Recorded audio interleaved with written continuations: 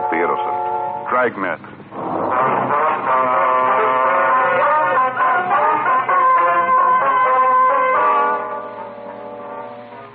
You're a detective sergeant. You're assigned to auto theft detail. You receive a report that a circus truck has been broken into. Several of the animals are missing. Some of them are dangerous. Your job, find them.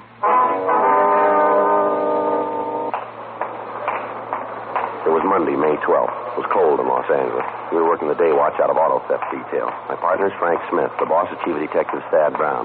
My name's Friday. I was on my way back from Superior Court, and it was 11:46 a.m. when I got to room 40. Auto theft. Hi. How'd it go? Well, his lawyer's got a continuance. Yeah, how come? I don't know. New evidence they want to introduce. What's the DA's office say? Well, there's nothing they can say. It comes under the heading of due process, you know. Yeah. You think you're going to nail him? Alex thinks so. The guy's admitted his guilt. Now he's claiming a confession is a lot of bunk. Says we got it out of him by force. Where now? Prove he did it without the confession, I guess. Shouldn't be too hard. We got all the evidence. We get the chance to lay it out for the jury. Yeah. When you go back? Let's see. Set it off for a week, I guess, yeah. Anything come in? No, not big. Excuse me. Yes, sir. Something we can do for you? I'd like to report something stolen. All right, sir. Just come on in. Sure get service around here. All right, sir. Now, what kind of a car was it? Ain't no car. Beg pardon? No car stolen. Stuff in the car. All right. What was it? Well, it wasn't really a car anyway. A truck. That's where they stole it from, a truck. All right. If you'll give us a description. As far as I know, they might not have stolen it anyway. Might just open it and let them all out. Yes, sir. Well, the sooner we get this report filled out, the faster we can start looking for the stolen merchandise. Yeah. Just thought of that myself. Should have. All right, sir. Now, what's your name? Clarence Havill. Havill. No R. Most people put an R in it. Havill. It ain't. It's Havill. Where'd the theft take place? Corner Fountain, DeLongpre. Right on the corner there. Just south of the red zone on Fountain. All right, sir. What was taken? You see, I got this call from one of the drivers who works for my brother and me. Drives one of our trucks. Called and said the machine broke down. Wanted me to bring another tractor over. Well, we can get to all that later, Mr. Havill. Now, what were the stolen articles? Animals. Sir? Animals from our carnival. What kind of animals? Oh, a couple of monkeys, Cody Monday, 2 raccoons. All right, sir. Anything else? Yeah, here comes the bad part. This is what I was afraid of. What's that, sir? It's the reason I waited so long to report it. I thought maybe he'd turn up. What's that, sir? A black panther. We got a description of the animals, and the local broadcaster's gotten out on them immediately. 12:18 p.m. We continue to talk to Clarence Havill. Friday night. That's when it happened. What time Friday night? About 7:05 or 7:10, right after the fights went on. That's when the phone rang. I see. I was kind of sore about being interrupted when the fights is on. Always watch them. Most of my friends know not to call me then. Yes, sir. Well, anyways, the phone rang. I got up and went over to answer it. It was Bert. Who was Bert? Bert Newell. He's a driver. Oh, I see. Said he had a breakdown at Fountain DeLongpre. Asked me if I had an extra tractor. Happened I did. Uh-huh. Bert asked me to bring it over. Said he wanted to use it to get the show to Nevada. So you drove over then, huh? Not right away. How's that? Well, it looked like the fight wasn't going to last much longer, and I wanted to see the finish of it. So I stuck around for a couple more rounds. After that, I left. Uh-huh. Drove over and found Bert right on the corner, just standing there, not trying to do nothing about the breakdown, just standing there. Yes, sir. Well, you just bet I read him off. Told him the least he could have done was get out a wrench or something, tried to find the trouble. I read him off good. Yes, sir. Didn't do no good. He's shiftless, you know. Real shiftless. Yes, sir. You know Bert, do you? No, sir. Shiftless. You know him, you'd know that. You want to go on, please? Oh, yeah. Well, we got the trailer on the hitch, and the tractor hooked up. Only took a couple of minutes, and got it done, and Bert took off. Where was he going, you know? Over to Nevada. Going to play a show there. Overton. Going to play a show there. Yes, sir. Right by Lake Mead, Overton. Yes, sir. When did you find out the animals were missing? When I got the wire from my brother. That's when I got the first inkling. When was that? Last night, company phoned me about, I guess it was about 8:30. I see. You have the telegram? No, I told you they phoned it. What did it say? Just the animals are gone from my brother. Said that the animals weren't on the truck when it got to Overton. Uh-huh. Told me about how the locks on a couple of the cages was busted and smashed and the animals was gone. Well, now, sir, is it possible that the cages might have been broken into some other place than Los Angeles? Might be, yes, might be. Ain't likely. Well, why'd he say that? Only reason I know of, because it ain't likely. Not only that, I got proof of it. How do you mean, sir? Well, as soon as I got the wire, I went down to Fountain D. Longtree. Went right there and looked around. Uh-huh. Figured I might as well go down there and look around. I might find something, you know. Took a big 4-cell flash, went down the corner. That's it. Yeah, I was right. That's where it happened. Yeah, that's where they got away. Found the spoor, you know. I beg your pardon? Spoor. Tracks. Found them all over the place. Oh, I see. Of the panther? No, raccoons. Oh, I see. Not only that, I found something else. Yes, sir? Monkeys. Found them, too. Well, where were they? Phone pole, right up on the top, just sitting there shivering. They're kind of little, you know. Get real cold easy. We have them around the place. They wear little sweaters. Get chilly real easy. How about the rest of the animals? You see any sign of them? No, I went over to a little store near there and got a head of lettuce. 17 cents. Took it back to the phone pole, showed it to Caesar and Salome. Oh, they love lettuce. Is that the monkeys? Yeah, Mama's ex, white-eared. Love lettuce. They came right down then, did they? Yeah, right down. The pole slithered right for the lettuce. And they were scared stiff. Being up there on that pole all night, should have had their sweaters. What about the other animals? Not a sign of them. Just the spoor of the raccoons. Haven't got the slightest idea where they might have gone. No real problem, no, not them. How do you mean? Easy to replace. Oh. Just go up in the Hollywood Hills, lots of them there. Run all over the place, upsetting garbage cans. Imagine some of the people would be glad to have me come up there and take them away. Yeah, raccoons ain't no problem. Well, Mr. Haverhill, what about the panther? Well, he's a problem. Yes, sir. Can you give us a description of the animal? Yeah, he's black. Yes, sir. Like the inside of a well, jet black. Even blacker than that ink they're talking about. Mm-hmm. About 7 feet long. Oh, easy that. Yes, sir. That's counting the tail. 7 feet. Anything else about him that we should know? No, just a plain black panther, nothing special. Is he dangerous? Well, not unless he meets somebody. Dandy's got a temper. That's the name of the animal, is it, Dante? Yeah, naming that because he's blacker than the pits of the inferno. Dandy. You're pretty sure he got out of that truck when the monkeys did, huh? Well, I ain't going to give you no written guarantee, but I'm sure of it. All right, sir. We'll start looking for him right away. Well, Mr. Havel, where were these animals coming from? Winter quarters. The standard Overton is going to be our first, just starting the season. Mm-hmm. Well, is there anything else you can tell us that'll make it easier to find the panther? No, not a thing. Just be careful, that's all. Don't hurt him. He's really as gentle as a kitten when you get to know him, like a big overgrown cat. Gentle. Yes, sir. That's something Clyde didn't understand. Who's Clyde, sir? My brother, Clyde. Oh, I see. He didn't like Dandy. Didn't understand him. That's what caused the trouble. What was that? Last winter, Clyde came to see the show, tell me about the bookings. Yes, sir. We discussed about how the best way to exhibit Dandy would be, and Clyde got too close to the cage. Yeah. Dandy almost killed him.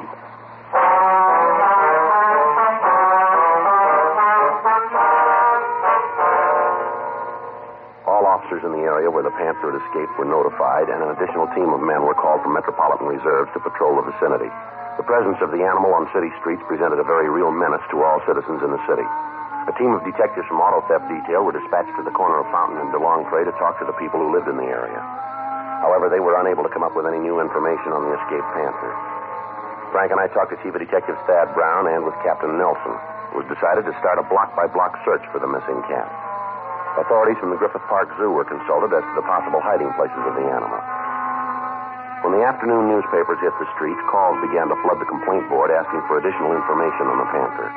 Local radio and television broadcasts carried stories about the escape, and the number of calls went up. Additional men had to be called to care for the switchboard. The search went on. Frank and I worked in the field along with the other men from Auto Theft Detail and officers from Metro Division. Every possible hiding place in the vicinity of Fountain and DeLongpre was searched without turning up any new information on the cat. It was the opinion of authorities that the panther might try to hide in the brush of the Hollywood Hills, and the search was moved to that vicinity. Tuesday, May 12th, Frank and I got back to the office from the area. We'd been up all night looking for the animal. You want to check with the skipper? Anybody around who can bring in some coffee? I'll call Sal. He'll bring some over. That'll be a good idea. Ask him to send over a sandwich, too. Yeah, what kind you want? I don't care. Just tell him to make sure the coffee's hot. Yeah. Yes, sir? I'd like to talk to the men who are working on the Panther thing. Yes, sir. Come right in. If I was at the end of the hall, I'd find him here. Well, I'm Sergeant Clyde. Maybe I can help you. You working with the search party? Yes, sir. My partner and I have been out with them. Have they caught it yet? No, sir, not yet. They know where it is? Coffee? Well, no, sir, we don't. That's what I thought. I'm Sidney Norton. I live in this town. Yes, sir. Got a family. I pay taxes. Uh-huh. Just want to ask one question. Yes, sir, go ahead. Now, according to papers, it's Haverhill or whatever his name is. He owns the Panther. Is that right? His name's Clarence Haverhill. But he owns the cat. Yes, sir, that's right. Well, I want his address. Beg your pardon? I want the number of his house. That's simple, isn't it? Well, we're not allowed to give that out. I'm sorry. All I want is his address so I can go over there and punch him right in the nose. You going to give it to me? No, sir. Who's your superior? Captain Nelson. Well, where is he? I want to talk to him. He's in Chief Brown's office right now. Well, where's that? It's down at the end of the hall, office number 26. All right, I'll talk to him. I want that man's address, and I want it now. Terrible thing for the law to allow a person to keep animals like that so they can get away and walk around killing anybody they meet. If you cops can't do anything about it, I can. You can just bet I can. Well, if you go out and cause Mr. Haverhill any trouble, you're liable for arrest, sir. By whom? Any policeman that he wants to call. Well, you protect him, but you don't care about me and my family, is that it? No, sir. You've both got rights of protection under the law. Now, if Haverhill's done anything, we'll take care of it. When? As soon as we find that Panther. Well, you may just be wrong. I've been talking around. There are a lot of people who feel like I do, a lot of them. Enough, maybe, to decide to do things our way. Well, I wouldn't try it, Mr. Norton. Too late, mister. You can't do anything about it. We will. Me and my friends. We'll take care of it. It's out of your hands. We'll take care of Haverhill. Take care of him good. I wouldn't make book on that. Who's going to stop us? Like I told you, any cop that Haverhill calls.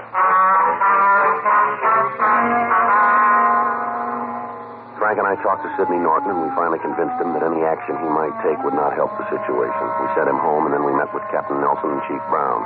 The progress of the search was reviewed, and it was decided to continue it in the Lake Hollywood area and in the upper Griffith Park Hills. All days off had been canceled, and additional officers were joining in the hunt for the Panther. After the meeting, Frank and I got some breakfast, and then we drove out to Clarence Haverhill's home. It was a large ranch house at the corner of Victory Boulevard and Monterey Avenue out in the San Fernando Valley. We drove through the gate and we parked the car. Clarence Haverhill was sitting on the large porch waiting for us. A small monkey was sitting on his shoulder. Hi, come on up and sit down. Yes, sir. How's it going, Mr. Friday? Mr. Smith? All right, sir. Pretty good, sir. Get you anything? Glass of ginger beer, maybe? Got some cold in the icebox. No, sir. No, thanks. Heard from my brother this morning. All right? Mm-hmm. In Nevada. Got a telegram. Company phoned it to me again. Good news. What's that, sir? Well, beginning to look like it's all a mistake. Sir? The whole thing. Looks like the animals didn't get away here in Los Angeles. Why do you say that? Well, it's a telegram from my brother. Says they found the Cody Monday and one of the raccoons in Baker, California. Found them alongside the road. Tired and hungry. Guess they're sorry now they got out of the truck. Well, how about the Panther? Any word on him? No, not yet, but Clyde set some men out to look for it. Sure Dandy will turn up. How can we get in touch with your brother, Haverhill? Can't. What? Can't get in touch with him. Out in the desert looking for Dandy. Out of touch. Can you give us the address of your winter quarters here in town? I can't do that, Mr. Friday. Why not? You don't know him. Well, sir, you run a circus and you don't know where the animals are kept? You're not really a circus, a carnival. Yes, sir, we understand, but what's the address? I don't know. You haven't any idea? Not the least. And you can't tell us where to reach your brother? He's out looking for Dandy. Now, how about it, Haverhill? Something that you're not telling us? Haverhill? Yeah? Well, is there? We haven't got no regular winter quarters. Not regular set up. That's why I can't tell you where it is. Mm-hmm. Ain't none. All right, go ahead. You see, the Haverhill Amalgamated Combined Shows is really a gypsy carnival. How do you mean that? Well, we ain't got no big operation. A couple of mangy animals. We don't have a license to keep them in the city. Only quarters we got are vacant lots. We set up and stay there until the neighbor starts complaining, and we move on. Trucks for the show are registered in states where the fee is smallest, and we got about every deal we could to keep the cost of operation down. Now, what about the Panther? Dandy? Yes, sir. Only real attraction we got. Man killer. I told you about how I almost got Clyde, didn't I? I told you that. Yes, sir. Gotta understand, Dandy, or nothing works with him. Is that right? Might be something about Dandy. Could be our officer. We gave him this number. Yeah, just a minute.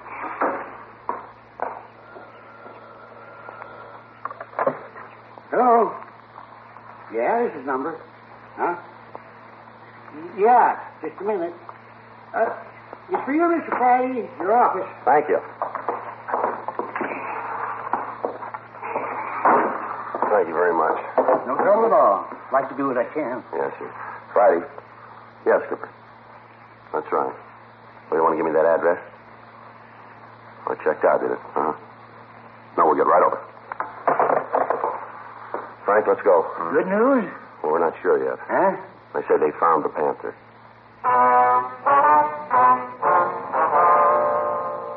The address we'd gotten on the telephone was in the Hollywood Hills, just off Beechwood Drive. Frank and I drove down the freeway, turned off at Gower, up Franklin to Beechwood, and we continued up to Ledgewood Drive. By the time we got there, other units had arrived, and the immediate vicinity where the animal had been seen was surrounded. From one of the officers, we got the story. The Panther had been seen by one of the civilians searching the area. The animal had run between two houses and jumped through a window into a ground-floor garage. We checked the house, but we found that the occupants were not there. Because of the danger of the Panther's presence and the difficulty of taking it alive, it was decided to try to shoot it. The officers involved in the search were armed with large-caliber weapons. Frank and I took 2 sawed-off shotguns, and we approached the door leading to the garage. Who's covering the window? Mac. All right. I'll hit the door. Stand back. We'll try to see what's inside. Okay. I can't see anything from the window. No, it might be behind those boxes at the rear there. Yeah. You all set? Yep. No.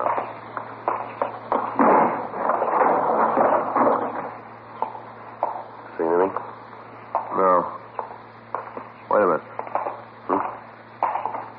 Back there, behind the cases. Looks like something there. All right, you take that side. Right. Take it easy. You don't have to spell it. Hi, Frank. Right from where you are, can you tip those boxes over there? Yeah, I think so. Well, let's try it. Maybe it'll drive them out in the open. All right.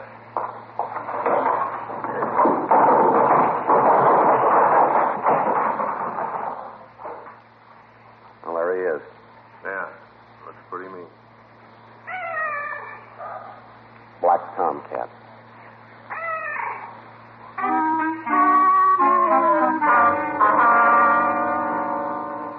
The event was similar to several that had happened during the hunt for the Black Panther. During the 20-odd hours we'd been looking for the animal, there had been several reports that seemed authentic enough to be checked out. All of them turned out to be false. By this time, there were over 300 officers engaged in the search. Frank and I went back to the office and put in a call to the telegraph company in an effort to find Clyde Havel. They checked through their files, but they were unable to find any record of any wires. We then put in a call to the California-Nevada border station in an attempt to get information. Yes, sir, that's right. Havel Amalgamated Combined Shows. What? Sorry. A, V Victor, I, L, L. Havel. Mm-hmm. Well, what we got, it should have come through Saturday the 13th. No, it might have been Sunday the 14th. You pretty sure about that, are you? Was it possible? All right, I understand. Okay, thank you. If anything turns up, will you call us? Friday, extension 2507. That's auto theft detail. Right. Thanks again. Bye. How about it? They got a record of the show going through? They never heard of it.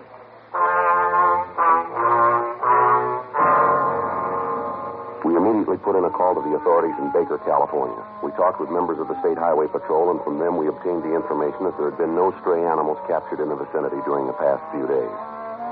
The conversation with them lengthened the possibility that the story we'd gotten from Clarence Havel was a lie.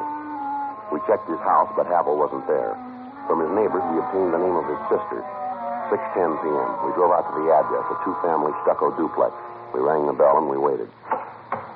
Yes, Miss Havel? that's right. What is it you want? Well, police officers. Frank Smith, my name's Friday. Hello. How do you do, ma'am? What is it you want? We'd like to talk to you about your brother. Clyde? No, ma'am. Clarence. Mr. Friday, I've done what I can for him. If he's in trouble again, he's just going to have to go it alone. What if we could talk inside?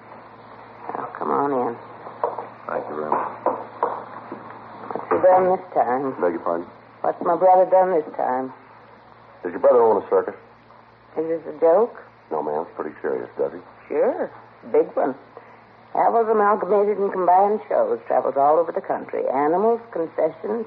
Even got a man-eating Black Panther. Yes, ma'am. That's one of the things we want to find out about. Dandy? You know the animal, do you? Oh, Clarence's friends do. Talks about him all the time. Do you know where the circus is right now? Same place it's always been. Ma'am? Never been anyplace else. Yeah? In Clarence's head.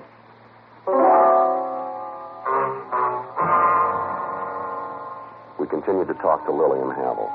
From her, we got the background of the story. She told us that her brother had been a press agent for one of the larger carnivals, but that he'd been discharged several years before.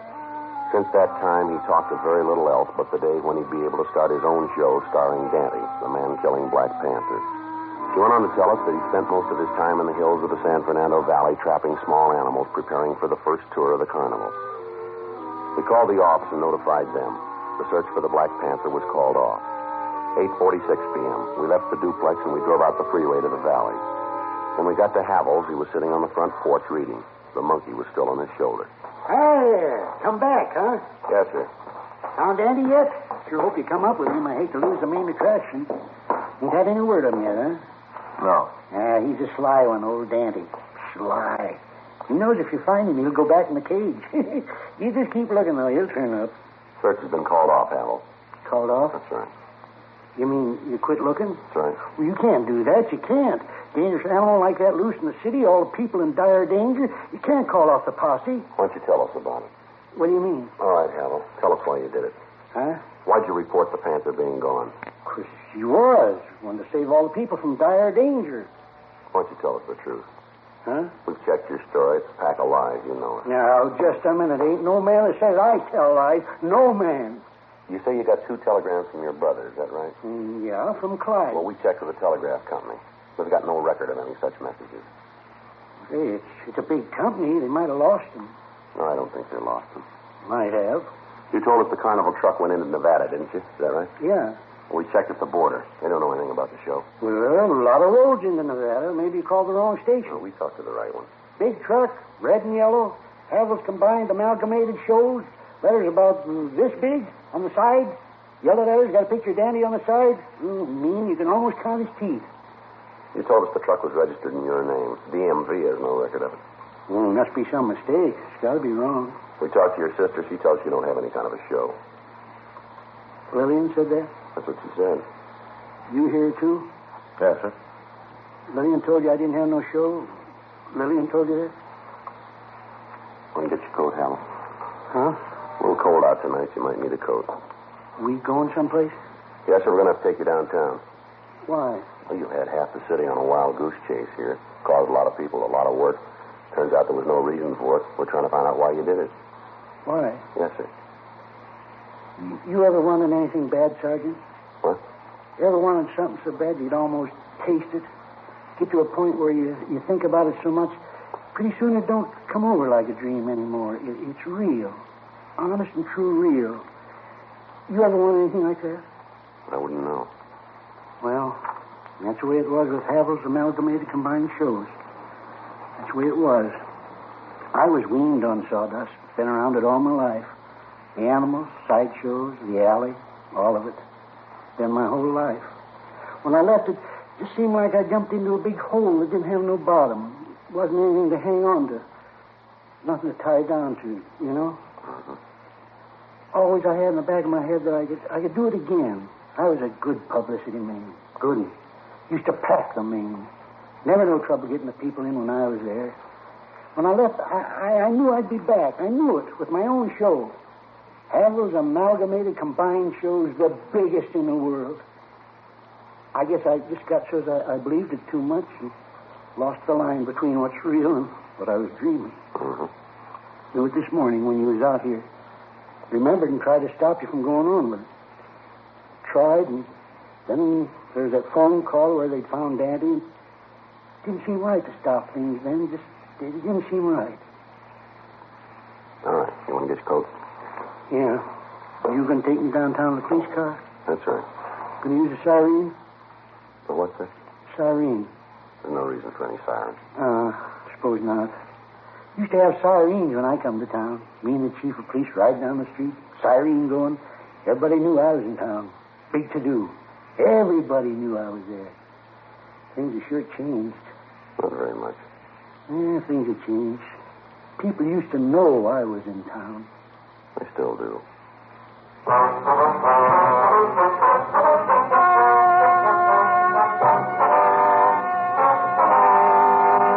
Clarence Neil Havel was held over for a sanity hearing in Superior Court. On recommendation of the court, appropriate action was taken. Dragnet. The story of your police force in action is a presentation of the United States Armed Forces Radio Service.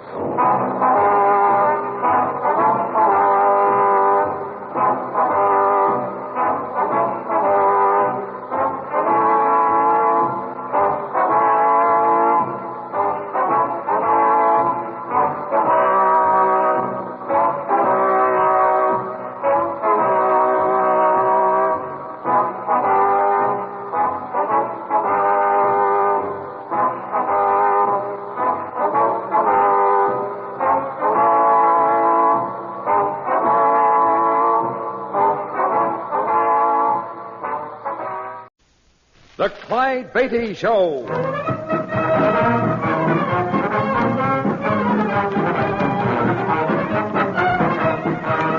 The world's greatest wild animal trainer, Clyde Beatty, with an exciting adventure from his brilliant career.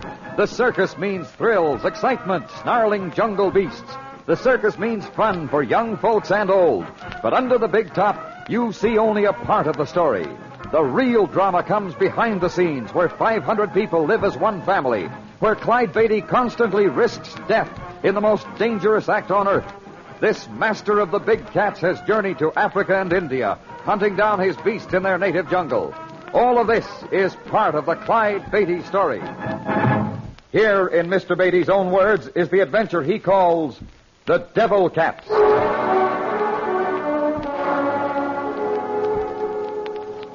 The leopard is a ferocious, bloodthirsty, and cunning beast. The one delivered to my circus winter quarters in Florida was no exception. She had all those characteristics and more. From snarling jaws to incessantly twitching tail, she was inky black and over 7 feet long. A jungle-bred killer, she was 400 pounds of clawing murder. My name for her was Nubia, but the natives in the Sumatran jungle she'd roamed called her by another. Translated, it was Devil Cat. 2 days after she arrived, I learned this name suited her perfectly. The Devil Cat.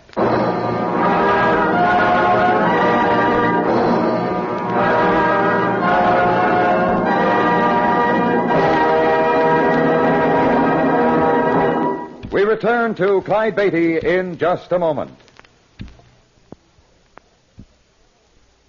And now, back to Clyde Beatty's experiences with the Devil Cat.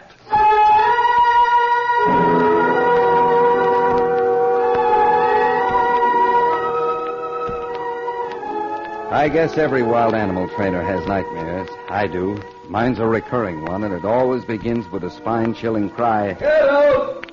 Get out! In my dream, I see defenseless men, women, and children attacked by jungle beasts. Get out! Get out! Mr. Beatty, the big cat, the black one, he's broken up. This was no dream. I sprang out of bed and grabbed for some clothes. Get the men. Bring them to the cat barn. Right, Mr. Beatty. Clyde, what is it? What's happened? The cat escaped. The black one. Oh, no. Clyde, she's the killer. I know. 50 cats in the place. Why does that one have to break out? Oh, here, let me help you with those boots. Why does it have to be the most ferocious animal in the quarters? Clyde, wait for your shirt. There isn't time. A few weeks ago, she was roaming the wilds. Now the devil cat's at liberty again and free to slaughter.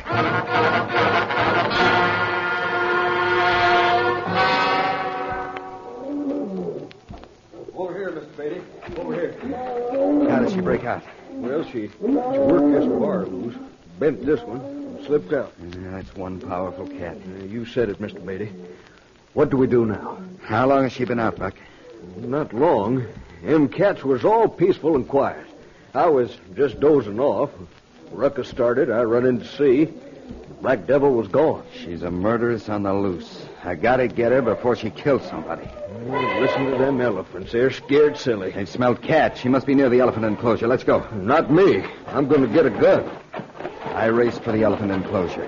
The spaces between the animal cages were black and shivery. The beast whose ebony coat exactly matched the shadows could be in any of them.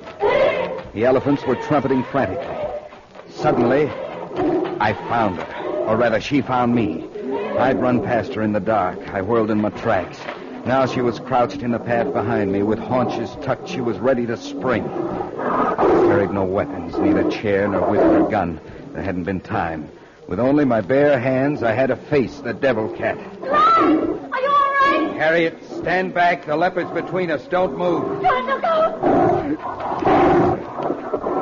She missed. Are you hurt, Clyde? No, you distracted her. She just brushed my shoulder. Oh, thank goodness she kept on going. Here she goes. Out the enclosure. Now we're in for it. Yeah, we're in for it, and so is everybody from miles around who gets in her way.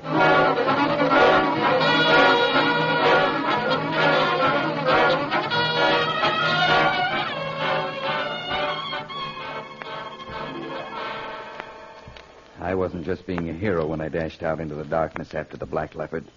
That murderous cat was my responsibility. I had to stop her before she killed somebody. When I raced out of the enclosure, I called to my cage boy, Buck, to phone the sheriff's office and report the escape. Fortunately, the moon was shining full and bright, and I got outside in time to see the leopard spring over a low wall and lope off across the fields. Still unarmed, I went after her. The terrain was fairly level, but I found myself swishing through knee-high grass and crashing over a lot of underbrush. In a few minutes, I heard someone running after me. It was my wife, Harriet. She was lugging a rifle, a whip, and my jacket. I brought you these. Thought you might need them. Thanks. When I catch up with that black devil, I will. Now, you run on back. When the sheriff's men get here, tell them which way I went. Buck will tell them.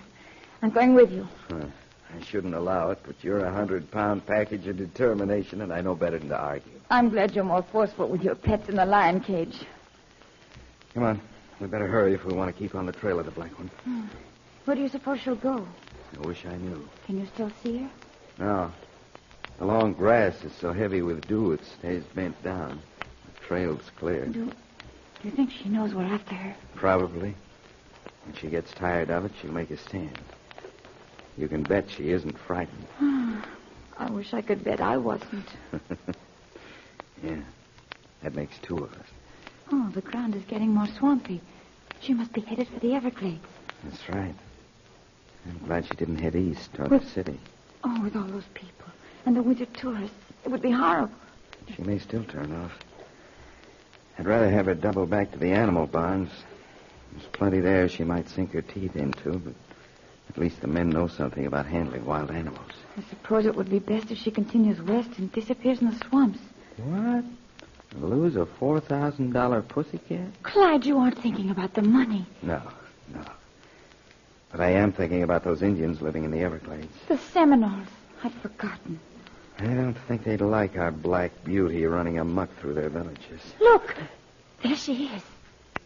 On a hillock about 100 yards away stood Nubia. She was silhouetted against a moonlit background. I dropped to one knee, cuddled the rifle butt against my cheek. I lowered the sights to left center of the black mass and squeezed off a shot. Nubia stiffened. I knew I'd missed. Blame it on the moonlight, the lack of perspective, the unfamiliar weapon. We heard a savage snarl, and before I could line up another shot, the devil cat bounded away and disappeared into the dense growth of the Everglades.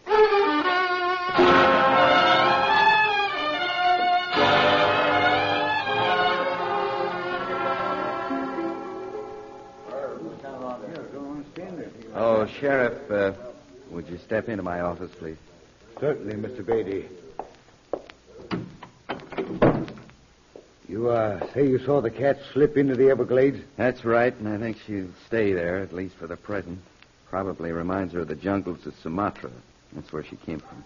Frankly, I don't quite know what to do. The city's spread out over a large area. I don't see what defense we could set up. Yeah. And what about the Seminoles and the Everglades? They're in a pretty dangerous spot right now. We've got to warn them, but we can't do it tonight. In the morning, I'll get a boat, and we can chug around the Everglades at the different villages. I'll be ready at sunup, Sheriff. I only hope the devil cat will be satisfied with small game the rest of tonight.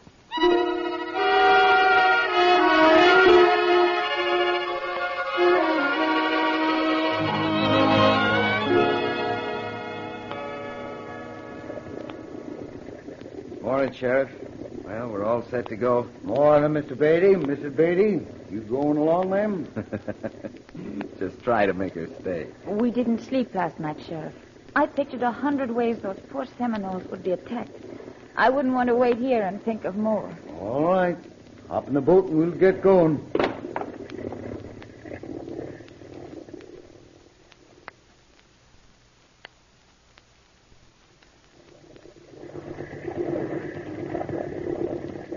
I must say, Sheriff, the Seminoles in that first village were pretty calm about the alarm we sounded. Well, ma'am, the descendants of Osceola have had it kind of rugged for many, many years. Yeah, and this is just an added misery for them. That's about it, Beatty. Here's the next village. Let's pull in. Looks like nothing's happened in this village. Seems no worse than normal. I'll call the villagers and give them the word. Hey, you over there. Yeah. Call all your people together. I've got something to tell them.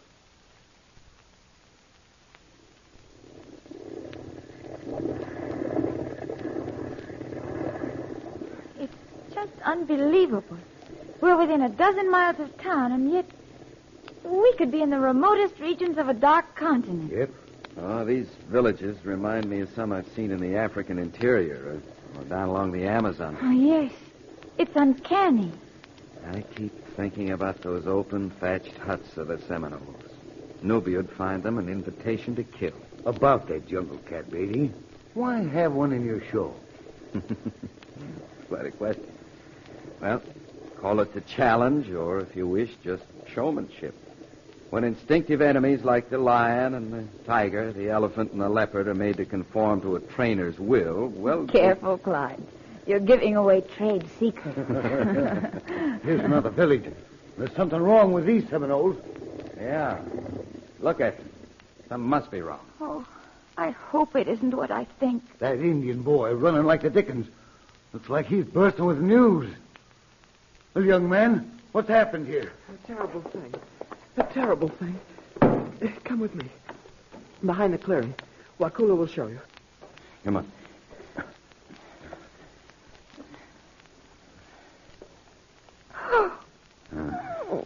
Looks like a slaughterhouse. Oh, it's horrible. Oh, I don't want to look at it. I don't blame you. Let's go back to the huts. All our dogs. 10 of them. Our cows. Our goats. Our sheep. All killed. It's a bad loss for your village. We are poor people. That was all we had. Well, don't worry. What'd you say your name was, son? Wakula. Wakula, you tell the villagers I'll see that they're repaid. Tell me, son. Did any of you see the animal? No. But my brother Ocala is a fine hunter, a trapper. He and a friend went after it. They'll kill that bobcat. Bobcat? A dozen bobcats couldn't have done that. Look, Wakula, your animals were slaughtered by a leopard, a huge black leopard, one of the most vicious beasts in the jungle. But how did it get here? That cat escaped from Mr. Beatty's zoo. But my brother Ocala, they went into the Everglades after it with just squirrel guns. Why, that's murder. Those boys may think they're trailing Nubia, but by now I'll wager she's trailing them. Clyde, what are you going to do? You stay here, Harriet. Don't let any of the villagers leave the clearing. Sheriff, do you know this country? Like a book. Hunted around here since I was a kid. Good. Get the guns out of the boat and pick up that roll of fish netting I saw on the bank. You and I are going after the biggest game you've ever hunted, the devil cat.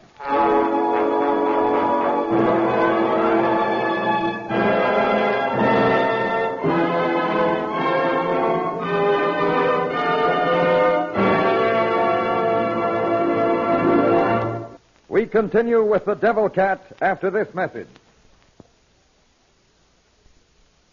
Back to Clyde Beatty and the devil cats.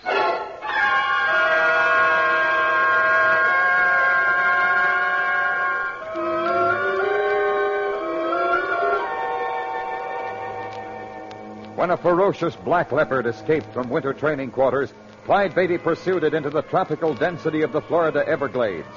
2 Indian lads went after what they thought to be a bobcat. And now Clyde Beatty has set out on a desperate chase to save the young hunters from that murderously cunning man-killer, the devil cat.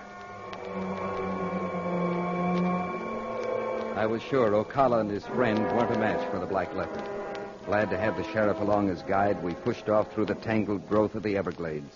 The marshy ground made the trail of the Indian lads easy for us to follow, and I knew it would be even simpler for the devil cat. Beatty, look here. The trail goes off in two directions. I was afraid of that. What do you mean? Well, if the Indians had stayed together, it's possible the cat wouldn't attack them, but these signs indicate they've separated. That's bad, huh? Very. What'll we do? Just a minute. Find something? Yeah. The trail to the right follows the leopard. The other Indian turned here and circled off to the left. They must have figured to get the cat between them, I guess. Right. For the small game they think they're after, that might be good strategy. But with a devil cat, it's suicide. Think you'll take them one at a time? That's it. Which trail do we follow, Beatty? Well, there's no choice. We'll stick with the one who set out after the cat. Do you suppose they set a meeting place somewhere ahead? Possibly. What if they do herd the big cat between them? They won't. She's too clever for that. Well, this is getting like a game of button, who's got the button. Come on, let's go.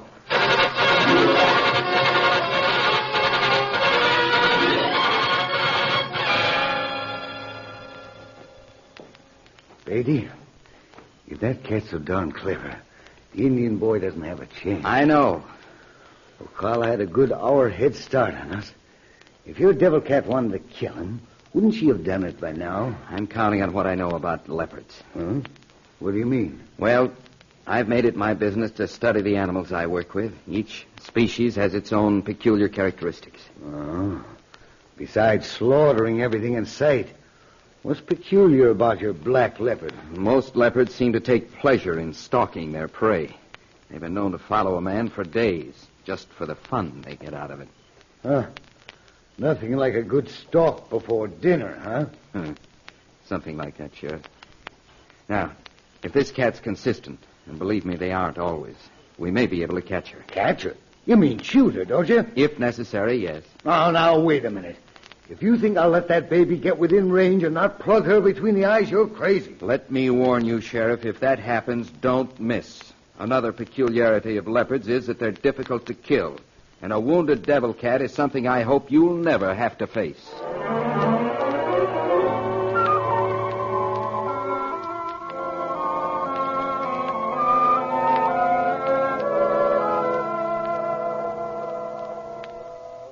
For several hours, we followed Ocala's trail. The signs proved the Indian lad was completely unfamiliar with the nature of the animal he was tracking. He made every mistake possible. Fortunately for him, Nubia was running true to form. My hunch that the devil cat was stalking Ocala became a certainty when we reached a point where the trail appeared to end. Well, Beatty, looks like the end of the trail. No. Ocala used the roots of this banyan tree as a bridge over the water. Oh, yeah. I see the mud from his boots on the bark. And I see something else. Look down there at the water's edge. It's the footprint of your cat. Right, and it's fresh. Fresher than the trail we've been following. Then your hunch was right. The cat is trailing the Indian. Exactly. Well, what happens now? Do you know this part of the Everglades? Sure. What's on the other side of the water? Strangely enough, that's the only piece of high ground around here. There's actually solid earth and rock there instead of marsh and mud. I see. Over east, there's sort of a gorge cut by high water. When I was a kid, we used to run small game in there and corner them against the cliff. That's just the spot the devil cat had picked. Yeah. You think that cat's got the Indian lad trapped in there? I wouldn't be surprised. Listen. Rifle shot. That's it. Let's go. Easy now. We've got to approach cautiously. The lad'll use up all his ammunition. Worse than that, if he nicks the cat with that squirrel gun, we can't hope to save him. If we move up to the left, it'll bring us out on top of the gorge on the high side. Good. That's where we want to be. Over to the left. Quiet. Right. A little bit farther and we'll make it. Look. There across the gorge. The devil cat.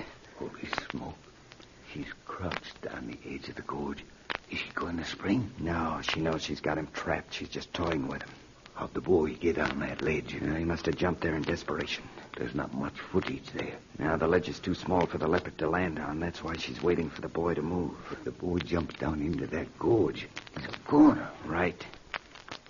Ocala, don't move. Stay right where you are. The boy's aiming his rifle again. Oh, Carla, don't fire. Press back against the cliff and you'll be all right. I wish I thought so. Look, I can't stand this. Let me take a shot at her. No. If your shot isn't clean, she's sure to drop on that boy. I'll aim for her head. If you don't hit the right spot, it won't stop her. Well, what's the right spot? Clean through the heart. She's crouched belly down. That's impossible. That's the only target. From this angle, you'd never get a shot between her eyes. Can't we frighten her off? Not anymore. This is a showdown, and she's having too much fun. So? So we'll distract her. Hand me that fish netting. I'm going down into the gorge. But she'll leap on you. That's the idea. She'll leap all right, but if I'm lucky, it won't be on me. Man, you're crazy. Whatever you do, don't shoot. What? Beatty, you are crazy. I scrambled along the top of the cliff. The devil cat across the gorge watched every move I made, and I made some obvious ones for the purpose of drawing her attention. When I was sure her blazing eyes were fixed on me, I slid down the face of the cliff and moved quickly to a point directly beneath the ledge where the Indian boy stood. Glancing to either side of me, I made sure of the footing. It was no time to trip on a rock or a stick. Then I began to watch every single movement of my adversary, who by now was hissing and spitting her hatred for me. I saw her gather herself to spring. I paused a beat, only long enough to gauge the direction of her leap, then moved swiftly to one side. The cat landed on all fours at the exact spot I'd been standing. She raised herself half of her 7-foot length and struck savagely at me with bared, razor-sharp claws.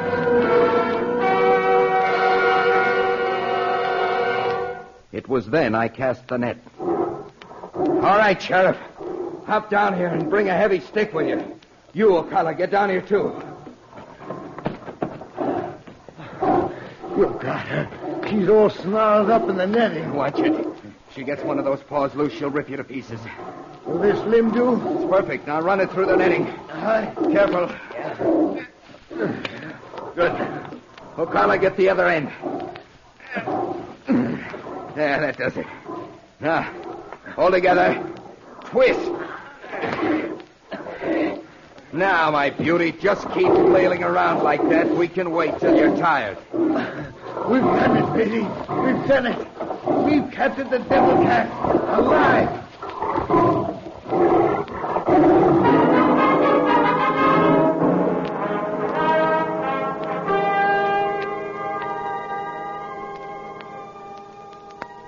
Yes, we captured the black leopard alive. We netted her like a mackerel, but devil that she was, she fought us for hours. The more she thrashed around in a violent effort to free herself, the more enmeshed she became.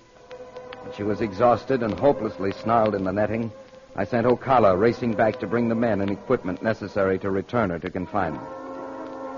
When we got her back to winter quarters, I made certain the cage we put her in was strong and secure, escape-proof, even for the devil cat.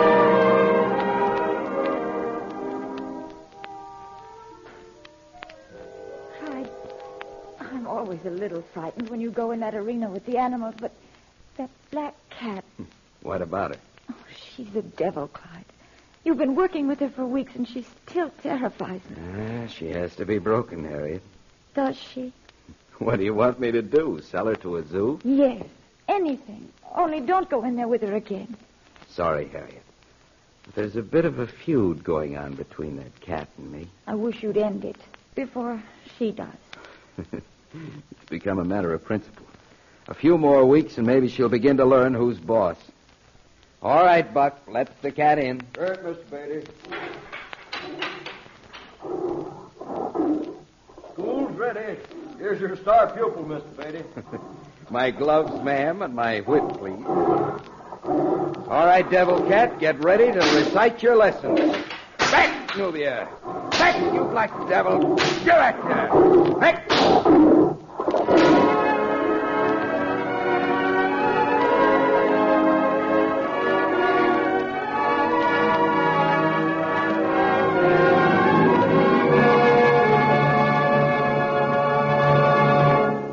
Clyde will be right back with a preview of our next exciting story. But now, a message of interest to all of us. Our next Clyde Beatty show is called Crisis on the Set. It deals with the unexpected and almost tragic events which took place while Clyde was in Hollywood making a movie. Here is just a small portion of next week's adventure. here. Okay, Beatty, we're ready to shoot. You all set? All ready, Mr. Sidney. Remember now, when that lion charges you and you run for the safety cage at the end of the scene, register an expression of fear. You're terrified, afraid you won't make it. That'll be easy. I won't have to act for that shot. Okay. Quiet on the set. Quiet. This is the take. All right. Roll 'em. Ready. Action. The scene went as smoothly as a real circus performance for a while. Then came time for the shot the director wanted of Caesar charging me, where I barely escaped into the safety cage. I motioned, and he came down off his pedestal, his yellowish-green eyes flashing an ominous warning. Then he started his charge before I could cue him, before I was in position. Back, Caesar, back! Twice I blanked him as I scurried backwards to the door of the safety cage, but on he came, 600 pounds of murderous rage. My grip tightened on the chair in my left hand as my right hand groped behind for the cage door. Caesar was starting to spring. I should just have time. Then my heart leaped. The door was stuck. I couldn't budge it.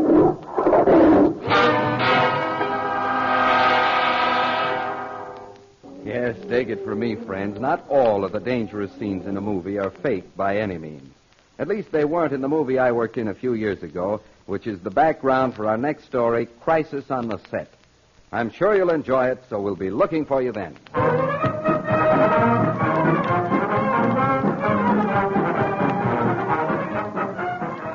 This story was based on incidents in the life of Clyde Beatty and the Clyde Beatty Circus. The Clyde Beatty Show was produced by Shirley Thomas. The Devil Cat was written by Frank Hart Taussig.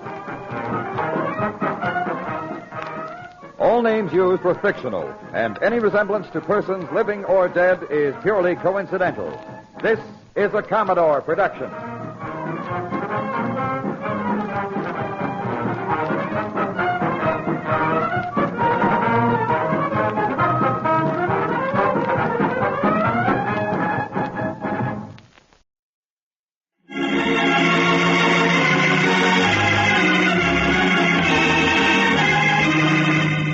Present the exciting, unforgettable radio drama, Front Page Farrell. The story of a crack newspaper man and his wife. The story of David and Sally Farrell. Today, David is covering the story which he calls The Case of The Lady and the Cheetah.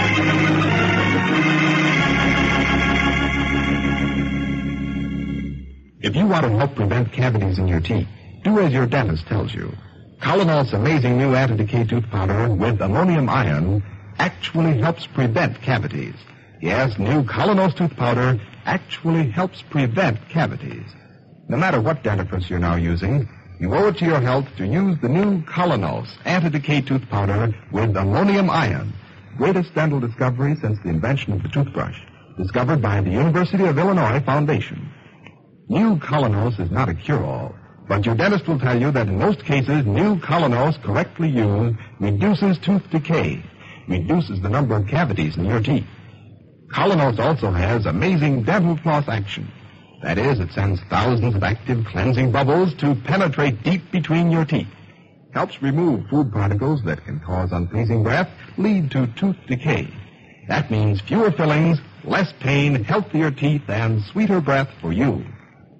Do as your dentist tells you. Get new Colonos tooth powder.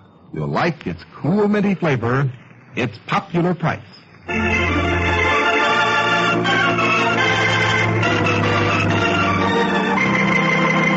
And now, Front Page Farrell, and the story he's covering for his newspaper, the New York Daily Eagle.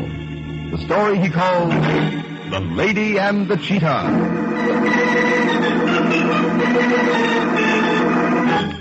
In a corridor of a large New York hotel, a cheetah howls and strains against his leash.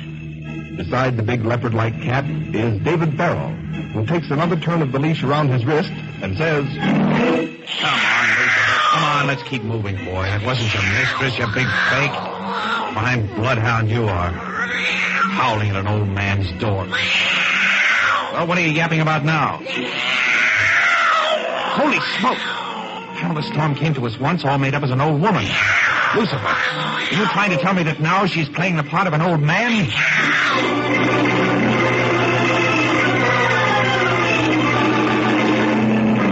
Several days ago, while replacing the famous actress Pamela Storm in a summer theater dress rehearsal, Sally Farrell suddenly disappeared.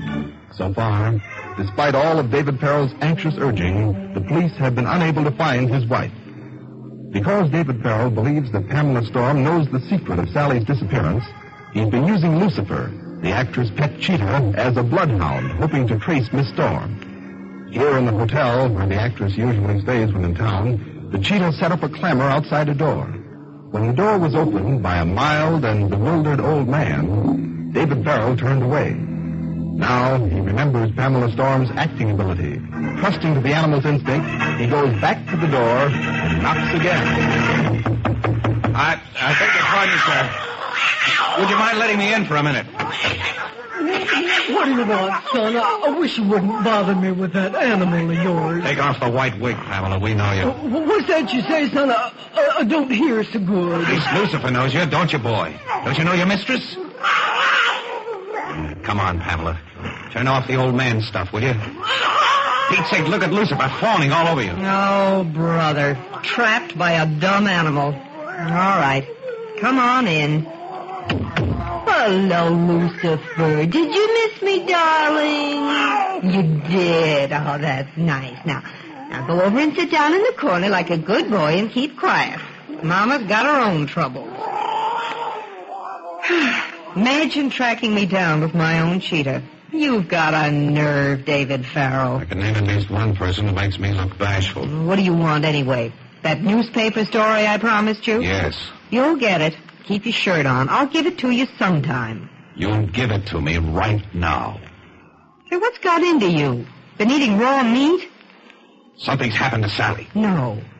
Oh, quit kidding, Davy. Look at me, Pamela. Can't you see I'm not kidding? For heaven's sake. And don't be so surprised. Sally was taking your part in the dress rehearsal.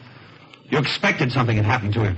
To you, didn't you? Well, it happened to her. She's gone. Did you call the police? Of course I did. Been looking all over for her.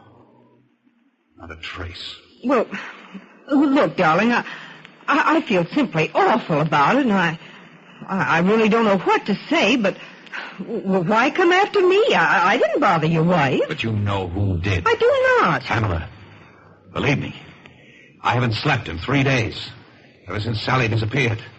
And I'm in no mood to fool around. You've been expecting trouble from somebody, I know that. This same somebody must have grabbed Sally by mistake, thinking she was you. Now, you know who he is and why he did this. I'll bet you even know where Sally is now. Honestly, David, I don't. Pamela, if I walk out of this hotel room without the information I came for, I'm going straight to the police. You're wanted for questioning. Let them question me. I'll tell them the same thing I'm telling you. Sorry, old boy, but no comprend English. You'll make headlines in my paper. You'll make every other paper in town, too. I'll tell them all about the crazy way you've been behaving ever since you got back to the United States. I'll link you with Sally's disappearance.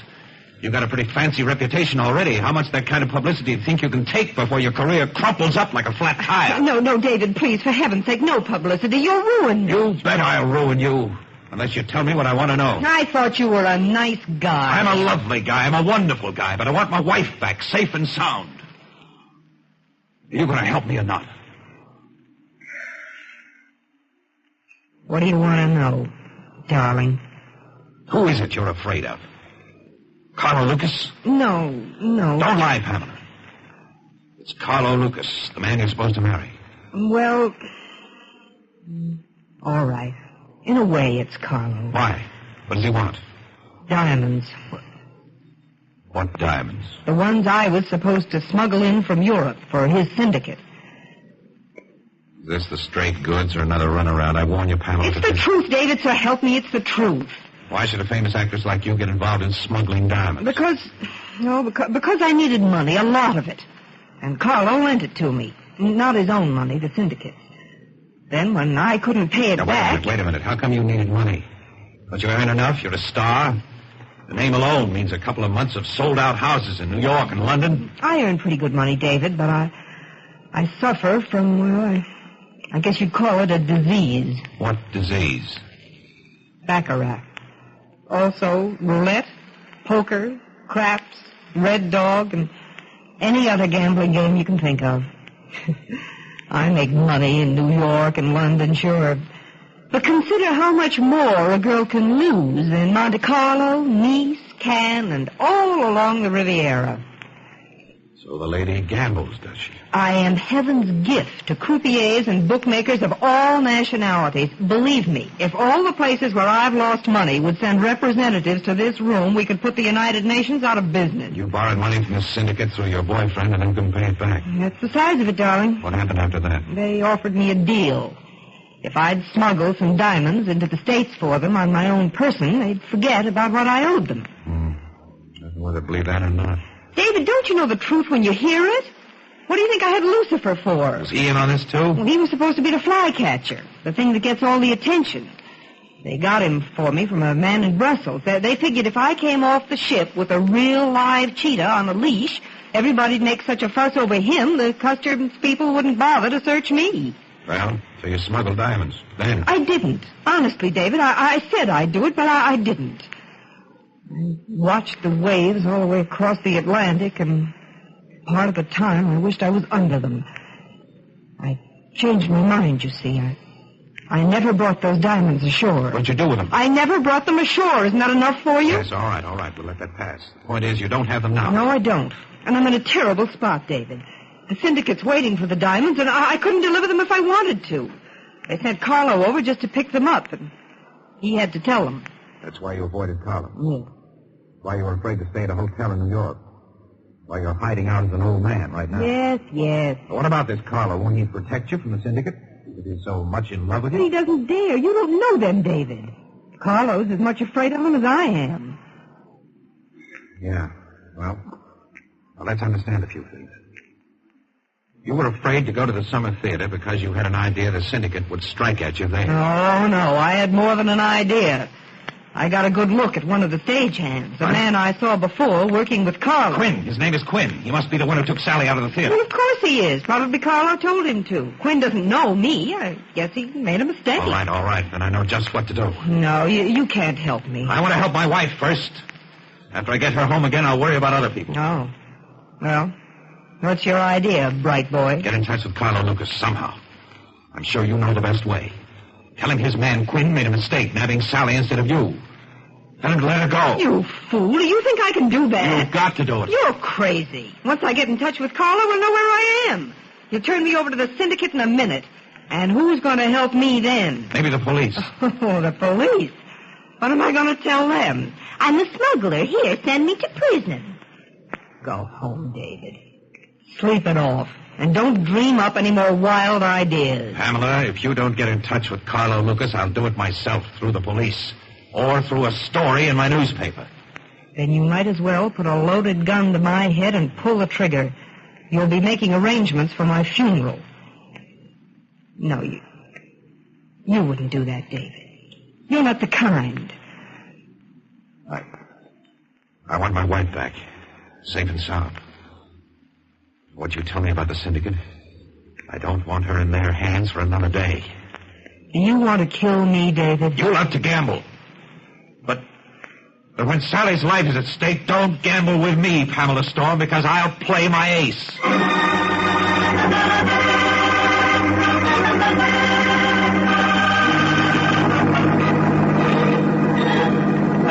Tension rises like a steel wire stretched to the limit of its strength as David Farrell and Pamela Storm face each other in a deadly war of nerves. Who will be the first to break?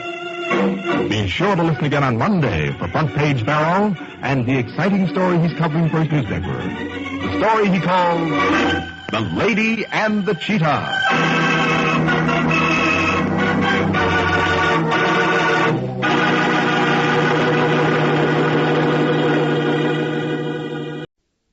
American Adventure.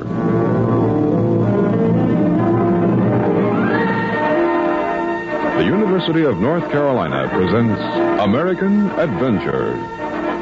Written by John Ely, directed by John Clayton, American Adventure is produced and recorded by the Communications Center of the University of North Carolina. Earl Wynn, director. From time to time on these weekly NBC broadcasts, American Adventure will bring you stories about the birth and growth of this country, man's greatest adventure in time and space. Some of these stories will be about our American heroes, such as Cyrus Field, Thomas Wolfe. And next Thursday's program is about George Washington Carver. But tonight, there is a story about the Federal Lion. It is a true story, but none the more believable because of that. The Federal Lion was a gift of the Emperor of Morocco to President Andrew Jackson, and nobody knew what to do with him. Not even the consul at Tangiers, into whose keeping he first fell. It was no simple matter to inform the Department of State that the President of the United States now owned a lion. Oh, no. I suppose this message won't do either. Here, let me have another piece of paper. We're out of paper, sir. Out? I dispatched a young man to buy some more in the market. Oh, but I prefer American paper. You have used all the American paper writing this message, sir. I believe, to be exact, this is the 87th message you have written to the Secretary of State. Yes, but do you see this printed form? Yes, sir. An order from the President himself to accept no gifts? Yes, sir. Now I have to write Washington and say I have accepted a gift on the President's behalf. Yes, sir. Well, at any rate, I must notify Washington. Yes, sir. This last message I wrote, step back over there and read it to me. Yes, sir. Over here, sir? Yes, that'll do. Dear Mr. Secretary of State... Wait a minute. Let me sit down and lean back as if I'm Secretary Van Buren. Now, you're an aide, and we're going through the morning mail. Yes, sir. Let me get in the mood. I've just given some thought to the French situation. Yes, sir. And to the English merchant marine problems. And now you say this is a letter from the consul of Tangiers, aide? Yes, Mr. Secretary. Well, read it. Read it. Yes, sir. It is addressed to the Secretary of State and says... I have the honor to tell you that the highest gift within the power of the Emperor of Morocco has been bestowed upon the President of the United States. I had no alternative but to accept it. The President of the United States. I had no alternative but to accept this gift, which is a giant male lion named Mamoun Bashaw. What? A lion? Yes, Mr. Van Buren. Go on. The lion is something of a problem here at the consulate, as you can imagine. It is costing money to feed and care for the animal. And though I'm told he's a beautiful lion, you will understand, I'm sure, if I give my personal opinion, that his beauty hardly offsets other features which are not so attractive. Here, Aide, let me see that. Yes, Mr. Van Buren. Why, this is amazing.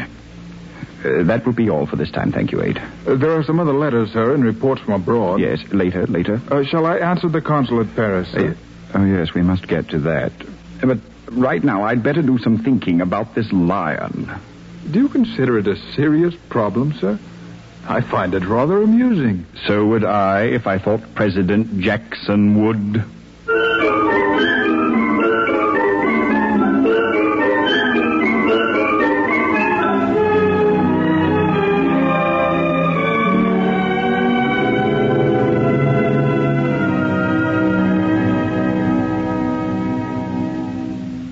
A lion? Yes, Mr. President. L-I-O-N? Exactly. The very same, sir. Oh, stop it, Van Buren. I've got no time for jokes. And neither have I, Mr. Jackson. And this is no joke. He is a large male lion, and he's now owned by you. I own no lion, sir. He's a gift to you, Mr. President. Well, I don't know what sort of game you're playing, Mr. Van Buren, but I'm not under any obligation to accept this lion, and I do not accept. Yes, I see. Your attitude will, of course, endanger our relationship with the Emperor of Morocco. Confound the Emperor of Morocco if this is his idea of a present. But you realize that we have for some weeks been interested in a trade agreement with the Emperor? Yes. I hope that our Western aversion to lions will not come between yours and the Emperor's undying friendship, especially at this time. Oh. Your attitude could go a long way toward being disastrous, Mr. President. Well, your attitude isn't exactly clear, Mr. Secretary. You act as if when I took the oath of office, I committed myself to accept whatever animal anybody in the world wanted to bestow upon me. No, not quite anybody. You act as if I should receive this lion as a favor. Exactly, Mr. President, at the moment. As if I should house this animal here in the President's house, or would you rather have me send it to the Hermitage in Tennessee? I hope that we can keep our tempers on this, Mr. President. Maybe we can establish a precedent with this lion. Maybe we can put him in one of the parlors here in the White House and so make it known to every emperor and bey and whatnot of the East that we that we would honor any gift of monkeys or elephants or tigers or anteaters which they may care to make. Perhaps this can be the start of a great national menagerie. I believe that idea crossed the mind of our consul in Tangiers. At the close of his letter, he mentions it. Well, he can reconsider, and so can you, Mr. Van Buren, and so can... Mr. President, may I suggest, sir, that as in any case of difficult decision where precedent is not clearly established, that this matter be referred to the Congress. Congress, huh? Yes, Mr. President. Sound idea. Take care of that, Mr. Van Buren. Send the matter to Congress.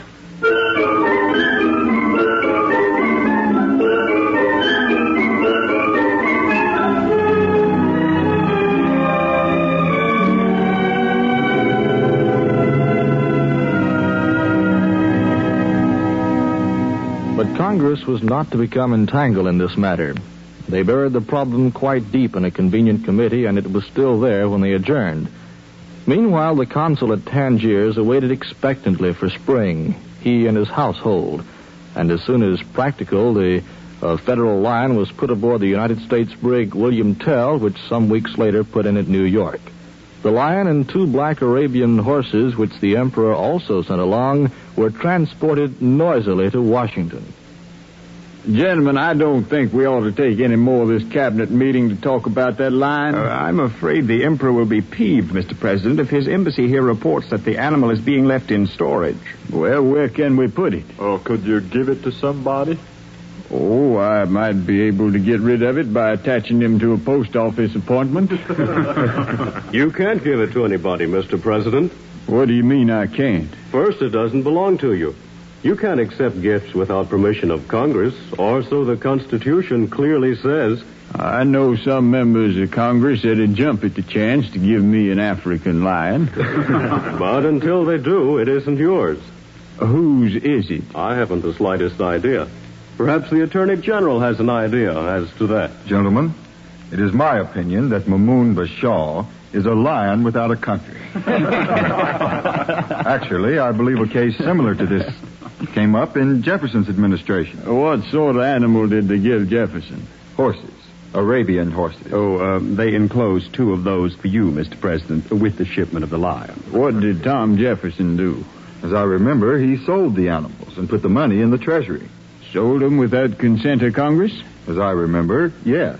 That was unconstitutional. Oh, well, what's a horse or a lion? Nothing is insignificant in politics. You know that, Van Buren. Mr. President, when the framers of our great Constitution put in this clause that you couldn't accept gifts without the consent of Congress, they had no idea, not the slightest, that a president would ever be faced with a lion. Of course not. Now, obviously, the proper action is to dispose of these animals by the simplest and quietest way possible and deposit the money to the people's account. Confound, I thought you just told me I don't own these animals. You don't, legally. I'm to sell them without owning them? Well, so far as the Emperor of Morocco, who is probably the owner at this moment, so far as he is concerned, you own them. And how is Congress concerned? Well, not even George Washington was ever sure of that, Mr. President. I won't touch it. I don't want to discuss it anymore. If I don't own that lion, I don't own him, and I don't want him. But the Emperor of Morocco... And that emperor had better keep quiet, Mr. Van Buren, or we'll not sign that pact he wants us to sign either. It's we who want him to sign it, Mr. President. Well, send this problem to Congress, Van Buren. Tell Congress this lion is a present to the American people from the Emperor of Morocco. And prompt action is necessary lest we hurt either of their royal feelings.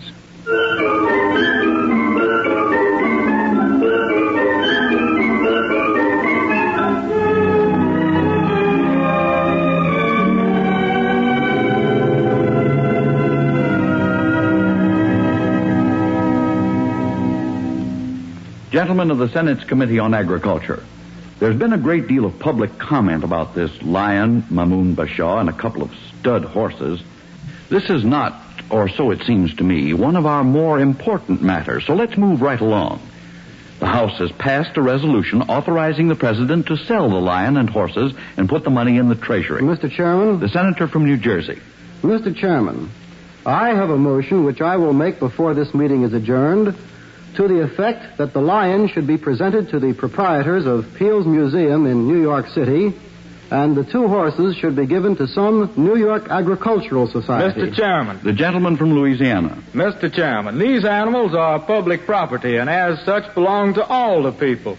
Certainly they shouldn't be given to New York, the richest state in the Union. I agree with the gentleman. How's that, Senator Moore? I said Alabama agreed. Mr. Chairman, New Jersey is perfectly willing to give the lion to Alabama or to Louisiana. Mr. Chairman, under no circumstances will Alabama accept that lion. Then why do you object to giving it to New York? But we will take those 2 horses. Mr. Chairman. I'd dearly love to have those 2 Arabian horses in Alabama. So would we in New Jersey. I wouldn't object to giving the lion to New Jersey, Senator. 1 horse to Louisiana and 1 horse to Alabama. Perhaps we can swing that, Senator Moore. Mr. Chairman. All right, Senator Poindexter of Mississippi.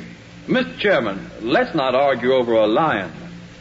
I feel that in the light of the recent refusal of a European government to pay the debt which they justly, rightfully, and obviously owe us, that we give this lion as a gift to Louis Philippe of France. Yeah.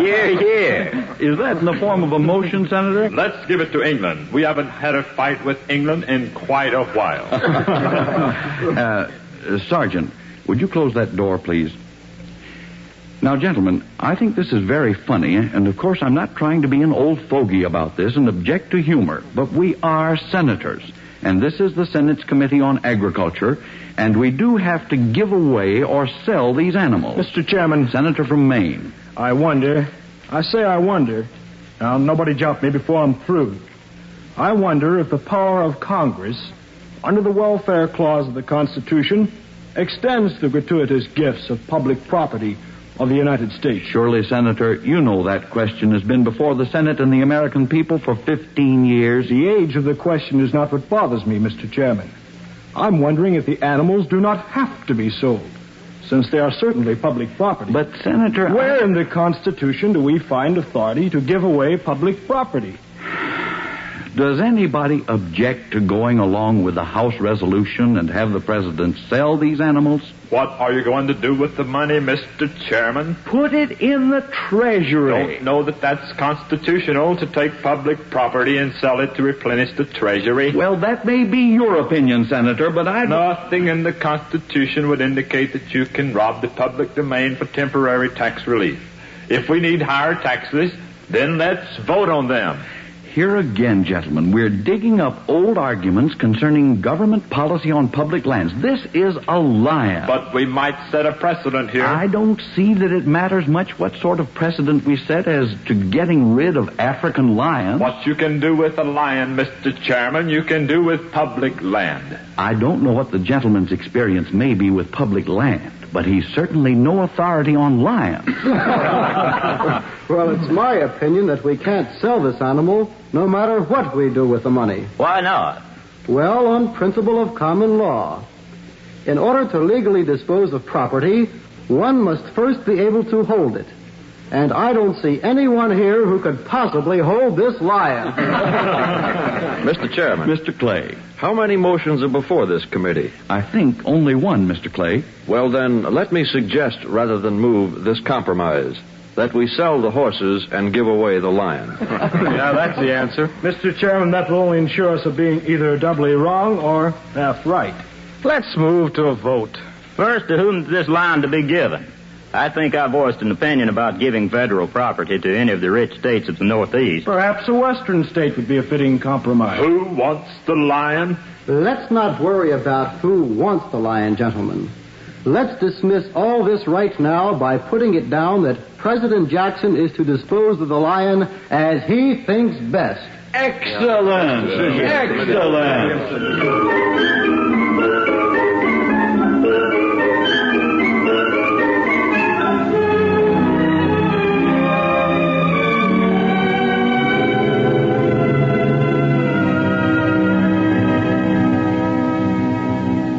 What What do they mean as I think best? I don't think best about lions at all. Why couldn't Congress dispose of this lion? There were some political considerations, Mr. President. Well, of course there were, but... And I suppose they preferred to direct you to handle the matter, sir. And who is Congress to send out any such directive? I'm not subject to the whims of Congress every time some potentate gives this country a creature. Yes, sir. The men who wrote the Constitution had no intention of empowering Congress to tie up the executive branch so that I could not administer the orderly processes of government. Yes, Mr. President. No. Where is this lion? I don't know, sir.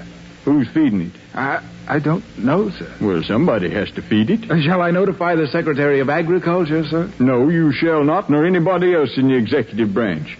It's up to the congressional committees to feed him, it seems to me. Yes, sir. What color is he? I believe all lions are brown, sir. You know, it's a funny thing. I pass a problem to Congress and Congress back to me. I wouldn't be surprised if that lion doesn't end up the property of the Supreme Court.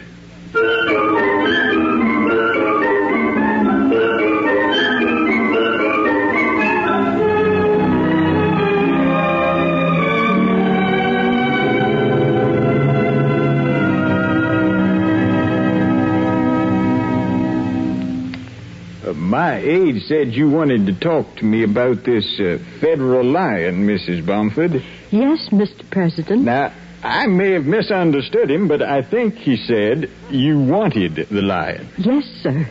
Now, go on with your story, if you will. I'll be happy to listen to you. Well, Mr. President, I represent the City Orphan Asylum. Yes? And I was wondering if a lion wouldn't be just the thing for the children. Well... This would make us the only orphanage in the world, so far as I know, that owns a lion. I wouldn't be surprised. He would be an excellent diversion for the children. Yes, that's true. He's something we could share with the Catholic orphanage here, too. Uh-huh. He might serve to bring us closer together. There are few enough ties between the Protestants and the Catholics, don't you think? I never make comments on questions like that, Mrs. Bumford. Oh? I'm a politician. I see. In fact, the minute you said Protestant and Catholic, I began to think. Now, would the Catholic orphanage feel slighted if I were to give this lion to you and not to them? Why, I don't know whether they want a lion or not. I see. Maybe we ought to look into that. I tell you what I could do. I could give this lion to the two orphanages, and then it could serve as a real tie between you, couldn't it? I'm not sure, sir. At least as much of a tie as any lion can be. Yes, I suppose so. And then I would be clear. Clear, Mr. President? In fact, perhaps we could do more with this gift than we're planning to, Mrs. Bumford, in a political way, I mean. How about a parade? Sir? Yes, I can see a parade very clearly in all this. We can get the Army and Navy to furnish some music. We can call out a regiment or so of troops, put that lion in his cage on a wagon, and put the kids from the two orphanages in two wagons or more, perhaps on hay, like in a hayride. Mr. Jackson, what are you saying? You'd love parades, and I could put a big sign on the side of that lion's cage. Mamoon Bashaw, gift of Andrew Jackson to Washington City Orphanage Protestant and St. Vincent Orphanage Catholic. Then we could roll that cage right past the Capitol as the senators come out, the band's playing, you know. But, Mr. President, could anyone see the lion through the sign? Well, I'm not trying to show the lion. I'm trying to show the sign. Why, Mr. President? Oh, politics, I suppose. Forget it, Mrs. Bumford. I'm just being a politician. I guess I ought to sit back down here and become president again. But I do love politics. Don't you think, Mr. President, that politics makes us sort of comical sometimes? Well, yes, I suppose. It doesn't permit us to take our government seriously, does it? Well, I tell you, ma'am, it tends to keep us from doing that, but I'm not so sure we ought to go around with the weight of government seen in the furrows of our brows. After all, this is a cumbersome system we've got here, in this or any democracy. All the checks and double checks and balances and passing around the problems. Yes, but... If we didn't smile sometimes, it might get to look stupid. Might start looking as if we needed a more simple system, one not so cumbersome. Well, there's a little something to that, I suppose, Mr. President. Might seem like we need a smooth operating absolute monarchy, which we don't want over here. Then I found that sometimes we laugh at what we're the fondest of. I've heard people laugh at our political confusion and muddiness, but it was an affectionate sort of laugh, as if to say, this is ours and we love it. Well, I'll be happy to give this lion to the 2 orphanages, Mrs. Bomford. Thank you, Mr. President. And then perhaps the United States government can get back to normal.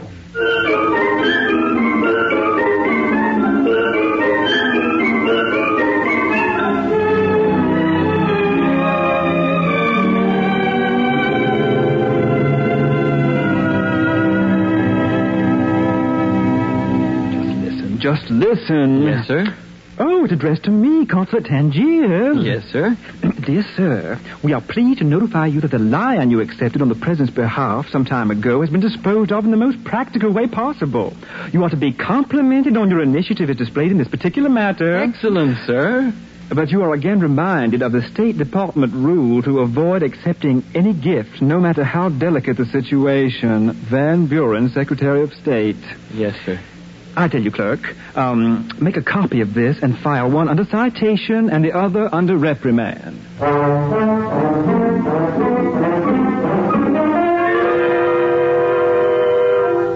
One might think that this is the end of the story of the federal lion, but not quite so, because President Jackson gave some more thought to the orphanage proposal.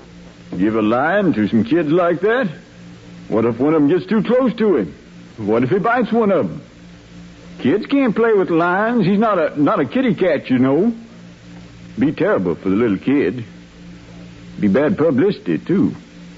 No, I think the thing to do is to sell him, and then let the orphanages take the money and buy ponies or something else that kids can afford to fool around with. Kids could ride around on ponies all right. Orphanages ought to have some ponies around the place. Don't you think ponies would be better than a lion? So President Jackson ordered the lion to be sold at auction. And Mamoun Bashaw was bought by the Boston Menagerie Company for the surprisingly high price of $3,350. But then one would expect a federal lion to have a high price, wouldn't he? But even this is not the end of the story. A lion, John? A lion. I bought that lion. See him out there in the court? You bought a lion? Not just a lion, honey. I bought that lion. Look at him. Look at that head on him. I own him, honey. We own him. Why, John? I'm going to put him on display here at the inn. In this cage, right out there. You see, people are already gathering. Now, you watch and see. A percentage of those people will be in here directly to talk about that lion, one to another and to me. See, they're talking now. Then one of them will say, why don't we continue our conversation over a mug of ale? Get out the mugs, honey. But, John... I'll have to put an ad in the papers, or perhaps he can advertise himself. Yes. The Fountain Inn has a lion. Come and see him and have a drink. And so the federal lion became, in a sense, an assistant bartender, and undoubtedly lived a happy life in a world of beer, ale, wine, laughter, and song. And that's the end of the story.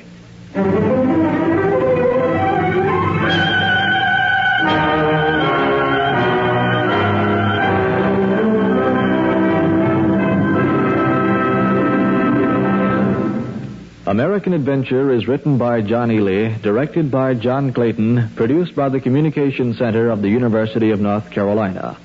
American Adventure is a study of man in the New World, his values and his characteristics, who he is, what he believes.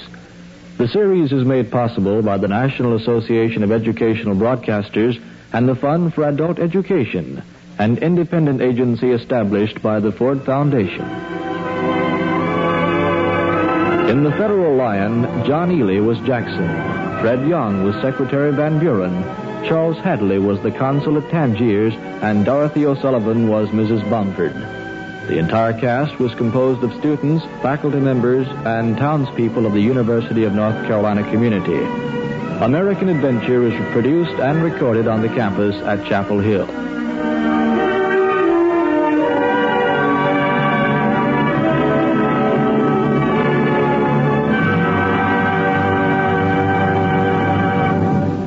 Next Thursday night, NBC invites you to hear a story about George Washington Carver on American Adventure.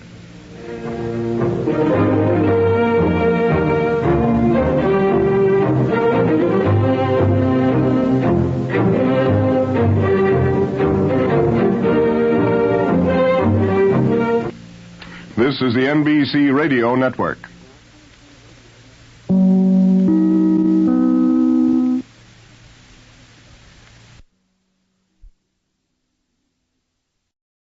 They say big game hunting is a sport only for the wealthy.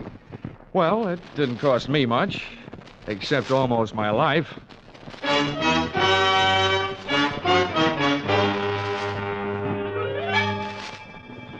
This is another in the adventures of America's fabulous freelance insurance investigator, Johnny Dollar. At insurance investigation, Johnny Dollar is only an expert. At making out his expense accounts, he's an absolute genius.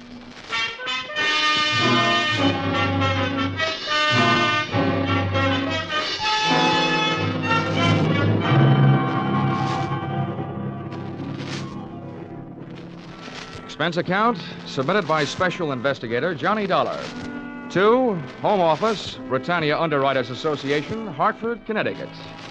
The following is an accounting of my expenditures during my investigation of the unscheduled performances in Maximilian Sandro's animal show.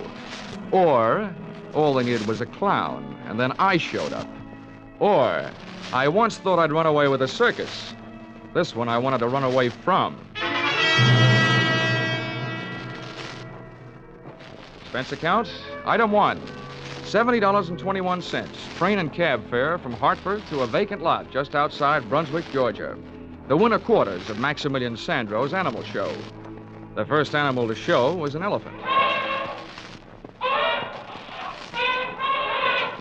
Bravo! Bravo! Hey, mister, where can I find Maximilian Sandro? Hey, mister, I want to ask you a question. Please, you're not so loud. You upset Blanca. I'm going to try to teach her an aria for next season. An aria? Well, that should set opera back 10 years. Ah! Sweet, Blanca, sweet. That's the only musical elephant in the world. The Pachydermachantus. Well, look, I'll stop interrupting rehearsal if you'll tell me where I can find your boss, Maximilian Sandro. My boss? Yeah. It is I. I am Maximilian Sandro. Oh, well, good. I'm Johnny Dollar from the insurance company. Oh, let's make it something else. Blanca, you rest. I'm going to come back when I'm through with Mr. Dollar. Well, as I understand it, Mr. Sandro. Oh, that's a poor Blanca. She don't like to see me go. You know, she's like a puppy to me. But it's the new black leopard that's the beginning of all of my trouble. I'm going to show you to her. Someone is trying to steal her. And that's what I don't want, Mr. Dollar. Well, since Britannia Underwriters insured her for $20,000, that is what they don't want, too. See, that cost me too much to get her from Africa. To lose her, that would ruin my financials. Everything would go. Ah, these are my monkeys. Yeah. Hi. Look, Mr. Sandro, how does anybody go about stealing a neat little package like a black leopard? And why? Why? Mm-hmm. Because she's a very special leopard. She's a very big, very shiny. I'm going to name her Ashanti. She's going to be my prize attraction. There's a lot of animal shows would like to have her. Oh, you suspect your competition? Oh, see. Well, when was the attempt made? One night last week they make with the truck. They tried to pull her cage away, and we saved her just in time. Oh, see, this is my finches, the parakeets, and the toucan. And this is my crow. Yeah. Very nice. Colorful. Did you try and trace the truck? Man, no, so no way to trace. They went away. Whoosh, no lights. And it's something else that's not right at all. Oh, yeah? What's that? I'm going to make a big plan. I'm going to get all the money I can put a hands on to buy her from this man at Tex Randall. And now he say the money that was enough before is not enough now. He think he cheat me, this Randall. Well, I'd like to help you with that, too, Mr. Sandro, but I'm afraid that's your problem. My job is to see that your leopard isn't stolen. I see, I know. You get to pay for your job, but you do it, and that's... Oh, no.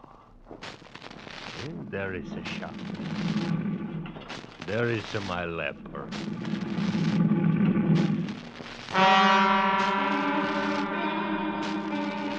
I guess somewhere way down in the taproots of my family tree, there probably was an ancestor with a low forehead, bearskin overalls, and a club. who went into an unpleasant double take when he found himself face to face with a leopard. I know the feeling I had when I saw Shanty was inherited from somebody. My feet wanted to run, but my eyes wouldn't leave her as she paced back and forth in about a 12 by 12 cage. Baleful yellow eyes set in a sable-black face, ears laid back and tail lashing in anger, and lips that drew up showing the nastiest set of choppers I've ever seen. She was beautiful, all right, but my vote would have gone to the iron bars that separated us. They were downright gorgeous. Don't waste the time on the walk back in a fort. You be a good girl. Pretty soon you and me will be good friends. You see, Mr. Dollar, right now, Shanty, she's a very angry. She's a boil inside. But I'm a know my animals. So not long, she's going to eat out of my hand. Yeah, well, she looked like she'd make a meal out of it right up to the elbow. Oh, hey, Sandro. What? Oh, you. Who's this hombre? This is Mr. Dollar. He's come from the insurance company. Well, howdy, Mr. Dollar. I'm Tex Randall. This is the man I tell you about. How are you? You mean you captured this thing? Yeah, I brung her in from the Togo territory in West Africa. I thought my racket was tough sometimes. What'd you use, catnip? Nope. I dug me a pit, covered her with a mat and some dirt, put me a fresh-killed goat in the middle, and when the cat fell in, I got some ropes on her and trussed her up. Well, you make it sound simple. Oh, see, so make it sound simple. And why does it cheat to me? Why you don't stay with the first prize? Hey, now you take a listen to me, Sandro. I told you I'd give you your money back and sell this cat somewhere else. The trip cost more than I thought it would. And I ain't about to lose dough on it just to make you happy. Sometimes I'm thinking you don't talk straight. I'm going to go back to my elephant now, Mr. Dollar. Okay, Mr. Sandro. I'll check with you later. He spent too much time talking to critters. He don't make no sense out of nothing. Right. I'm glad you're here, Dollar. I ain't been 20 yards away from this cat since I got her here. Been bunking in that sleeping bag every night right close to the cage. Now maybe I can get a break. Well, then you must have been here the night somebody tried to put the snatch on her. Did you spot anybody? Nobody I could be sure of, except maybe the little blonde guy. He left me something to remember him by. Wait till I pull my shirt up. Looky there. Looky there on my back. Just took the stitches out today. Oh, ouch. Ouch is right. The little runt caught me half in and half out of my sleeping bag. Doc says if that knife blade had gone in another hair's breadth, I'd have been spilled.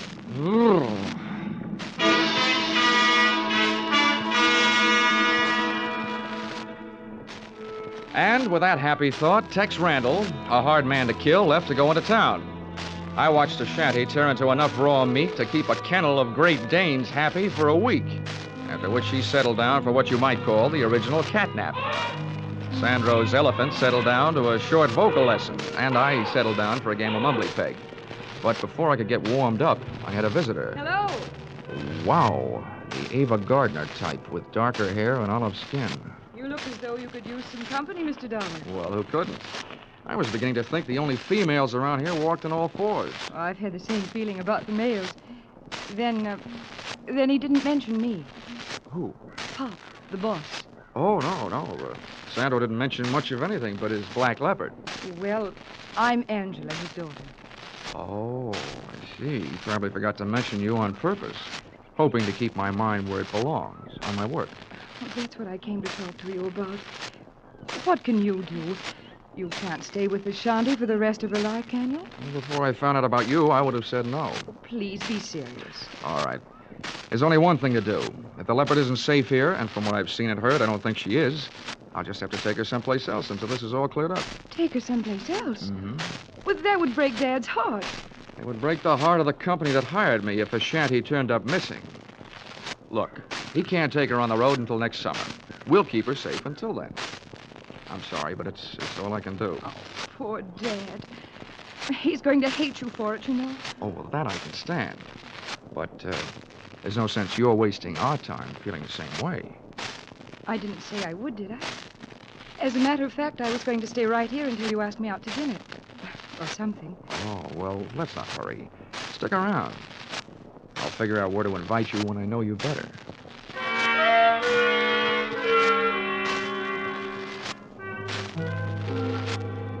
And there, during the waning hours of the Georgia day, I learned that, up to a point, Angela was an easy girl to know.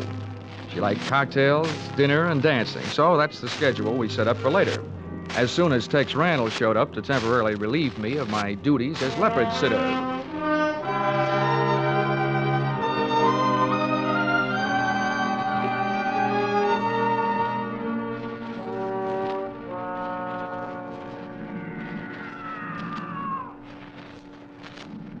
But at martini time, I was still sitting.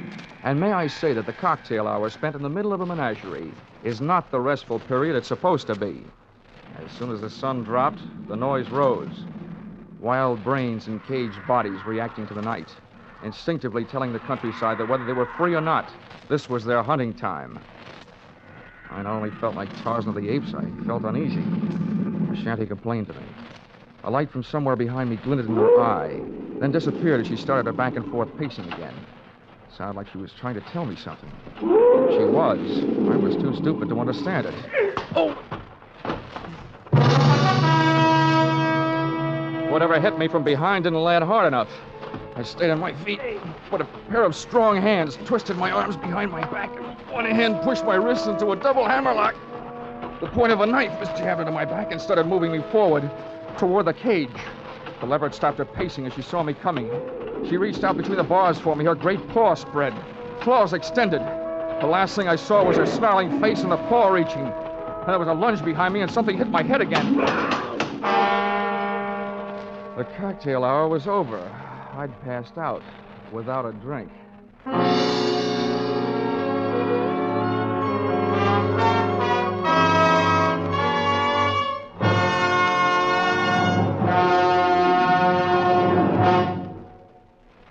In just a moment, we will return to the second act of Johnny Dollar. But first, last week, Vaughn Monroe's Caravan saluted the Rose Bowl team. Tonight, Vaughn will play the favorite songs of Louisiana State and Oklahoma, the Sugar Bowl team. Vaughn's Caravan will also bring you the 5 top tunes of the week as chosen by Variety, and later, Gene Autry will be here with his Western music and cowboy humor. The Vaughn Monroe Caravan and the Gene Autry Show are regular Saturday evening features of most of the same CBS stations. Now, with our star, Charles Russell, we return to the second act of yours truly, Johnny Dollar.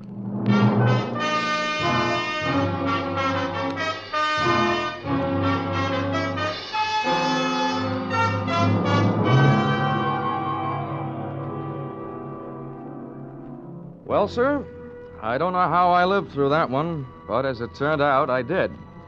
When I opened my eyes, I was still in Georgia, but that condition was about all that hadn't changed, for the worse. My head was not only aching in the back, but a new lump had been born above the bridge of my nose.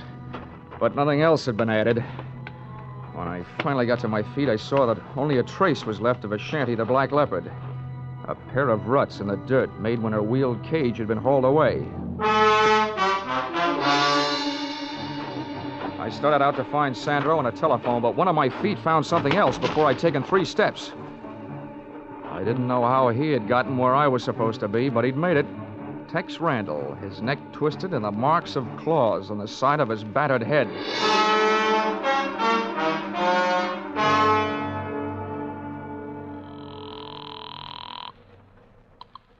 Police Department, Central Precinct, Sergeant Miller. Hello, my name is Dollar. I'm an insurance investigator. I'm calling from the winter quarters of the Maximilian Sandro's Animal Show, from the owner's trailer. I want to report 2 things. Yeah, well, wait a minute. There's a body out here that your coroner ought to take a look at, either accidental or murder. Well, hey, Lieutenant, get on 2, this, will you? grand larceny. Somebody stole a black leopard. Oh, now listen, this is your idea of a joke, fella. It's too late to joke, Sergeant. Just send some men out. I'll give them the rest of the story when they get here. Joke yet? What passes for humor in Georgia, anyway? Hey, Sandro! Sandro, come home!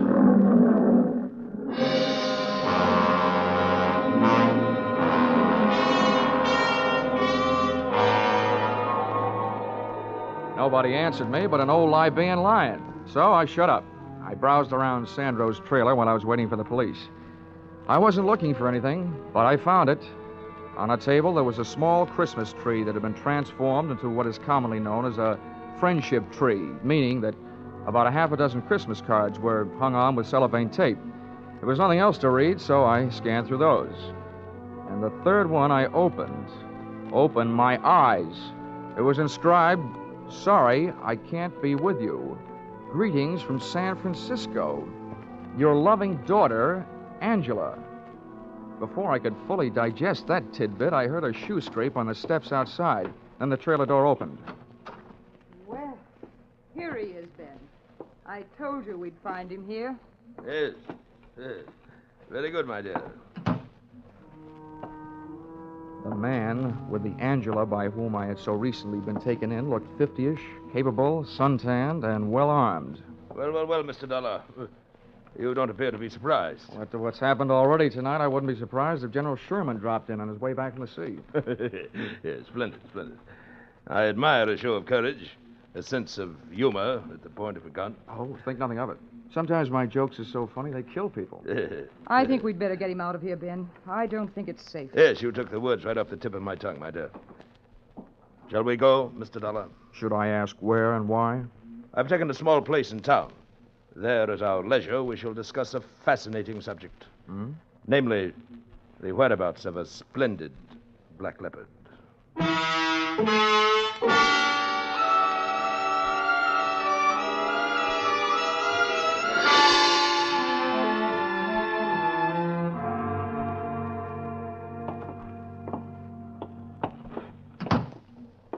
Move right ahead, Mr. Dollar. Oh, my dear, run up to Harold's room. Fetch him down. I may need him. All right, Ben. Into this room, Mr. Dollar. And please be seated. If you don't mind my asking, Ben, how do you manage... My dear sir. It just so happens that my full name and title is Sir Bennet Mountfort. The term of familiarity, Ben, is to be used only by my closest friends. Now, if you will couch your question properly... Oh, it wasn't important. I just wondered, since that gun seems to be so much a part of you, how do you manage without shooting yourself while shaving? You've a ready wit, haven't you? I know the proper time and place for a weapon, my boy. I've learned from experience. I chose early in youth as my avocation the hunting of big game. If you had faced the last desperate charge of a wounded lion or a maddened rhino as I faced them, you, too, would realize that a good weapon, properly aimed, is man's best friend. Which brings us to the subject of our mutual interest, the black leopard. Where have you hidden her? What makes you think I have? No. Let's have no deception, sir. The report brought back by my charming accomplice, who so ably posed as the daughter of that stupid showman, Mr. Sandro, was that you made no secret of your plan to carry off the cat to a place of safety.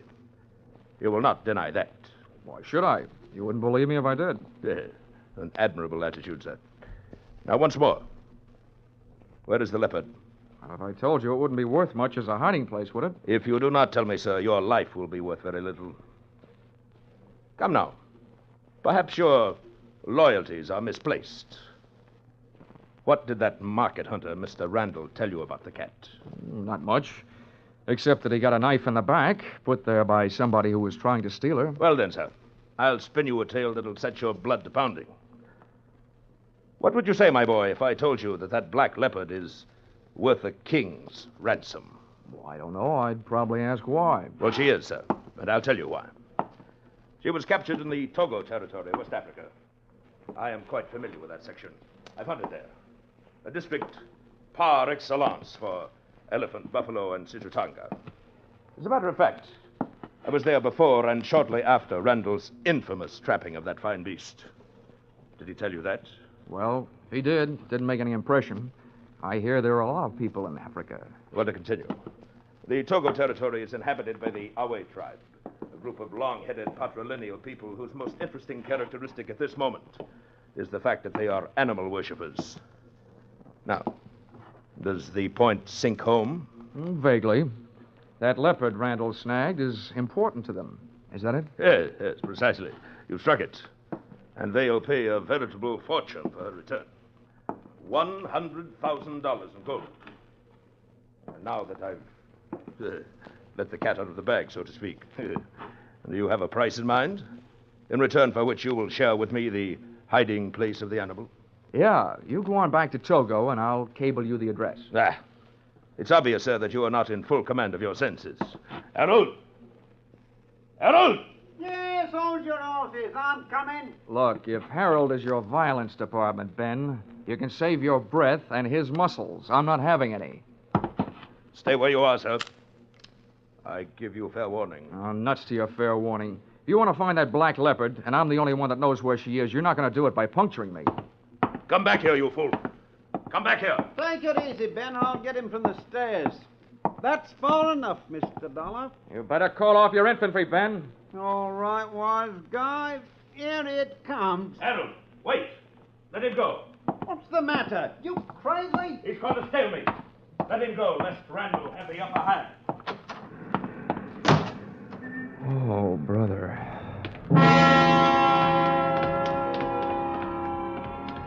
As I went out, I caught a glimpse of the man Mountford had called Harold, the same little blonde runt Randall had talked about.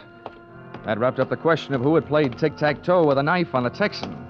But 10 yards of Sir Ben's front walk later, I suddenly remembered Mountford's last words. Lest Randall have the upper hand, he said. It sounded like he didn't know Randall was dead, which shook my head and in a strictly nonsensical way made sense. Well, there was only one place for me to go, so that's where I went. Back to Maximilian Sandro's Animal Show.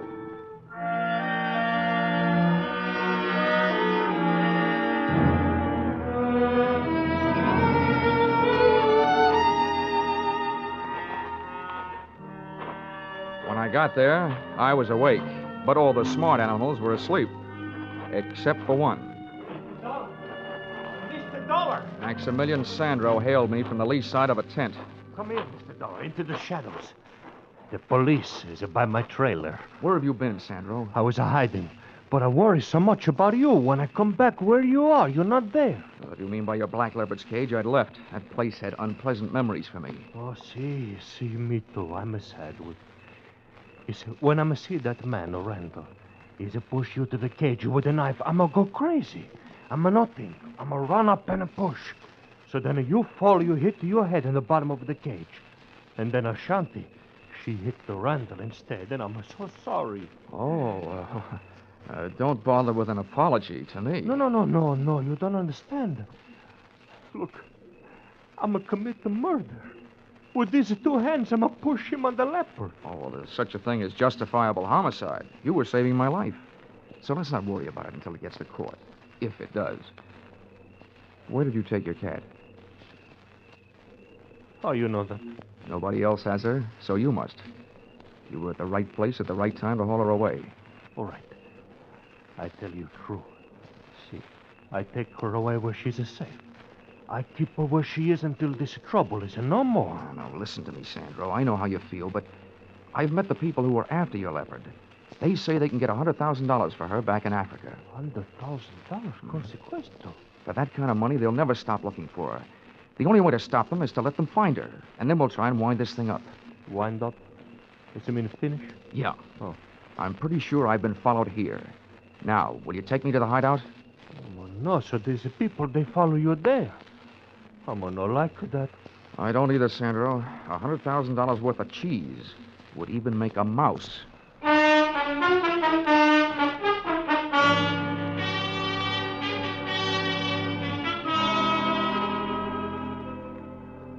Sandro was a hard man to convince. I wasted more words than a Republican campaigner, and then I used blackmail. Then I told him I'd turn him in for Randall's killing and testify against him instead of for him. He saw things my way.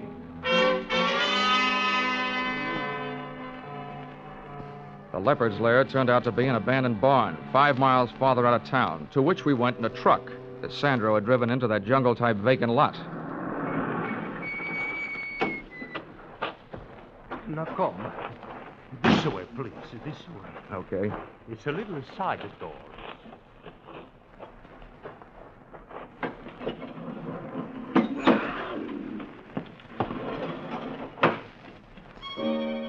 Ashanti was performing that old dance of hers again, pacing the length of her cage back and forth, her head swinging rhythmically each time she turned.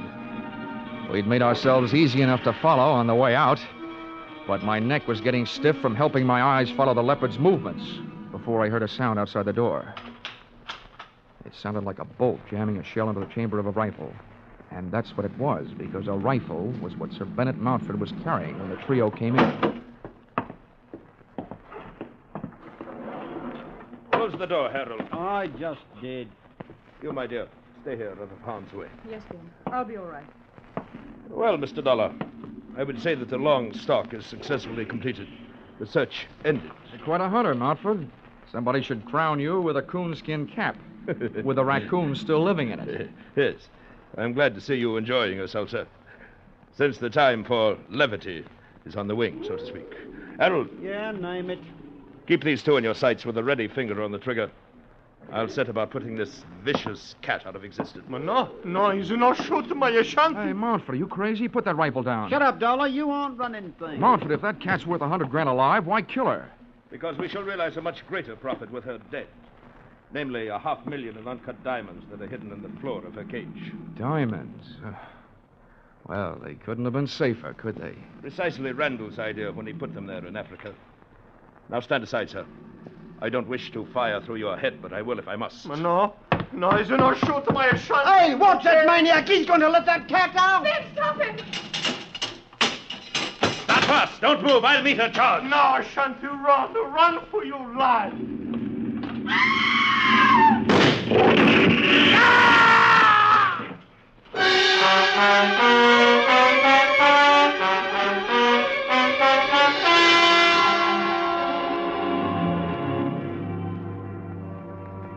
Mountford had a lot of guts, but sometimes luck helps, and that night he didn't have any.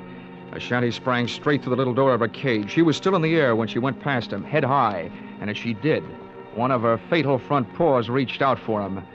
It looked almost delicate, but the force of the blows sent Mountford clear across the barn, and when he landed, he didn't move. Ashanti streaked toward a square of night sky showing through a window, and she was gone. Ashanti! Come back! I turned back, away from the window, to check on the rest of our guests, but they were gone. Apparently, there was something about a leopard on the loose that had made $500,000 in diamonds not as important to Harold and the phony Angela as distance between them and that barn. So, there I was, suddenly left with nothing to worry about. If you can call enough diamonds to stock the Kimberley mines, nothing.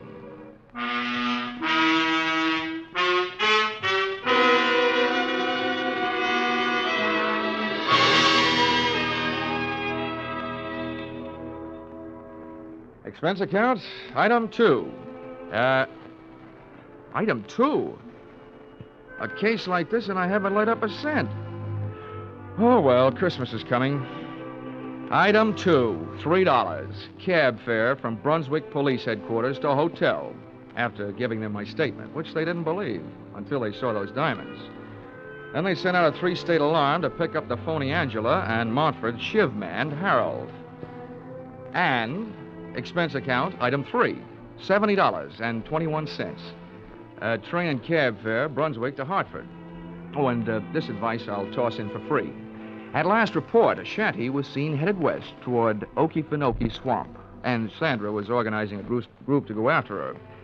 My advice is this: don't insure the lives of those men.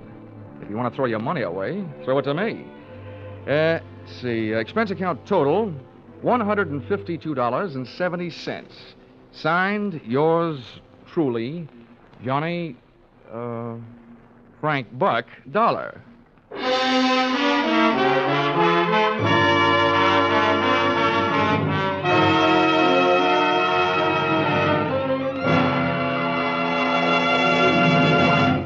Yours truly, Johnny Dollar, stars Charles Russell. Tonight's script by Paul Dudley and Gil Dowd was produced and directed by Ralph Rose.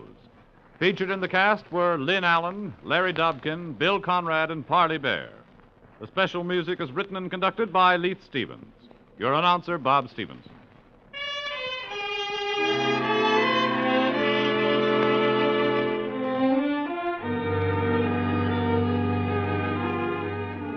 Be sure to be with us at the same time next week when another unusual expense account is handed in by... Yours truly, Johnny Dollar.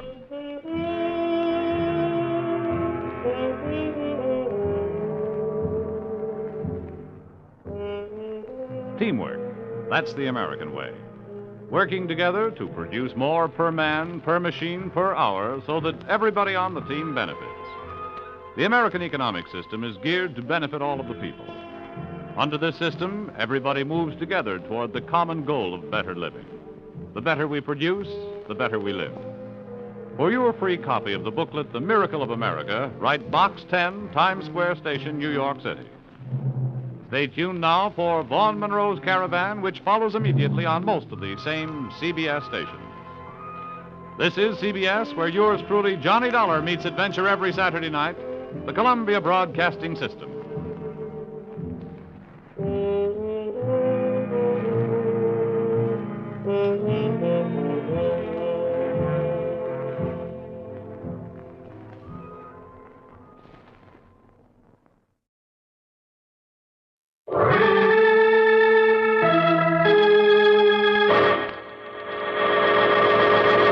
From New York City, the makers of Clipper Craft Clothes for Men and 1,036 leading retail stores from coast to coast present the world's most famous detective, Sherlock Holmes.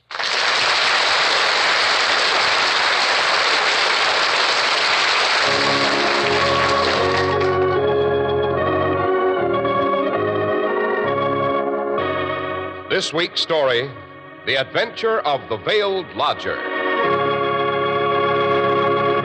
Well, here we are again, about to enter Dr. Watson's familiar study. But, wait, what's this? Boxes and suitcases and trunks. Fishing rods and nets and reels piled up in the hallway. Oh, don't let it upset you, Mr. Harris. It simply means Mrs. Watson and I are about to start off on our summer vacation. Personally, I'd just as soon stay comfortably at home. But you know how women are. Have to have an excuse to buy a lot of new summer clothes, and then they have to go off somewhere to show them off. Oh, yes. Seems to me I've heard you'd bought quite a few new Clippercraft suits and sport jackets yourself, Dr. Watson. Well, you wouldn't want me to embarrass the little woman, would you? Oh, good grief, no. And there's one way of making sure the women of the family will be proud of you. Of course, buy Clippercrafts. All right, you are, Dr. Watson. And now, before you begin the story you promised us, The Adventure of the Veiled Lodger... Which has to do with a very horrible murder that interrupted a fishing trip Holmes and I were enjoying.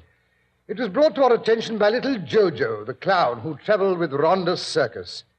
It seems that Sahara King, the lion, had got loose. Hey, hold on a minute, Dr. Watson. Before we meet these clowns and lions and circus murders, suppose I say a few words on behalf of the generous gentlemen who have footed the bill for this long and delightful series of Sherlock Holmes reminiscences. That is a motion I second with pleasure, Mr. Harris. Very well, then, Doctor.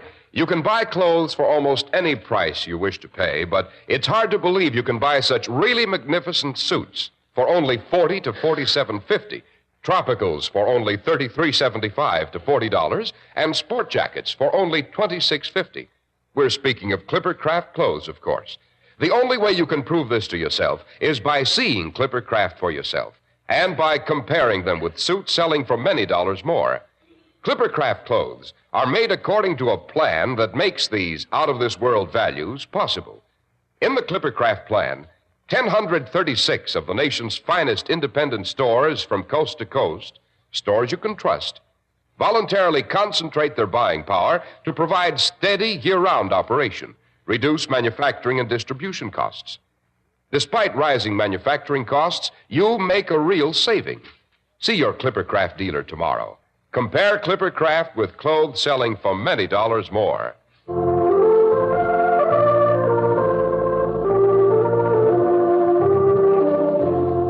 And now, Dr. Watson, back to our final story. Well, Mr. Harris, when I was packing my fishing paraphernalia this morning, it put me in mind of the horrible catastrophe that interrupted a certain trip Holmes and I were indulging in. Fishing was one of the few sports, you know, that Holmes enjoyed. Yes, the last character in that tragic episode died just last winter. The poor lady who lived in a lodging house in total seclusion, going out only at night, and then always heavily veiled. Yes, I have finally decided to tell the case of the double tragedy at Abbas Parva. Abbas Parva. That's a curious name, Doctor. Was it in Italy? No, Mr. Harris. Abbas Parva is a small village in Berkshire. Rhonda's circus had halted there for the night on its way to Wimbledon. They were simply camping and not exhibiting, as the place is so small it wouldn't have paid them to open. Rhonda's circus. I don't believe I've heard of it, Doctor. Was it a big one? No, for those days, yes. Rhonda was at one time a household word in England and on the continent. I don't believe he ever went to the United States. He was the rival of Womwell and of Sanger, perhaps the greatest showman of his day. There is evidence, however, that he took to drink, and that both he and his show were on the downgrade at the time of the great tragedy. Well, it was spring, and the trout season was on. Holmes and I had gone to Berkshire to a place we knew for a bit of fishing. Late one afternoon, we received a message from Rhonda's circus that it was encamped in the neighboring hamlet of Abbaspover.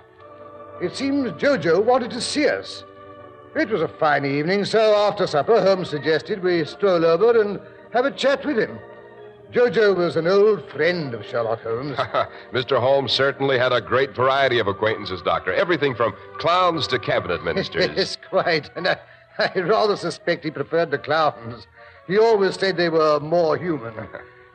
Well, we found Jojo behind the cook tent smoking his evening pipe. The peculiar, exhilarating smell that a circus carries with it hung heavy in the still air. I know. It's made up of animals and peanuts and sawdust and canvas and pink lemonade. That's as good a description as any, Mr. Harris.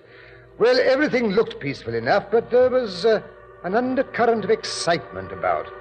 Somewhere in the distance, a lion roared.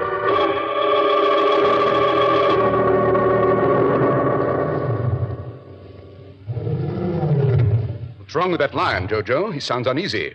Oh, you mean Sahara King? Getting near his feeding time. Sounds vicious, eh, Holmes? That he is, sir. Vicious. Came near to mauling Jeannie when she went into his cage for last night's show. Who is Jeannie? Well, now, don't tell me you don't know Jeannie, Mr. Holmes.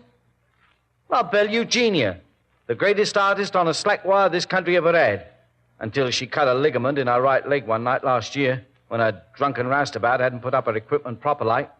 Yes, a fine girl, Jeannie. Born and brought up on the sawdust and doing springs through her hoop before she was 10. The prettiest youngster you ever did see. Hair like red gold and cheeks as pink as roses. Well, she's only 28 now and an handsome woman still, but she's seen a bit of life, Mr. Holmes, and it's left its mark, I guess. Oh? What happened? Well, when she was going on 18, she married Rhonda. You mean the man who owns this outfit? Yeah, that's him. August H. Rhonda.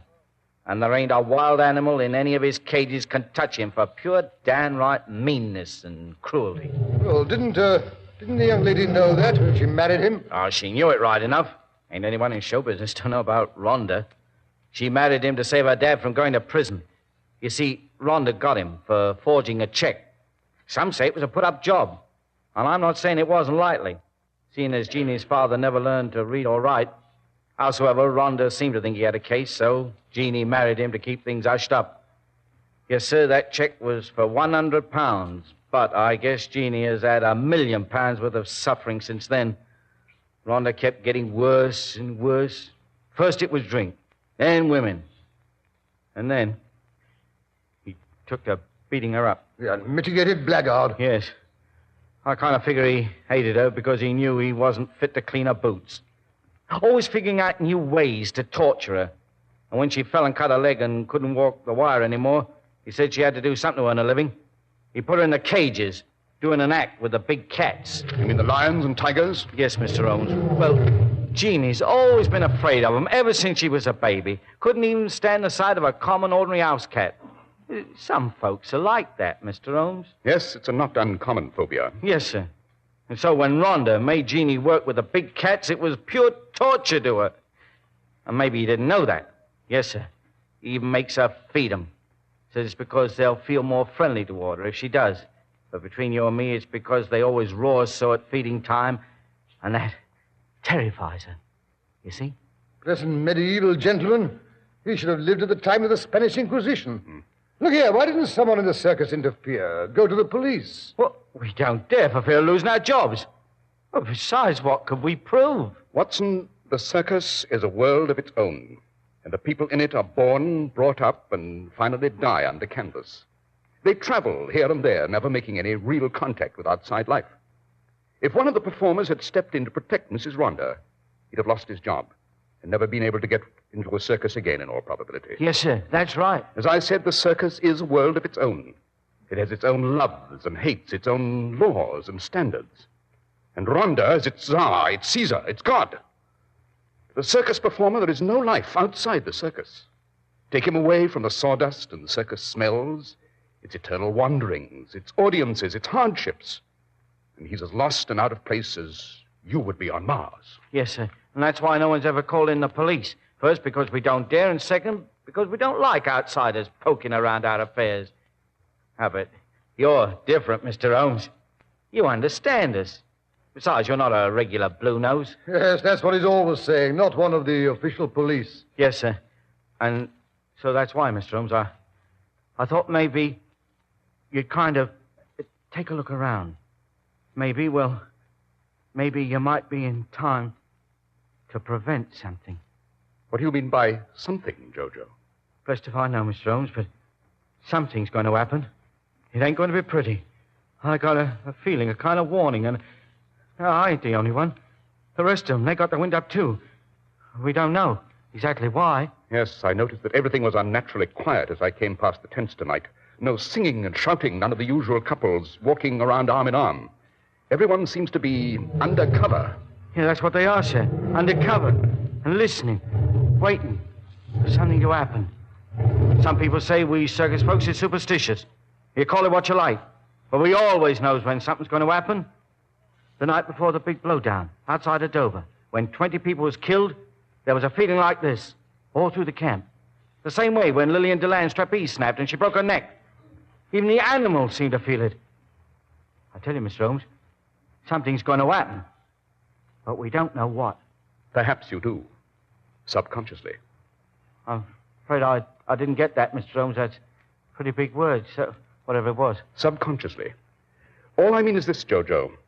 We are aware of a lot of things in the back of our minds that we don't actually think out. The back of our minds notices a lot of little things we don't even remember. And it adds all these little things together and reaches some rather surprising conclusions. Now and then, these conclusions amount to a knowledge of danger.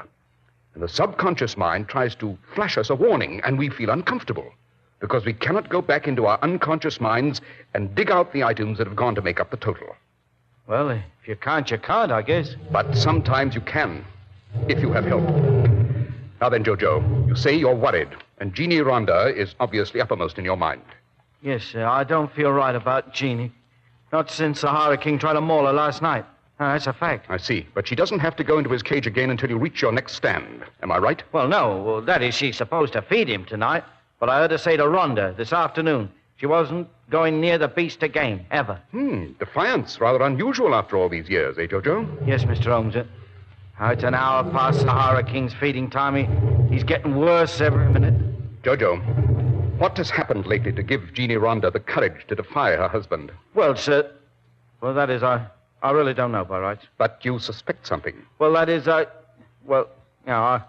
really wouldn't like to say, you see, I'm fond of Jeannie. Someone has joined the circus lately, someone who isn't afraid of Rhonda, but who is fond of Jeannie. Am I right? Well, I wouldn't say he's really fond of her. Maybe it's just because if Rhonda dies, the circus belongs to his widow. And anyone can see that Rhonda's liable to have apoplexy any day if he don't give up drinking like a sponge. But, well, bless me. How did you guess, Mr. Holmes? Nothing persuades a woman to defy one man as quickly as the knowledge that there's another man to back her up. And who is this chap who isn't afraid of Rhonda? It's Leonardo, the new strong man. He's handsome, all right, strong as an ox, but I don't trust him, Mr. Holmes. He don't look you straight in the eye. Oh, I'm not blaming Jeannie. I guess compared to old Rhonda, he looked like the angel Gabriel, and besides, he's the first man that ever did show her any attention. She's been pretty lonely sometimes. Do you think Rhonda suspects this attachment? That I don't know, Mr. Holmes. I wish to heaven I did. Seems he came home unexpected last night. As a rule, he sits drinking in some pub or other until closing time, but last night he came home early, and Jeannie wasn't in their wagon. He liked to tore up the place. But whether he found out something, I couldn't say. I wish someone would feed that beast so he'd stop that caterwauling. It gives me goose flesh all up and down my spine. And well it may. If he ain't fed soon, It won't be safe for anyone to go in his cage. Yes. Come along, Watson. I think the sooner we reach it, the better. You mean you're going to interview that lion? What do you think it is, Mr. Holmes? What's going to happen? I'm not certain, Jojo. But doesn't it strike you as curious that if Rhonda isn't going to force his wife to feed the beast, he hasn't sent someone else to do it? You think he's just letting her put it off until the beast's in a filthy, dangerous rage? In a killing rage, perhaps. By Jiminy. That'd be just like him. To make her go in there, and not a chance of Exactly. And no one could ever prove he meant to kill her. Oh, we must be almost there. That beast sounds unpleasantly close. Just around this tent, sir. Holmes, why are you cocking a revolver? You don't actually think... Listen, someone on the other side of the tent talking. Oh, yes, you will. Think you can defy me, my girl? I'll show you.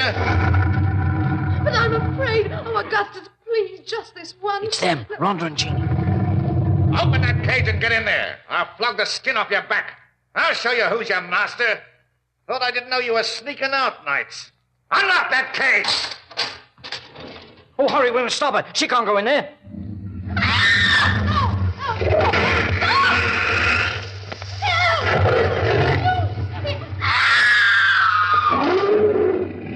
Help! Help! Sahara's loose! Help! Help! There they are. Sahara's out of the cage. Got her down. In her face. Stand back, Watson. I'm going to shoot.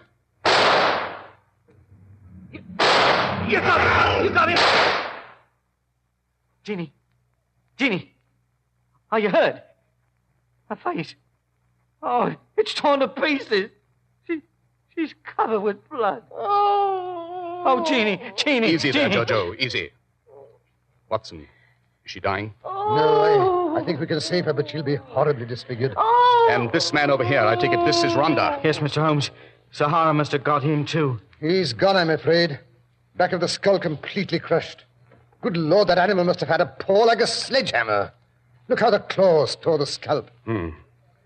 I wonder. Well, I must say I don't see anything to wonder about, Holmes. The lion escaped from the cage and went for both of them. Yes, but why not the other man as well? What other man? The one who screamed and ran away. Oh, coward. He could have saved me. Coward. Oh.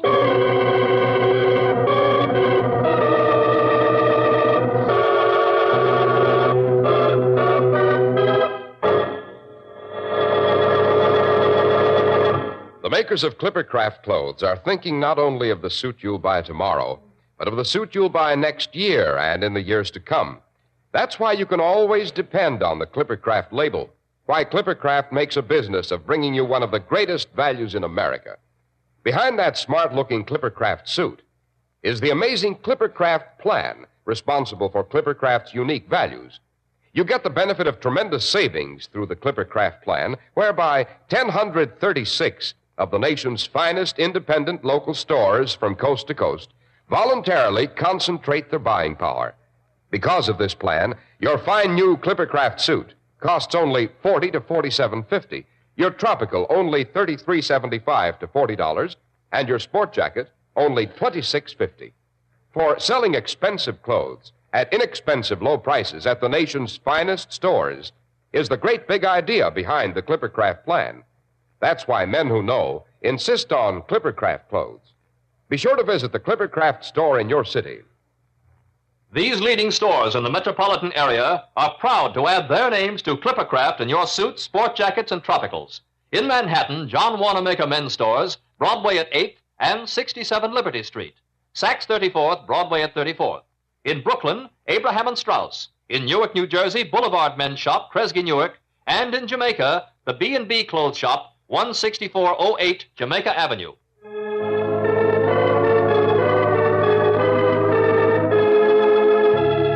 And now back to Sherlock Holmes and Dr. Watson. We find Holmes smoking his pipe deep in contemplation as he waits for Dr. Watson to finish caring for Mrs. Rhonda. The night is black and breathless. Even the animals are hushed. A heavy-footed figure approaches. Well, Watson? She'll live, but she won't enjoy it, I'm afraid. Horribly disfigured, eh? Look here, Holmes, it's getting late. Let's be getting on home. There's nothing more we can do here. After all, you can't arrest a lion for murder, you know. If it was a lion, Watson. Oh, what do you mean, if it was a lion? We saw him, didn't we, tearing at that poor woman's face? I'm not thinking about the woman, Watson, but her husband. He was lying fully 10 paces from the cage. I doubt if the lion ever got that far. Oh, rubbish, Holmes. You're trying to build bricks without straw. This isn't a case for the police. Perhaps not. It may very well be a case for Sherlock Holmes. Oh, that's conceit, pure and simple. Come along, Holmes. I'm nearly dead for sleep. So you don't think it's a case, Watson? No, I don't. Then would you mind telling me what, to your way of thinking, did happen? Well, it's all rather obvious.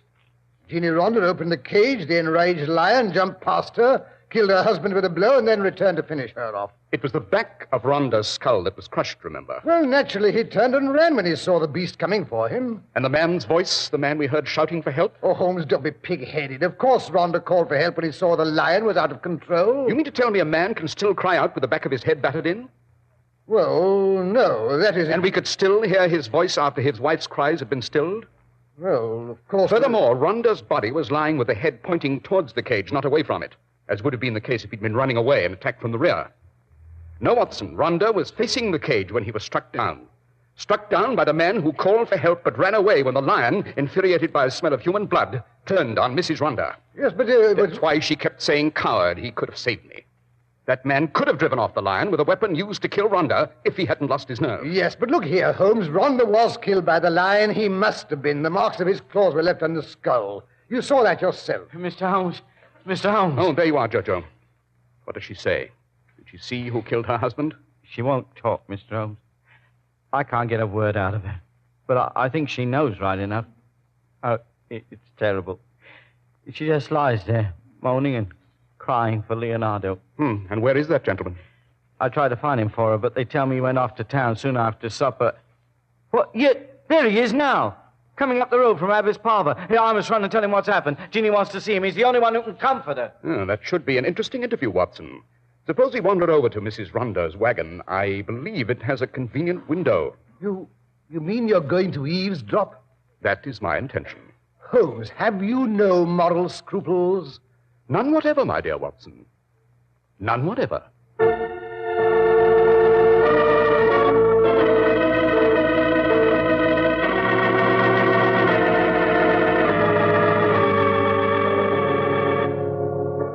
Here, Watson. Get down behind these bushes, out of the light of that window. Yes, but I shan't be able to see anything. Have you no moral scruples, Watson? Oh. We don't have to see. All we have to do is hear. Quiet. Here come Leonardo and Jojo. Hello, Jeannie. Leo, why did you do it? You promised Shut me. up, will you? Jojo's here. Oh, I didn't know. I can't see with these bandages. Yeah. Just told me what happened. Met me on the road coming back from Abbott's Parlour. I'm sorry, Jeannie. You got pretty badly mauled. Yes, but that doesn't matter. Oh, Leo, we won't have to run away now. Rhonda, he's gone. We can get married, decent-like. Married? What makes you think I'm going to marry you? But, Leo, you promised. You think I want to be tied up for life to a woman with only half a face left? You might as well expect me to marry one of the freaks. Leo. Leo, don't laugh. It's your fault that Sahara mauled me. You could have driven him off with a club you used to... Shut up, you fool. Shut up. Don't you do it. Don't you touch her, Leo. I'll warn you. Well, listen to who's talking. Jojo, get out of here before I cripple you so you can't walk. Now, get out, do you hear? Leo, don't hurt him. Jojo, please go. You can't do any good. We get on better if we're alone. Please, Jojo. All right, Jeannie.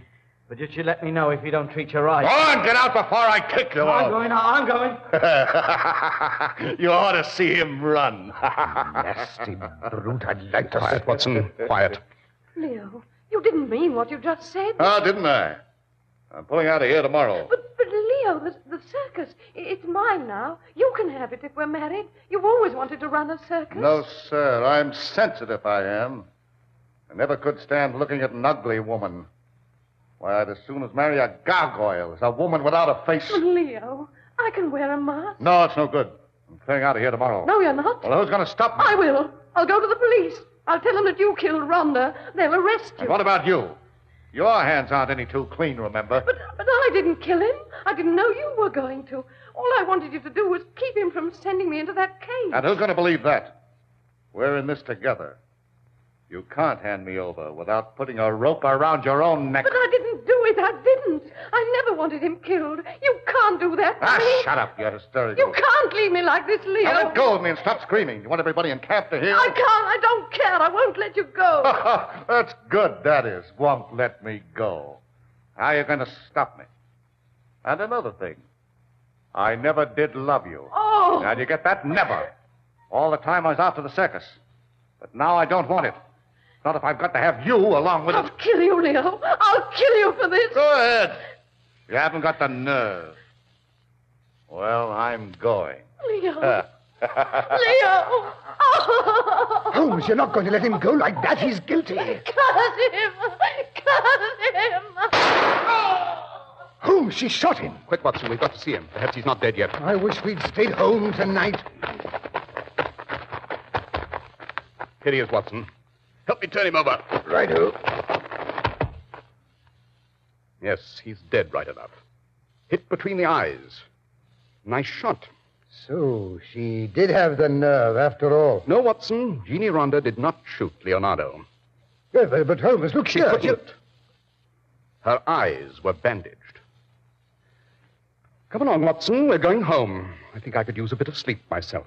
But I say, Holmes, look here. Aren't you going to stay around and find out who shot him? I don't think I want to know, Watson. We solved the first murder. That's enough for one evening. Besides, did I ever tell you that Jojo's father was famous for his tricks with a rifle? Yes, I believe his sons weren't half bad either.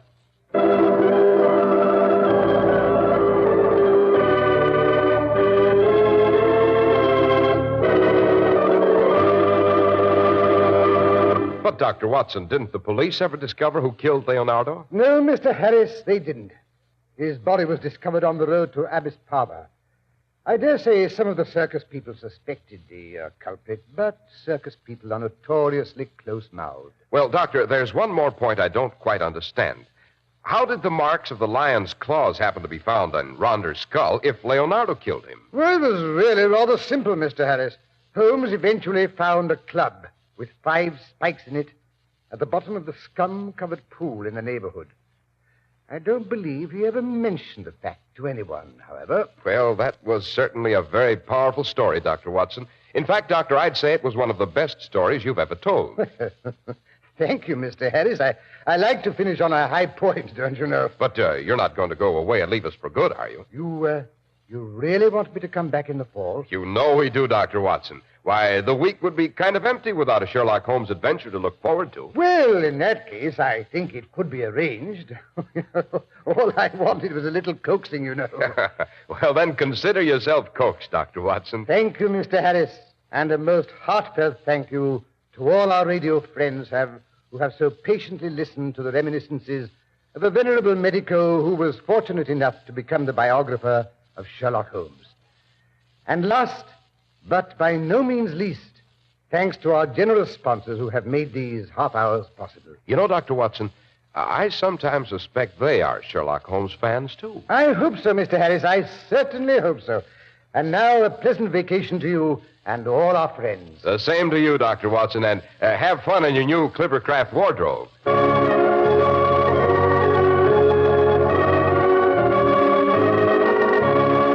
The makers of Clippercraft clothes and 1,036 leading stores from coast to coast have brought you another in the new series of broadcasts featuring the world's most famous detective, Sherlock Holmes.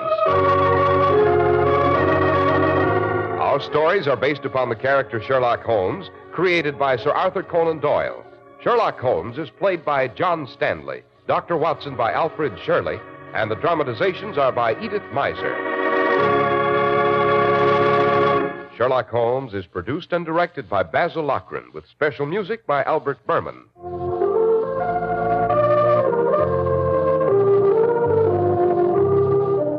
John Stanley, known best to you as Sherlock Holmes, has turned author. Be sure to read his article, Powder Smoke at 221B Baker Street, in the current issue of Black Mask magazine, now on your newsstand. If you don't know your Clippercraft dealer, write Clippercraft, 200 Fifth Avenue, New York City. Well, cheerio, Sherlock Holmes, Dr. Watson, and members of the Clippercraft radio audience until the fall.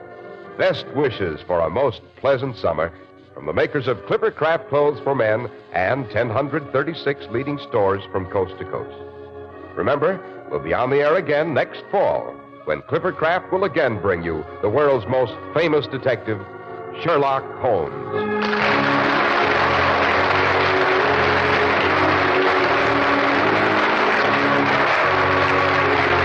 Cy Harris speaking for Clippercraft Clothes. This is the Mutual Broadcasting System. Following station identification, you'll hear Melvin Elliott reporting the latest headline news.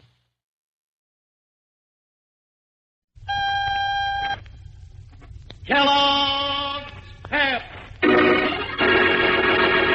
Kellogg's Pep, the build-up wheat cereal with the prize in every package, invites you to share another thrilling adventure with Mark Battling the raging elements, fighting the savage wilderness, striking at the enemies of man and nature. One man's name resounds from snow-capped mountains down across the sun-baked plains.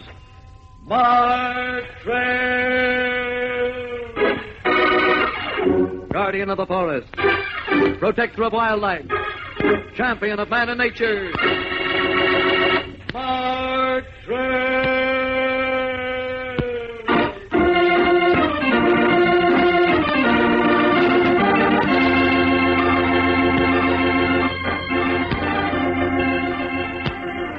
In the sheepherder's country just north of Lost Forest, a gala celebration is in progress. Mark Trail and Cherry have been invited to a barn dance. The huge barn has been cleared, the floor is waxed down, and everyone is happy and excited as they wait for the music to start. Having a good time, Cherry? Oh, wonderful, Mark. I'm so glad these sheep ranchers invited us. I haven't been to a square dance in a long time. Oh, the caller is going to begin again. All right, here we go. Take your partners, and here we go. First pair off is a couple on the rise. They've got a look at the northern lights. Oh, boy! Isn't this swell?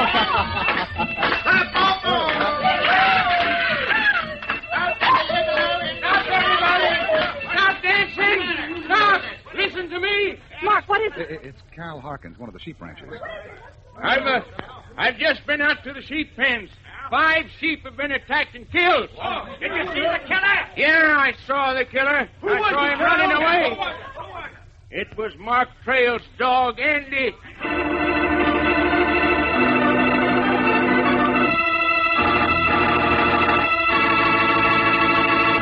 Well, while proving that his dog Andy is innocent, you can bet that Mark Trail will find plenty of thrills and excitement. Thrills and excitement that'll be fun to hear and even more fun if you're in shape to share the excitement. If you feel fit to get the fun out of it. And one sure step toward feeling fit for fun is to make Kellogg's Pep a main part of your breakfast every single day. Kellogg's Pep, the build-up wheat cereal. Wheat in its most delicious form. Toasted flakes of wheat. Ready to eat, fun to eat. Wonderful with milk and sugar. And because super delicious Kellogg's Pep is a powerhouse of food elements you need to help you build up strength, energy, and nerve, it helps keep you on the winning team in any game or sport. And mark this, before the show's over, I'll tell you how you can own and operate a model miniature automobile controlled by a secret power that will amaze your friends. Meantime, just remember, if you want to have your fun and eat it too, ask your mother when she goes shopping, bring me a package of Kellogg's Pep. That's Kellogg's Pep.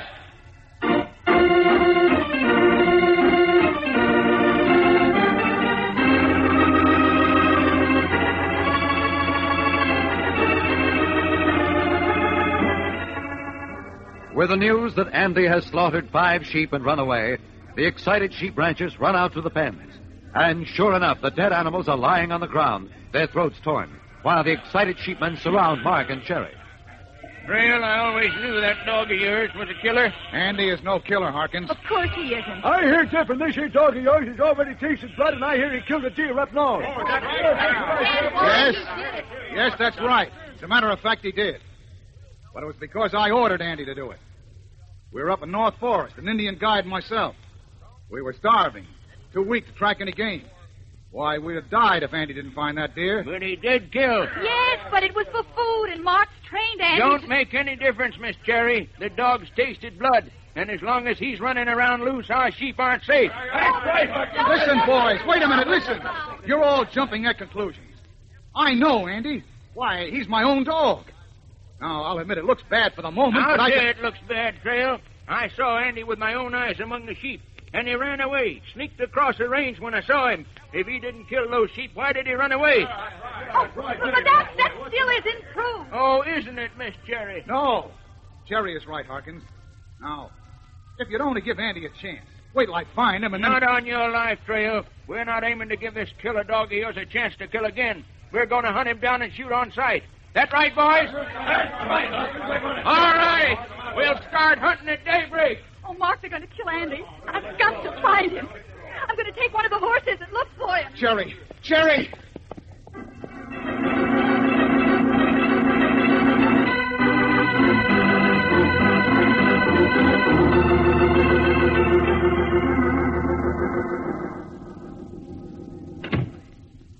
Well, Martha, sure good to be home. Yeah, Frank. It was a fine barn dance till all that trouble happened, that killer dog and all. Martha, to tell you the truth, I'm a little worried. Sheep out in our pens are all we got in the world. Yeah. Not enough that we brought them through scabies and sheep tick, but now with a killer loose on the range. Well, no use worrying about it. It's late and we'd best be getting to bed. Guess you're right. Frank, what's that? Something's loose out in the sheep pens, Martha. You're right. Quick, Mother. Get me my rifle.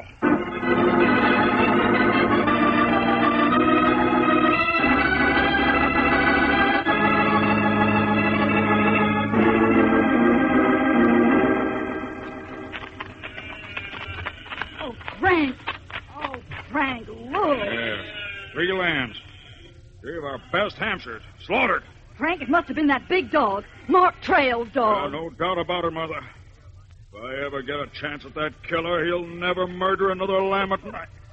Frank, listen. What's that? Sounds like the whine of a dog.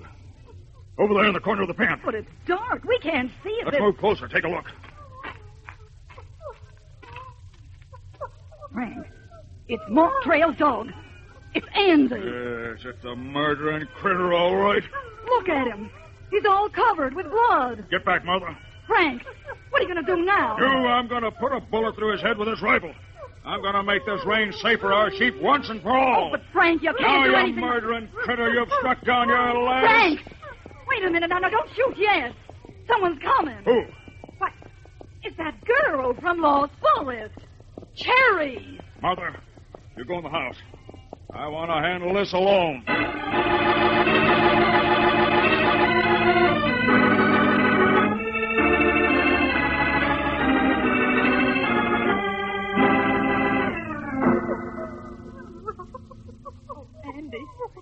Andy, what are they going to do to you?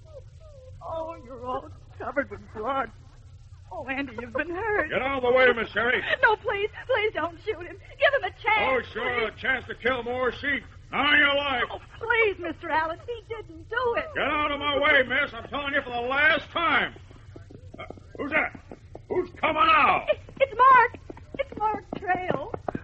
Mark! Mark! Sherry, I've been following you all the way from town. Andy. Oh, Andy, boy, so you're here. Oh, Andy, you've been hurt. Get out of the way, Trail. I'm putting a bullet into him. Oh, no, you're not, Alan. Not yet. Sherry. Yes, Mark. Sherry, better call the doctor for Andy. All right, Mark. And let's not move him till we're sure no bones are broken. I'll call the doctor right away. Now, look here, Trail. Out in the sheep country, we shoot a killer dog on sight. You know the law of the range. He didn't kill those lambs, Alan, and I can prove it. Oh, yeah? How? Andy's wounded. Slashed across the head and legs. Sheep never fight back when they're attacked, you know that. That means there must have been some other animal in the sheep pen. All I know is that your dog was the only prowler here. Alan, I want to hunt down the real killer as much as you do. But before you pass judgment, let's take a look around.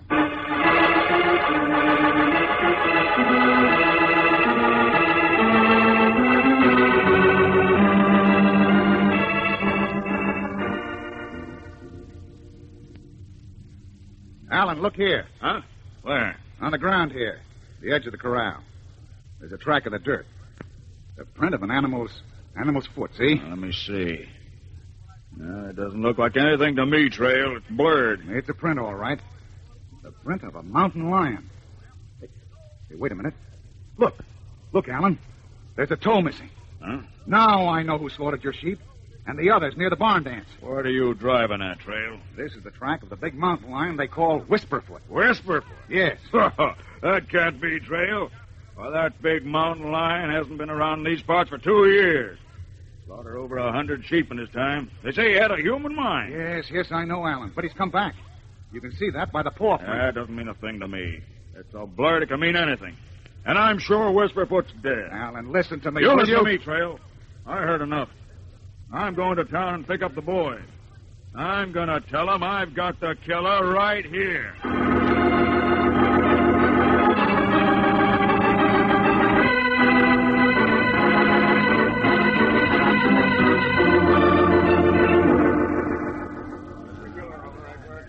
I tell you, boys, there was a mountain lion in the sheep pen of Alan's here. And I tell you, Trail, the only killer in the pen was your dog, Andy. Alan here found him dead to rights. But that track I showed you. Can't tell a thing by it. It is blurred. Could be almost anything. Boys, I've trailed practically every kind of game in every part of this country.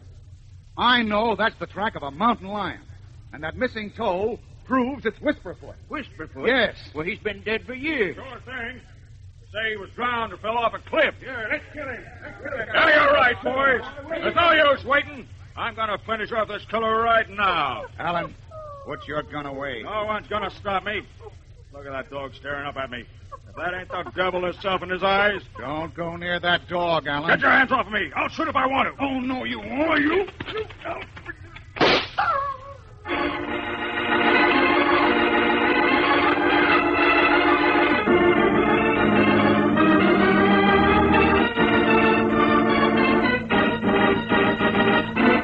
As Mark hears the shot, his heart leaps into his throat. Slowly, he turns to look at Andy. In a moment, we will continue, so stand by.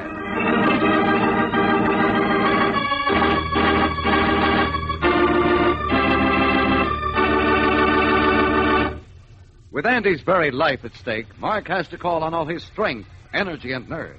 If Andy were your dog, a lot would depend on your strength, energy, and nerve. So listen. Help build up strength. Help build up energy. Help build up strong bones and steady nerves. With that famous build-up wheat cereal, Kellogg's Pep. Whole wheat in its most delicious form. Toasted flakes. That's Kellogg's Pep.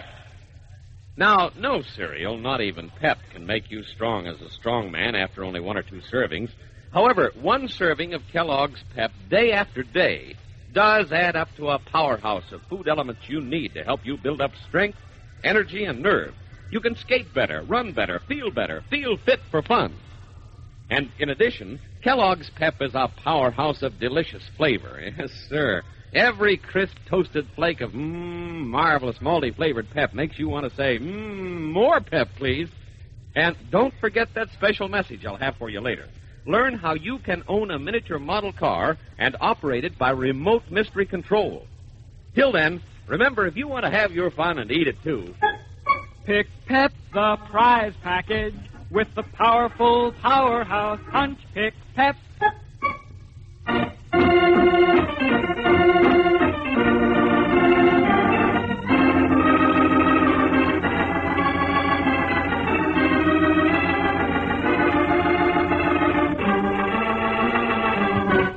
Mark Trail's St. Bernard Andy has been accused of killing sheep.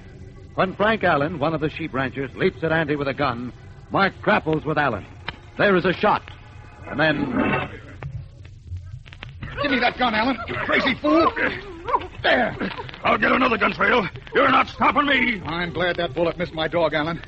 I don't think I'd be responsible if it hit him. Now, take it easy, Allen. Take it easy. Maybe we ought to give Trail a chance to clear his dog. Thanks, Hawkins. Now, listen to me, all of you. I hate a killer on the range as much as any of you.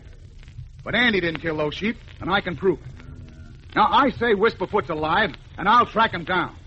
But you've got to give me time. I'll have to have time. How much time do you want? Well, Give me a week to find that killer line, Harkins. Sheep ranchers here won't wait that long, Trail. We'll give you less than 24 hours. The deadline's sundown tomorrow. But that's just tonight and all day tomorrow. Take it or leave it, Trail. All right. All right, Alan. I'll take it.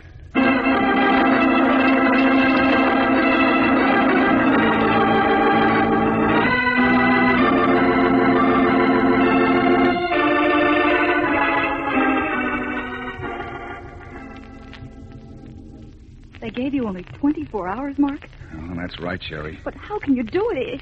It would take a miracle. I've got to do it, Sherry. Andy's life is at stake. I've got to prove to them by tomorrow sundown that Whisperfoot is the marauding killer, stalking every sheep pen on the range. Whisperfoot? Yes.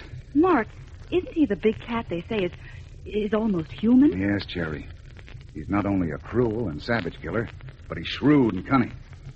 Trailing him down is going to be the hardest assignment I've ever tackled. Well, Mark, are you going to use traps? No, I'm not. Ordinarily, Cherry, I'd never use a steel trap, except when I was hunting a killer like Whisperfoot. But even in this case, traps would be useless. Why? Well, because Whisperfoot has a toe missing. Oh. That means he was caught in a trap once and tore a toe off getting away. Uh-huh. Now, that means he's trap shot, and he'll always be on the lookout for them. Well, then how are you going to trail Whisperfoot? Well, I've only got one chance, Cherry. 1 chance in 100. Dogs. Dogs? Yes. There's a hunter named Gorman, living in Bonanza Valley about an hour from here. He owns a pack of hunting dogs, especially trained for big game. And I'm riding for his place, Cherry, right now.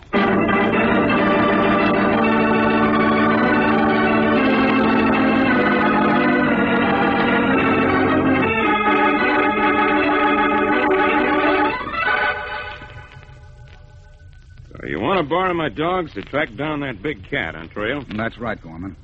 And if I don't bring him in by dawn tomorrow, my dog dies. I see. And you think old Whisperfoot is alive, huh? I know he is. You're a smart woodsman, Trail, and I give you credit. I know he's alive, too. Matter of fact, I've spent a year trying to corner him myself. Gorman, I haven't much time. If you'll lend me your pack... Sure, Trail. I'll be glad to. You can take the pack and bring back Whisperfoot. But on one condition. What condition? I don't know if you'll want to do it if you knew what I had in mind. Well, Gorman, I have no choice. Andy's life is at stake. Well, if we catch up with Whisperfoot my way, we still might not be able to bring him back. At least not in time. Well, what's up your sleeve, Gorman? It's this way, Trail. I've been offered $5,000 if I deliver a big cat like Whisperfoot. So I'm going to go along on this trip with you. Why, gosh, I'll be glad to have you. 2 guns are better than 1. Oh, no. No shooting. No shooting? What? Why, Gorman, what do you mean? We'll be doing the impossible if we do it at all, Trail. A zoo wants Whisperfoot. We must bring him back alive.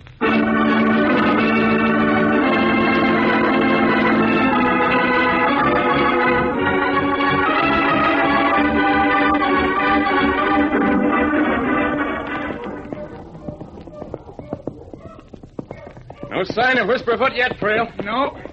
That cat's got the cunning of a devil, Gorman. We've come a long way. Yeah. And our horses are getting winded. I have to rest them soon. Wait, Gorman, I've sworn to get that cat. There's only one thing that worries me. What's that? Time. It's been hours since we left the sheep ranch. It'll be dawn soon. I'll say one thing, Trail. Yes? I thought I knew every trick of big game hunting. But you've taught me a few I never knew before. Thought sure we'd lost the trail back to where Whisperfoot crossed that gully. But you put the dogs right back on. Gorman, I've never concentrated so hard in my life to catch a killer. I keep thinking of what the sheep ranchers will do to Andy. Well, I've just got to find that big cat, Gorman. I've just got to. If I don't, I can't. Trail! Listen. Gorman, it's Whisperfoot. Let's go!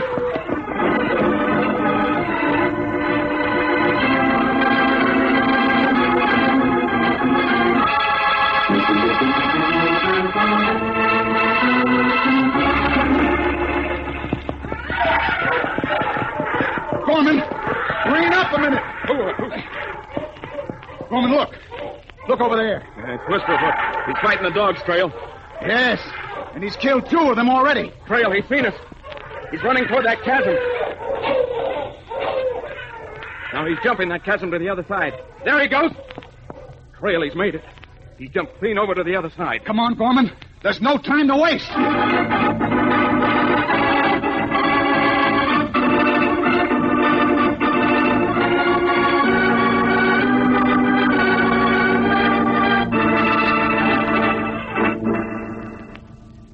Gorman, look here. On this edge of the chasm. Yeah, it's Whisperfoot's lair. Right. He's been holding up in this cave in the rock. And it's stuffed with sheep bones. Well, that ought to be proof enough for anybody. As to the real sheep killer. Sure. But what about Whisperfoot himself? Big cat's on the other side of this chasm. It's a long jump. Maybe 15 or 20 feet. Gorman, we've got to jump. Get across. I don't see how. What good if we did? While we figure out how to get across, that cat'll gain miles on us. No, we won't. A mile or so past this chasm is the Wilco River. Mountain lions won't even attempt to cross the water. Yeah? You'll be stopped between the river and this chasm. Well, maybe so, but how are you getting across? I'm going to get my horse to jump it. Well, that's suicide. It's the only way. Well, even if you do make it, even if I'm fool enough to follow you, how do we get the dogs across? I've got that figured out, Gorman. We'll stretch a rope across this chasm and tie it tight between my horse and yours. Well, I suppose we can hitch both ends to the saddle of each horse and get them to pull it taut. But then what? Well, there's some bacon in my food pack. I'm going to grease that rope with the bacon. I don't get you yet, Trail. How does that get the dogs across? Easy as pie, Gorman. We tie each dog with the second rope and loop it around the one that's stretched across this chasm. Yeah? Then we give each dog a shove, and he slides right across. Now, when he gets to my side, I let the dog go. Trail, you're a genius. You get stuck by a chasm, so you make yourself your own hanging trolley car out of a rope. You got a head on your shoulders. There's no time to lose. Will you tie the dog? Sure. All right, then. I'm going to jump. Now, when I get on the other side, I'll toss you half my rope. Then you can hook up the line across. Mighty smart idea. Trail, I'll tell you what. If you make the leap, why, by golly, I'll take my chance, too. Okay, Gorman. First me. Come on now. Come on, boy. All right, boy. Steady now, steady. Now, let's go. Jump, boy. Jump for your life. Trail! Trail, you made it! I'm coming after you! Wait a minute. First, I've got to grease the line. Then we get the dogs over. I'm with you all the way, Trail. Don't worry about me pitching in. Then you come over. And when we're all on this side, the chase starts again.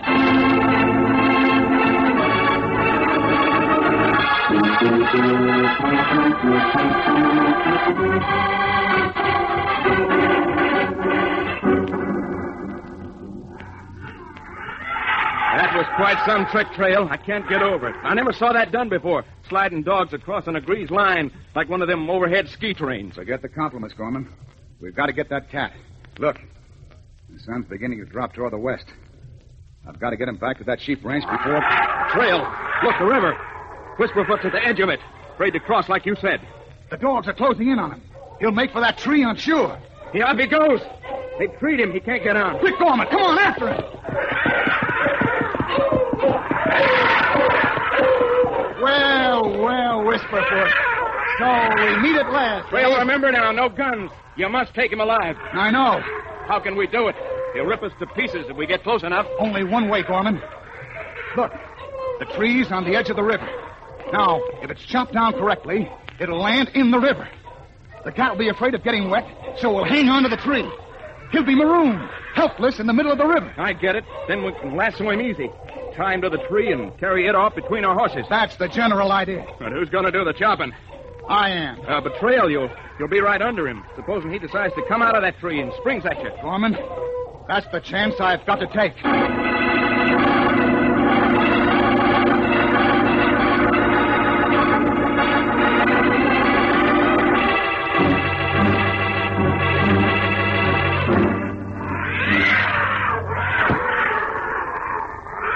Trail, be careful! Whisperfoot looks as if he's going to jump out of that tree. I'm almost through this tree now. There it goes, Gorman. It's falling into the river. Get your lasso ready, Gorman. We can't afford to miss now. The sun will be down in an hour.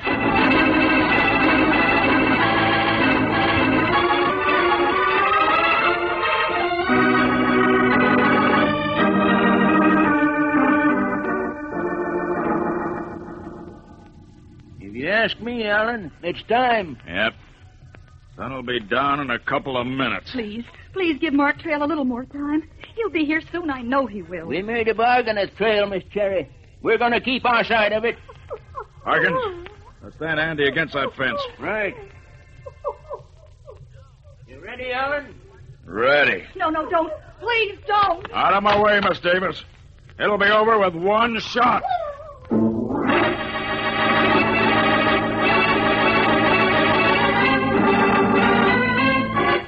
Andy looks up at Mr. Allen, his eyes pleading for his life. Soon you will learn what happens, so keep listening.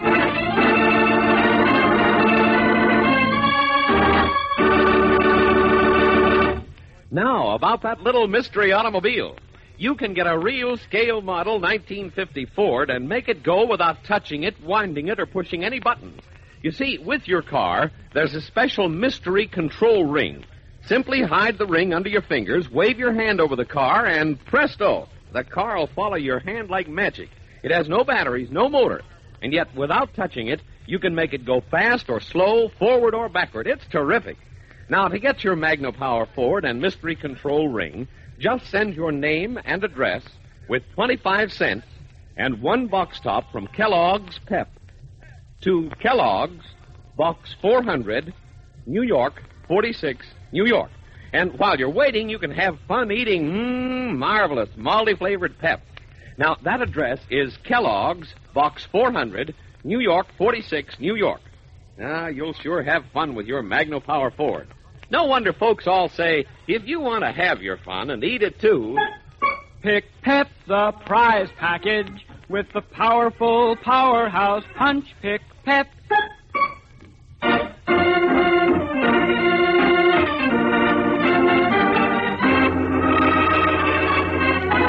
Mark Trail's St. Bernard Andy, accused of murdering sheep, looks up at the rifle held in Frank Allen's hands. Allen takes careful aim, and then... Harkins, grab a hold of him. That dog's gone crazy. He won't stand still. Someone's coming, and Andy knows it. That's why he's jumping around. Someone's coming. Who? Listen. It's Mark Trail. See him coming over that rise? By George, Harkins, it is. Hey, what's the horse dragging behind him? Looks like the west part of a tree. No, it's more than just a tree. Something's tied to it. Harkins, do you see what I see? It's Whisperfoot. Mark Trail's bringing back Whisperfoot. Cherry, am I in time? Is Andy all right? Oh, Mark, you're just in time. Just in time.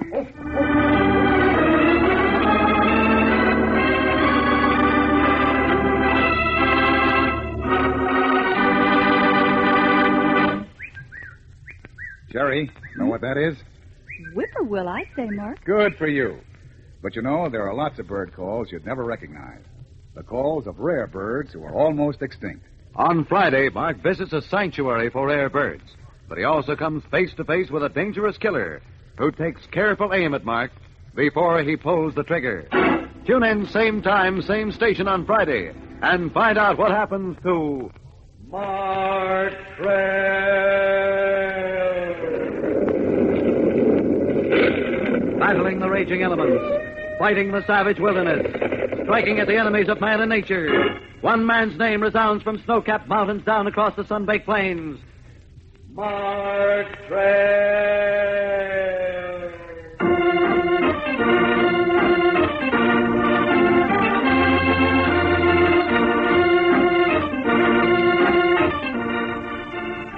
Remember to tune in then on Friday, when Mark Trail will again be brought to you by the build-up wheat cereal, Kellogg's Pep.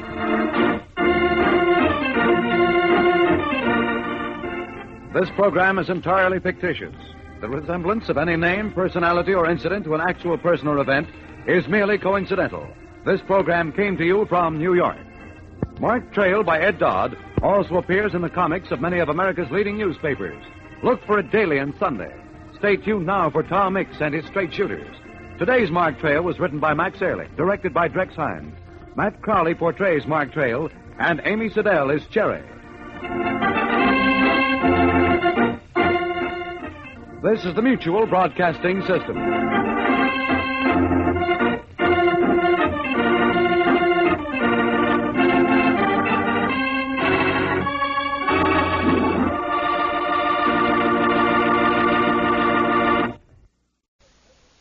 The Clyde Beatty Show.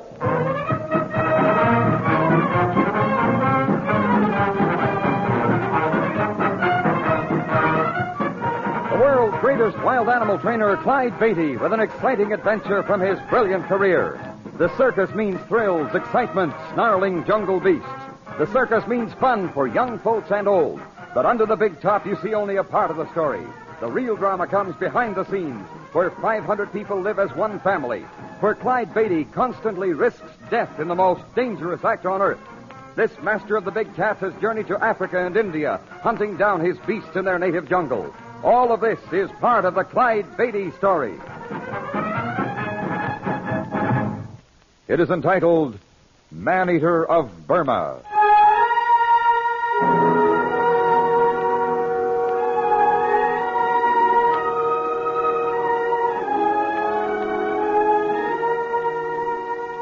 Many men find the routine of their business often becomes boring, leading them to seek excitement in other fields.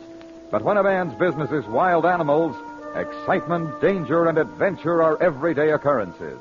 One such adventure for Clyde Beatty started in far-off Rangoon, Burma, a couple of years before the war. Yes, Harriet and I and our business manager, Phil Donovan, were stopping over in Rangoon en route to the province of Bengal, India, where we were hoping to capture some young tigers. We disembarked from a small coastal steamer, and an ancient taxi finally transported us safely to the center of Rangoon. This is Strand Hotel, sir. Come on, Harriet. Phil, this is as far as we go for now. How much, driver? 4 rupees, sir. Here you are. See that the bearer brings in our bags, will you? Salam, sir. It will be so. All right, folks, let's go in. So this is the Strand Hotel. The way you've been talking, Clyde, I expected something like the Waldorf. I just hope they have a bathtub in the place. Oh, I can promise that, all right. I wish you could promise some air conditioning, too. I'm afraid that's out of the question. I'll tell you what, our bags won't be in for a minute. Let's go right in the lounge here and have a tall, cool lime or something. We can register later. Mr. Beatty, that's a wonderful idea. Well, what are we waiting for? Let's go. Ah, looks like the tea time business is still good. Oh, my eyes weren't deceiving me. Beatty, you rascal, it's good to see you again. Sanders, I was wondering if you were still around. How have you been? First rate, thanks. And you? Oh, fine. Excuse me, Harriet, this is Elliot Sanders, manager of the Imperial Teak Company. My wife, Harriet Sanders. I'm delighted, Mrs. Beatty. How do you do, Mr. Sanders? And our friend Phil Donovan, Elliot Sanders. Glad to meet you. Thank you. I say, may I buy you all a drink? Well, thanks, Sanders. Sit down. We're just about to order something cool. Waiter? Limes all around? Fine. Mm-hmm. That'll be 4, waiter. Yes, I... This is like old times. I thought I must be seeing things when you walked in, Beatty. What brings you to Rangoon? Why, we're just stopping over for a couple of days on our way to Bengal. We're going to try and round up some young tigers. I see. Why so thoughtful, Mr. Sanders? I was just thinking. Oh, why go all the way to Bengal for tigers? We've got more than enough of the blasted things right here in Burma. As a matter of fact, our teak plantation up near Taungu has had quite a plague with one in particular. Really? What's the trouble? Whitley, our foreman up there, reports that there's a giant tiger on the rampage in that district. Says it's the biggest the natives have ever seen. Only not many of them have lived to tell about it. You see, he's turned man-eater. Well, why doesn't somebody shoot it? I can see that you've never hunted a man-eater, Mr. Donovan. They've tried to shoot it, but so far haven't had much luck. Maybe you'd like to have a crack at it, Beatty. I'm afraid that's a bit out of my line. You see, we're after young tigers for our circus, and our time's getting short. You know, this tiger has so disturbed work at the plantation, killing natives that... Well, what's on your mind, Sanders? Well, supposing I were to authorize my plantation foreman to turn over all the natives and equipment you might need for capturing a dozen young tigers at no cost to you whatever. What would you say to that? Why, I'd say there's a catch in it somewhere. There is. First, you'd have to rid the place of that man-eater. How about it? I'll have to check with the boss. What do you say, Harriet? When do we start? Looks like you've made yourself a deal, Sanders. Good. There's a riverboat going upstream in the morning. I'll go and arrange everything and send word to Whitley. Now, if you'll excuse me, I'll see you a bit later on, eh? Nice right, to Sanders. Bye, Miss Sanders. Well, things happen fast in the Orient, don't they? Just like that, a tiger's death warrant is signed. Clyde, what does that faraway look mean? I was just thinking, if that tiger's as big as they say... You're not thinking of... Exactly. I'm not signing his death warrant. I'm going to take him alive.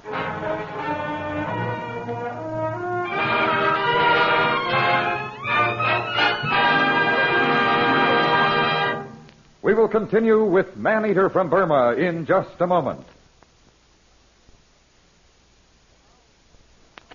And now, back to the Clyde Beatty Show and the thrilling adventure, Man-Eater from Burma.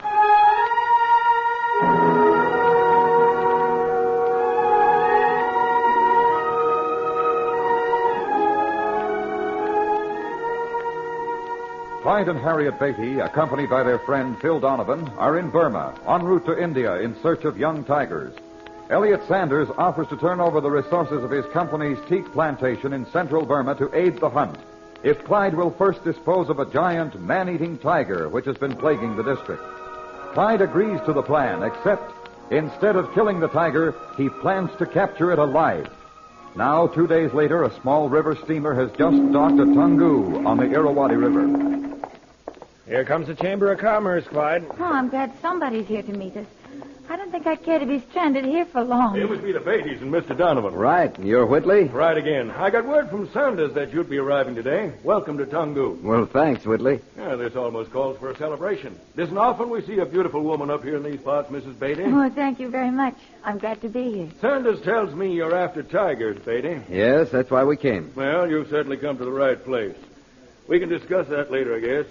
Well, now we'd better be on our way to the plantation. How far is it? Oh, it's only about 20 miles, but it's through the jungle most of the way. And I, for one, don't care to travel it after dark. That makes two of us. But don't tell me we have to walk 20 miles through the jungle.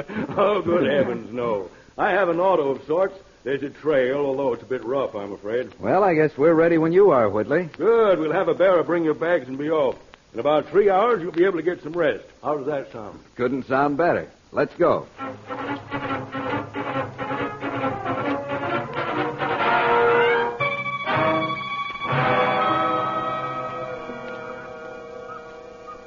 Just set their bags inside, Munga.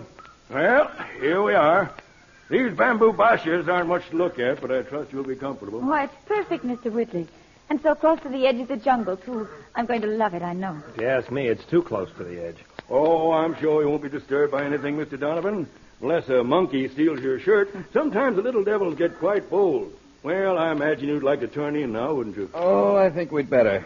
That tiger will keep till tomorrow. I'm afraid you're right. I'll arrange for all the elephants and mahouts and beaters you'll need in the morning. Well, that won't be necessary, Whitley. All I'll want for the time being is one elephant and mahout.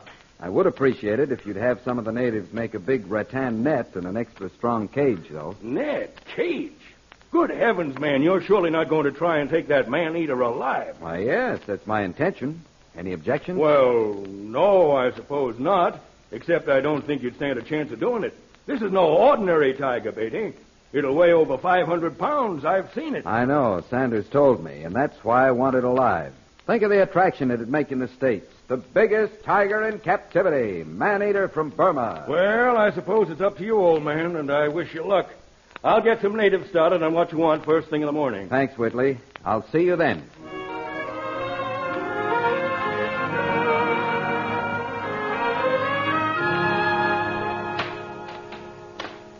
Well, it's almost finished, Beatty. That net ought to hold a bull elephant. It looks perfect, but it'll have to be to hold him. How's the cage coming along? Yeah, it's practically finished, too. That's swell.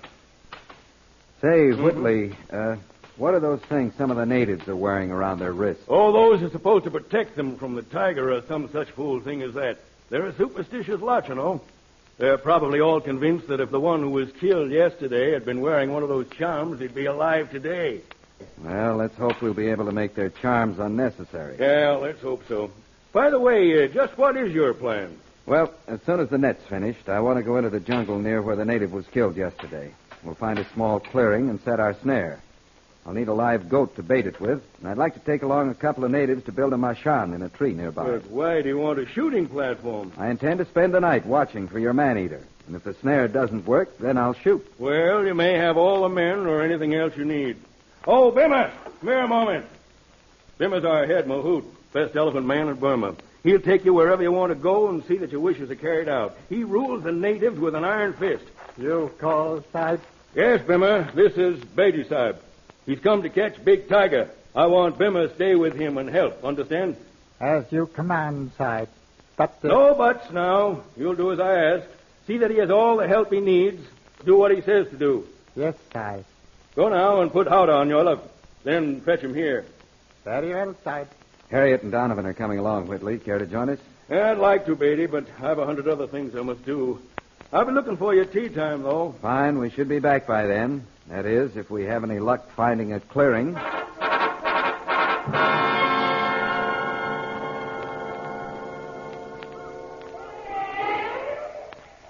I never knew the jungle could be so green and beautiful. It almost seems unreal. Oh, it's real enough, Harriet. It was very close to here that native was killed yesterday. Oh. This clearing's just what we're looking for, too. All right, Bimba. Stop him. Let us down. As you will, Clyde. Hi, Mocha. Wait a second. I'll give you two a hand. All right. Hand me the rifle first, Phil. Yeah. Got it? Okay. Jump down now. Oh, boy. Am I glad to get off that blamed elephant. I was beginning to get seasick. All right, Bimba. Tell the men to bring that net over here. Yes, Clyde. Got up there, So now what do we do, Clyde? Ah, now comes the interesting part. This is where we see if we can be more clever than our tiger. First, I'll have the men spread the net out right over there. You see that big bamboo tree? Mm-hmm. That'll make a perfect spring for our snare. We'll bend it over after we get the net covered carefully with leaves.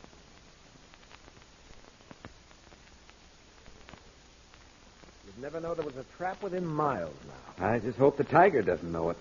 Anyway, it's all done. We'll stake out the goat when we come back tonight. And if the tiger goes after the goat, it'll spring the trap and snatch him up in the air in the net. Right? That's the idea, Phil. I just hope something else doesn't come along and trip it. I want that big tiger. Well, they've got the tree platform finished, Clyde. I must say it doesn't look too comfortable, though. Probably won't be either. But, of course, you two don't have to come along tonight. Oh, I was only kidding. You know I wouldn't miss it for anything. Yeah, me too, Clyde. This I gotta see, as long as it's from a safe spot. Fair enough. Now let's get back to our basha at the plantation.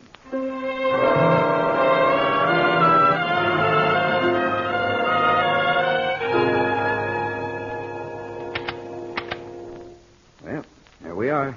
Old Faithful's ready for action. Aren't you going to give Phil a rifle, too? Oh, no. No, not me.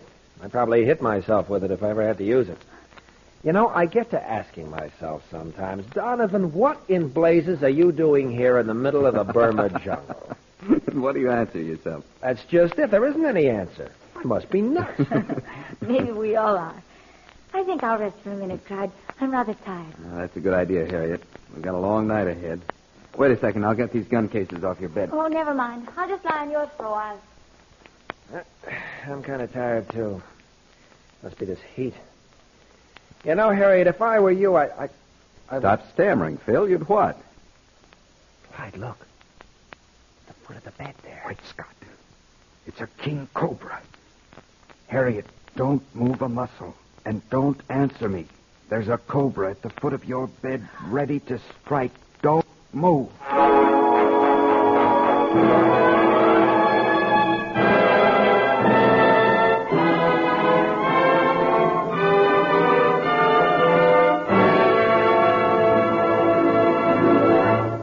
We return to Clyde Beatty after this message.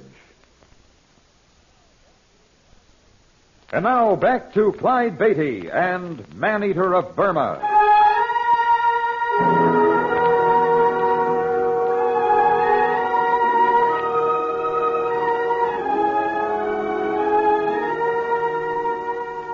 Deep in the jungle of Burma on a teak plantation, Clyde and Harriet Beatty and their friend, Phil Donovan, are resting before returning to the trap they have set for the giant man-eating tiger.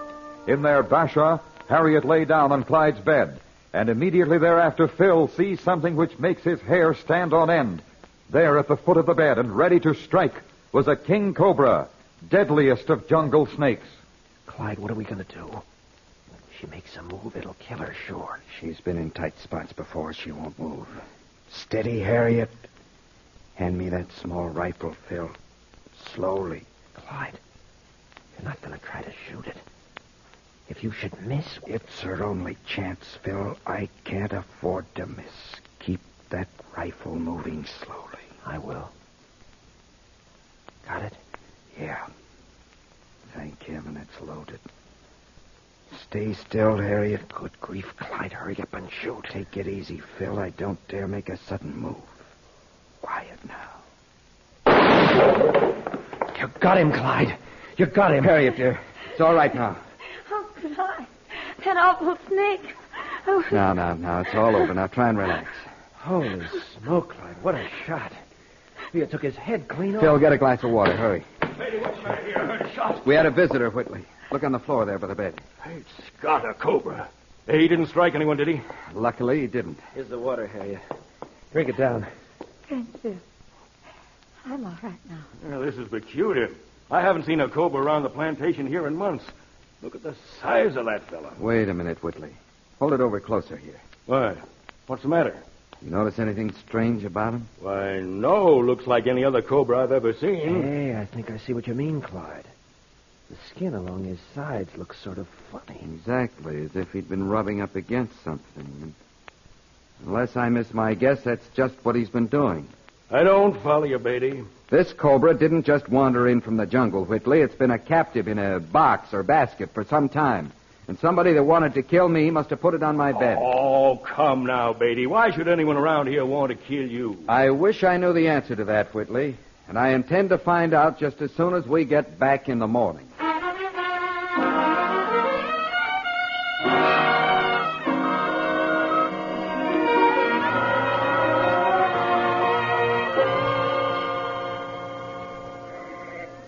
All right, Bima.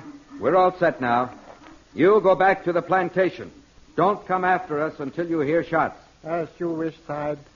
But it's useless to try to kill Big Tiger. Never mind that. You go back now. We've got to get up on our platform. I go, Clyde. Look out! Boy, now I know what it is to feel alone. But no offense intended, of course. It is a lonesome feeling here, isn't it? Yeah. Yet I have a strange sensation of being watched. Don't worry. We're probably being watched by half the animals in the jungle. I hope that tiger isn't one of them, though. Come on, let's get on up in the tree. I'll give you a boost, Harriet. There you go. Come up. Need a hand, Phil? Yeah. You don't have a ladder handy. Thanks. Coming, Clyde? Right behind you. Pull that rope up now, Phil. We don't want to leave our guns in canteen down there. Right. Oh, that poor little goat. I feel sorry for it. Yeah, so do I. But it's better to sacrifice a goat than some more human beings. Well, I guess we're all set now. Look through the trees there. Did you ever see such a moon? Nope, never did. And here sits Donovan, up a tree. I think we'd better quiet down now.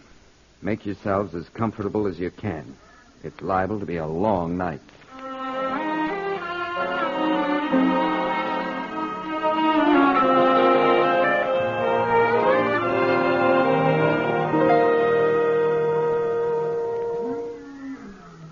Well, what do you think, Clyde?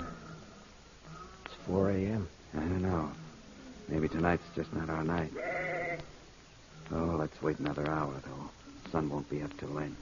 Maybe Bimmer was right. Maybe that tiger's too smart to be caught. Oh, that's nonsense, Harriet. But we may have to try something else if this trap doesn't work.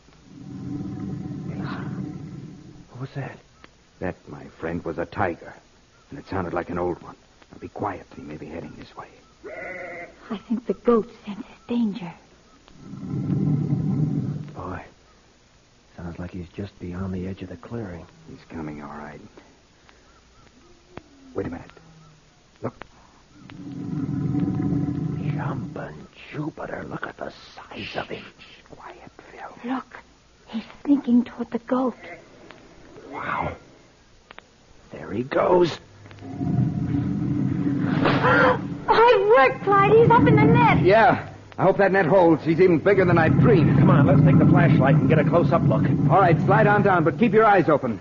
Harriet, you wait till I'm down. Look out below, Phil. Okay, come on. Toss my rifle down, Harriet. Here it comes. Got it? All right, come on down. I'll grab you. Oh, I can make it all right, I think. Where's Phil? Why, he's right. Oh, he couldn't wait. There he goes. He's running over to... Clyde, look. At the edge of the clearing. Phil, look out! Good Lord, another tiger. He's got the Phil. Can you see it, Clyde? Clyde, help! Stay back, Harriet. Oh, thank goodness. You got him, Clyde. Come on, Harriet. Stay behind me. Phil, are you all right? I think so. If this brute had gone another 3 feet, he'd have fallen right on top of me.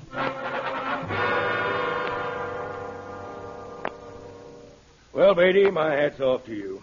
Actually, I never thought you'd take that tiger dead or alive. Oh, we were pretty lucky, Whitley. But he won't be bothering you anymore. From now on, he's my problem. And you're welcome to him. Where's your wife and Donovan? Will they be along for lunch? Oh, they ought to be here soon. They were just waking up when I left the Basha. But before I do anything else, I want to go down to the shed and have another look at that cat. Can't that wait? I'd rather do it now. I want to check that cage and make sure it's holding all right. Like to come along? Yes, I might as well, I guess. Let's go.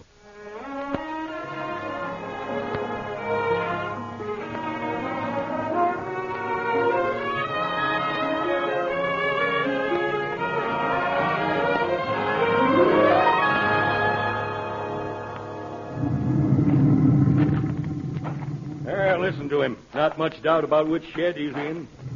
Something's wrong, Whitley. Come on, let's hurry. What do you mean? The way he's roaring. I'll bet my boots there's somebody near that cage. And I left orders for nobody to go in the shed. You may be right. The gate's open here. Wait a minute. Let me have a look. Whitley, one of the natives is fooling with the cage door. Hey, you get away from there! Why, it's Bimmer. Grab him, Beatty. What's the rush? Bimmer! Look out, he's got a knife! Maybe that'll hold the sneaking hyena for a while. Good work, Beatty. Bimmer, what the devil were you doing? Bimmer, doing nothing, Sipe. You call that nothing? Look over there, Whitley. He was loosening the rattan on the cage door so the tiger'd be able to break out later on.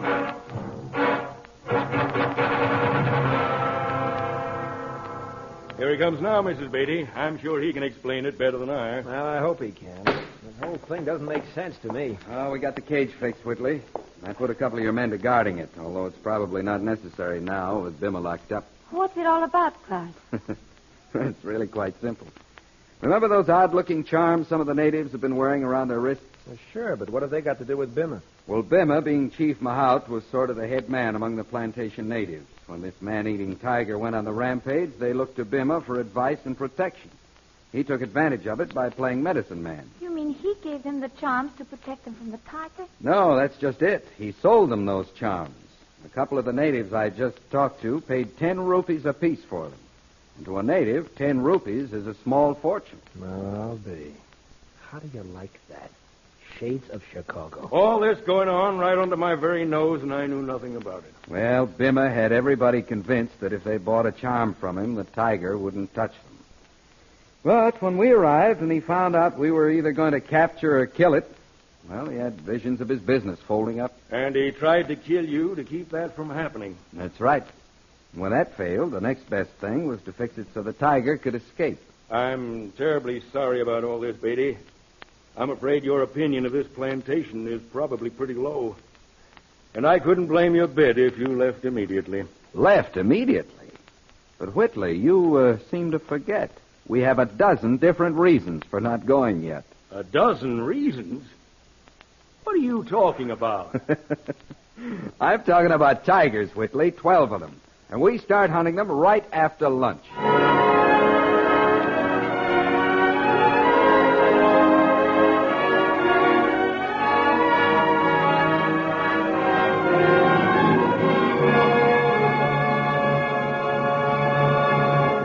Clyde Beatty will be back in just a moment with an exciting preview of next week's adventure. But first, an important message. Here is Clyde Beatty with a preview of Tiger Escape.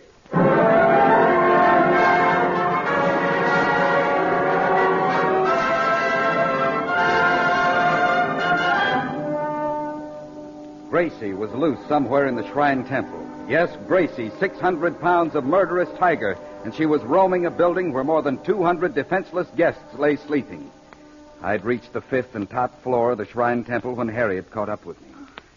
You haven't found her yet, Clyde? Oh, thank heavens. Thank heaven. What do you mean? That means she must be up here, Harriet, above the sleeping rooms. You mean in the dark? In there? This stairway's a fire stairs. I've checked every floor from the basement up here to the 5th. All the other landings have one-way doors. One-way doors. The doors won't open from this stairwell into the temple proper. That stood us in luck. Oh, you mean Gracie's had to come right up here to the top? As if she'd been in the runway chute to the big performing cage in the show. And in there, Clyde. What's in there? I walked in the dark, leaving Harriet protected behind the door that opened outward into the landing. I saw that I was in the unfinished swimming pool of the temple. In the light that spread out from the door, there were tumbled concrete blocks, timbers, porcelain objects, and beyond the light, blackness, in which Gracie the tigress was hiding. You have just heard a preview from Tiger Escape, our next Clyde Beatty drama. Be sure to tune in for this thrilling incident that occurred in the city of Detroit.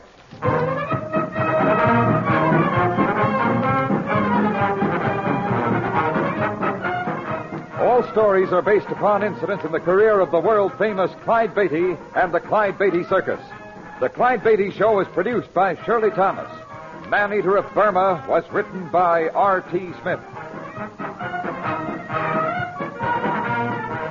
All names used were fictional, and any resemblance to persons living or dead is purely coincidental. This is a Commodore production.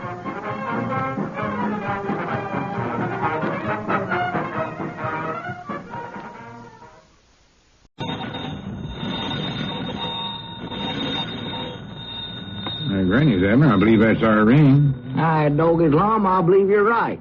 I'll see. Hello, jot 'em down, store. This is Lum and Abner.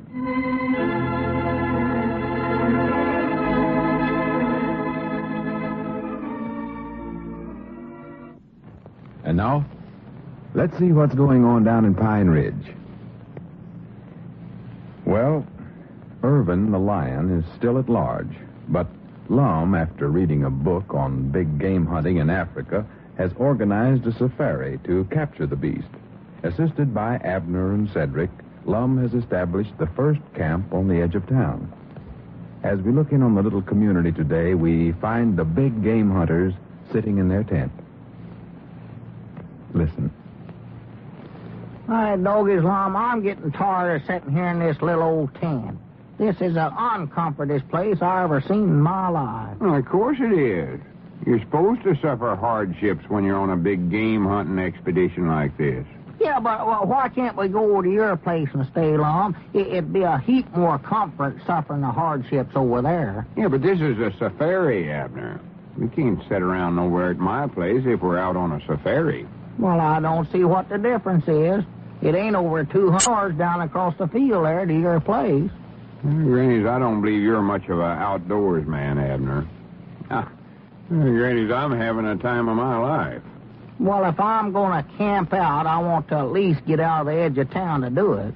All we do is just sit here in this tent and keep sending Cedric out to look for the lion. Well, you sit there and read that Jungle Book by Sir Aloysius. Sir Alexis is his name. Whatever they call him. Abner, I wish you'd realize that we're doing a big importance thing here. Saving the community from a ferocious lion. And we can't give up till we've did our duty and made a success out of ourselves. Well, we won't make no success of ourselves just sitting here. I'll tell you that right now, Lum. Oh, why don't we move our tent somewhere else? Move our tent? Why, sure. We've been here all last night and today, and Irvin ain't showed up yet. Oh, why don't we move our tent down by the river, Lum, where we can at least do some fishing? Abner, we're out after bigger game than fish. Besides, if we get a way off down there by the river and he did show up, that thing could have us head up where we could get away from him to save our lives. He could, huh? Why, sure. This way we can cut down across the field there and be in my house in 2 minutes. Well, are we out here trying to dodge the lion or find him, Lum? Why, we're out here to... Let it go. And Granny, it's got to where you want to argue about everything that comes up. I ain't arguing. I just get tired of sitting in this tent all day while Cedric goes out and looks for the lion. Well, that's what he's supposed to do. He's a beater. Oh, he's a goer, all right, but you're going to get him wore out if you keep making him do the whole thing, Lum. Yeah, but for goodness sakes, Abner. Huh? Well, you are, Lum. You're just going to wear the boy out chasing him over these hills here this way. He can't do the whole thing by himself. Well, he ain't doing the whole thing. But if you'd have read Sir Alexis's book, you'd know that the head hunter, that's me, he don't go out till after the beaters is beat up the lions or elephants or whatever it is I'm after. Well, is that what Cedric's supposed to do? Why, sure. Well, I don't know, Lum. Cedric's an awful strong boy, and maybe he can handle a lion, but I don't believe he can beat up an elephant. Well, I don't mean that way. I mean scare 'em up. See, they take sticks and beat the brush and bushes and scare the animals out in the open. Oh, yeah, I see now. He gets them real scared first and then beats them up while they're still scared, huh? Abner, he don't beat them up at all. That's just a big game hunting expression. Well, you said he was supposed to go out and Let it go. Granny, it ain't no use to try to explain nothing to you. Besides, it's time to eat. To eat? Well, sure, ain't you getting hungry? Hungry? I might not starve to death. But all you brung along first to eat them raw cranberries, and I ain't going to eat no more of them things, I know. Granny's a fine big game hunter you are. Huh? Well, we've only had 'em for a day and a half, and Sir Alexis went 28 days at one time with nothing to eat but wild berries. Think of that, 28 days he went. Yeah, but these ain't wild berries, Lum. These is cranberries is what they are. Well, that's all we had in the store. Yeah, well, we had a lot of other stuff there, some canned meat and cheese and crackers and stuff like that we could have brought along. Abner, don't mention that kind of food in front of me. I'm just as hungry as you are. But if we're going on a safari, we're going to do it right or not at all. Dad blame that Sir Alexis. I hate and despise him more than every one feller I ever knowed. Heard of. I wished you'd stop that mumbling and grumbling to yourself. It's got to wherever... Uh-oh. There comes our beater. Huh? There's Cedric. Oh, doggy, he don't look like he's beat up nobody. Hurry up, beater, we hunt. We're waiting on your report. Yeah, Cedric, did you find any lion tracks? Mom? Did you see Irvin any place? Oh, no, Mama, never. Fact is, I ain't been looking very much. I've been home to lunch. Home to lunch? Granny, you can't be going home to lunch when you're out on a safari, Cedric. No, you're supposed to sit here and just starve to death on cranberries. Well, that's the reason I went home. I was getting a stomach ache from eating them cranberries so much. Grannies, I hope Sir Alexis don't never hear what kind of a safari I'm running here. Old man Blevins was telling me a while ago he seen some lion tracks leading into Black Rock Cave yesterday morning. Black Rock Cave? Why, that's right away by that ledge of rocks yonder. Oh, sure. Here, we've had Cedric out looking for the lion, and he's been right here within 50 yards of us all the time. Right on the back of her neck, you might say. Don't say that, Abner. Huh? That back of the neck business. Oh. Here we slept out in the open with nothing to protect us but a little old tent and a ferocious lion running loose. Oh, my goodness. I told you we ought to move that tent, Abner. Had no business getting this fur out in the woods to start with. Well, come on, then. Let's get over there by that cave, Lum, and try and capture him. Get this thing over with. Go ahead, Lum. Lead the safari. I think I'm going to make a beater out of you, too, Abner. Huh? You and Cedric go over there to the cave and be sure he's there. Now, and come just back a and tell minute. me. You can stop right where you're at. What's the matter? You pinted yourself the head hunter, so you just go ahead and lead the way. Go ahead and lead the way, Cedric. I think that book says that the beater is supposed to lead the way. See, the head hunter brings up the rear, I think. He's always the last feller. Stays back there and protects you from behind. See, that's where all the danger is, I think. Go on, Cedric. Head out. Well, come on, then. Let's go. Yeah, let's get started. Grannies, I wish I had an elephant to ride. One of them with a little house built up on top of him. An elephant with a house built on it? Yeah, Houdini or whatever it is they call them. Huh? That's the way all them big game hunters travels. Don't walk so fast, Cedric. Safaris is supposed to travel slow, I think. See, they travel along while the beaters keeps a good lookout for the lion ahead of them. Doggos, I wish I had one of them elephants with a house on him. That'd be handy, you know it. Instead of going home to the house, well, you could just have the house come over to you. For goodness sake. I wouldn't even have to go home from a store for dinner. Just have Elizabeth and little Pearl just bring a house down there and climb up there and eat. Maybe we better slow down a little bit, Cedric. We're getting pretty close to that cave. We don't want to scare the lion. Well, I ain't walking very fast, Mr. Lum. Well, just keep a good sharp lookout for him. Doggies, if I knowed where I could get one of them elephants, Dad, blame if I wouldn't build me a house on them. That's the handiest thing I ever heard of. Wanted to go visit some of your relays? Why, you could just take your place right along with you. That would scare that no-count brother Elizabeth to death if I was to ride into his yard on an elephant. Goodness sakes. Doggies, Lum, if we could get 2 of them elephants, we could put the store on one of them. Put the store on? Why, sure, and just travel any place we wanted to. Have our business right along with us all the time. There's the mouth of the cave right there. Oh, yeah, there it is, Lum, there it is.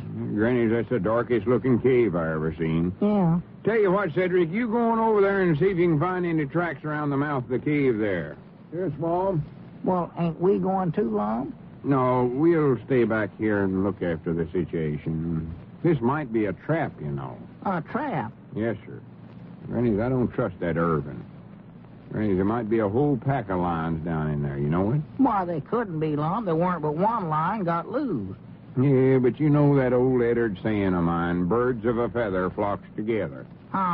Where there's one lion, there's bound to be more. Oh, yeah.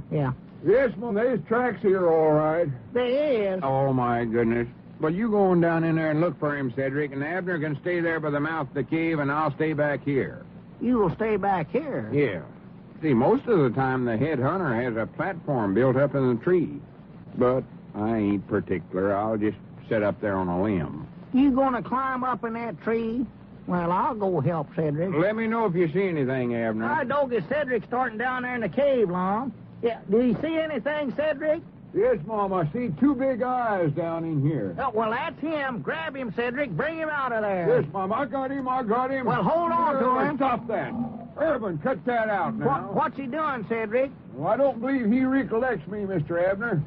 He ain't as tame as he used to be. Well, don't turn him loose. We'll have to run him down and catch him again, Cedric. He's trying to scratch me. Irvin, stop that scratching now. I'm going to slap you. Come on, bring him out of there, Cedric. Here we come, Mr. Abner. Yeah, bring him up here in the light. That's the thing. I got him. He's a changed lion, though. I don't blame Mr. Lum for wanting to be careful. Look at there. He's clawed me from one end of the hand. Cedric, turn that thing loose. Turn him loose, Cedric. That ain't Irvin. That's a mountain lion you got there. Mom?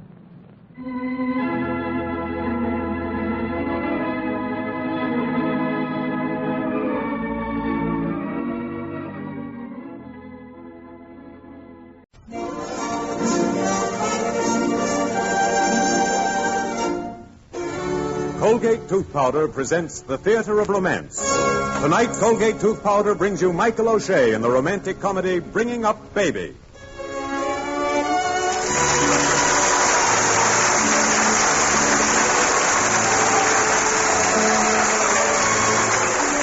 Tonight and every Tuesday night, Colgate Tooth Powder brings you The Theater of Romance with your favorite stars in your favorite stories, motion pictures, and plays. Use Colgate Tooth Powder. Keep smiling just right. Use it each morning and use it at night. And now for tonight's presentation, Bringing Up Baby, starring Michael O'Shea.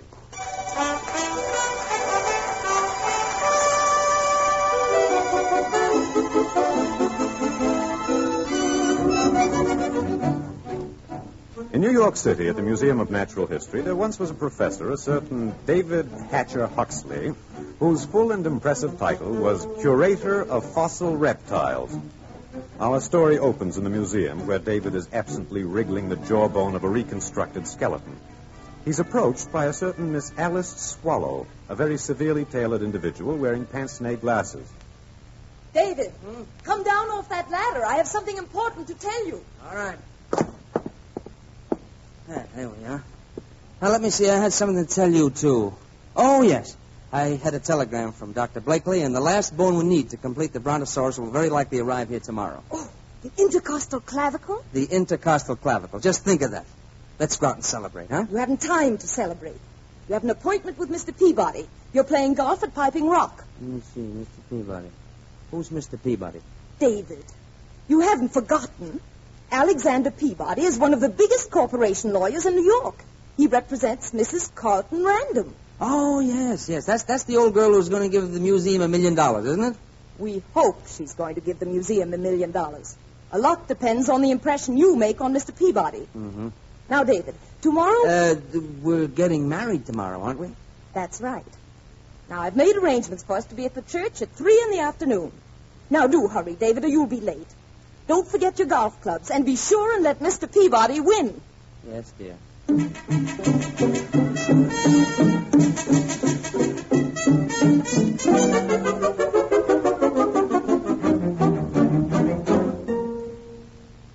I can't tell you, Mr. Peabody, how much this endowment would mean to the museum and, of course, to me personally. Excuse me, Huxley, but you're interfering with my shot. Oh, beg your pardon, sir. I wish you'd come to the museum and let me show you what we've accomplished in less than 4 years, really. You're blocking my shot again. Oh, your shot? Yes.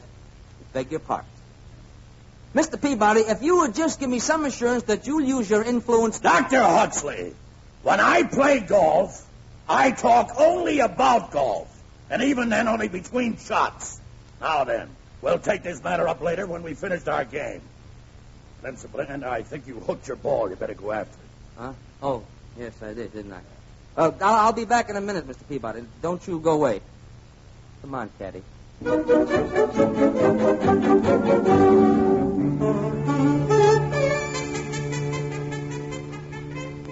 There's your ball, sir. That girl's going to play it if you don't stop her. Hey, please, don't hit that ball. Wait a minute. That's my ball there. You shouldn't speak to people when they're about to play, you know. Oh, but that was my ball. I never played the wrong ball in my life. Oh? What kind of a ball are you playing? A Spalding special? I'm playing Dunlop Green. Well, don't be snobbish about it. A Spalding special is marked with 2 black dots. A Dunlop Green has a circle. Please, you're upsetting my game. If you will look, you will see that ball has a circle. It's my ball. What does it matter? It's only a game anyway. My dear young woman, you don't seem to realize that you've put me in a very embarrassing position. The most important corporation lawyer in New York is waiting for me on the first fairway. Then it's absurd of you to be fooling around on the 18th green. Do you mind if I take my ball and go? Well, let's not lose our temper. Certainly, take the ball. But it is mine. Goodbye. Goodbye.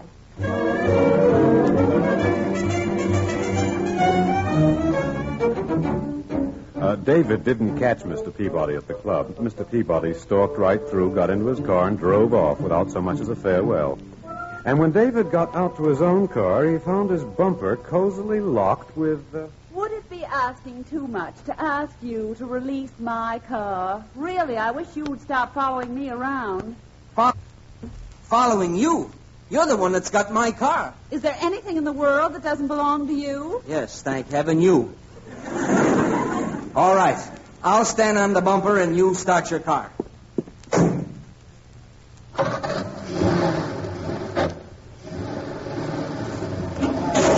wait a minute.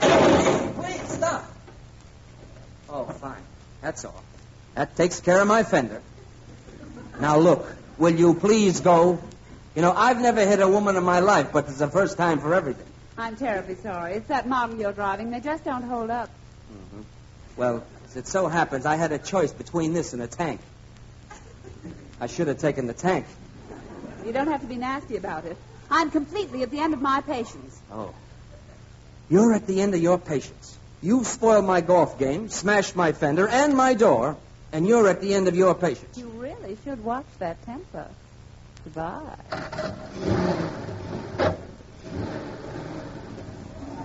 For the first time, I can understand why ancient men sometimes drown girls at birth. Now, where in the blazes will I find Peabody?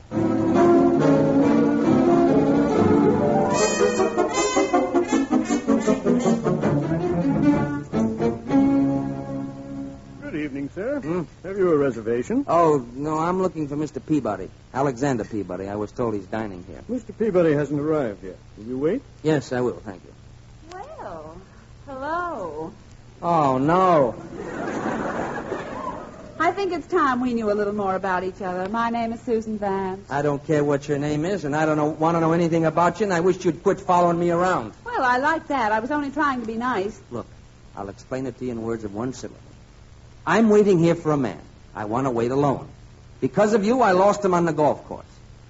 I don't want to lose him again. Who is this man that's so important? That couldn't possibly be any of your business, but if you'll go away, I'll tell you. His name is Alexander Peabody.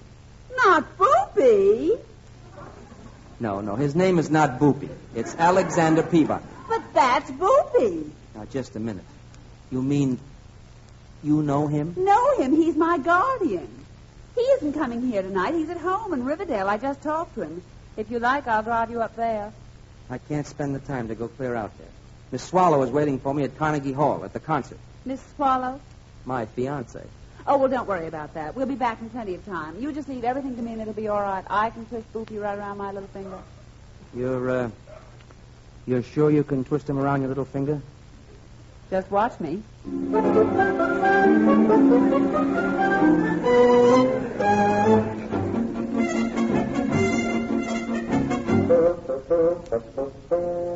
You just relax, David. Leave everything to me. We'll wake Boopy up. Come on now. Susan, I don't think we should wake him up now. Now, don't be silly. It's a ridiculous time to be in bed. I'll just throw some pebbles against Boopy's window. Oh, no, you can't do that. Boopy! Susan, please, will you listen to me? Boopy! Susan, we're going to end up in jail. I just know we're going to end up in jail. Stand back, David, so I can throw some gravel. Oh. What did you do, throw a boulder? Guess I threw too hard. I know we ought to leave now, but I just can't seem to move somehow. Who broke this window? Who's down there anyway? I regret to say that it's I, sir, Dr. Huxley. Oh, you again, eh? Well, you wait till I get my shotgun, and don't you dare move. Jeepers. Come on, David, let's get out of here. We'll come back and see Boopy tomorrow. I'm getting married tomorrow, and I don't ever want to see you again. Goodbye.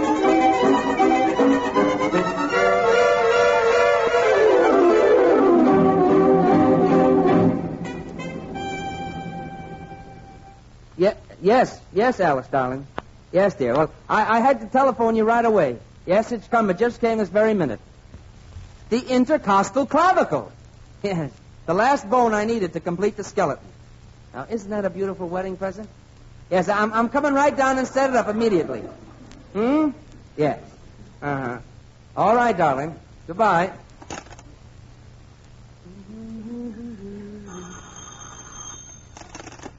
Hello. Hello, David, darling. This is Susan. I'm not here, Susan. I left for China an hour ago. Goodbye, Susan. I just called up to see if you'd like to have a panther.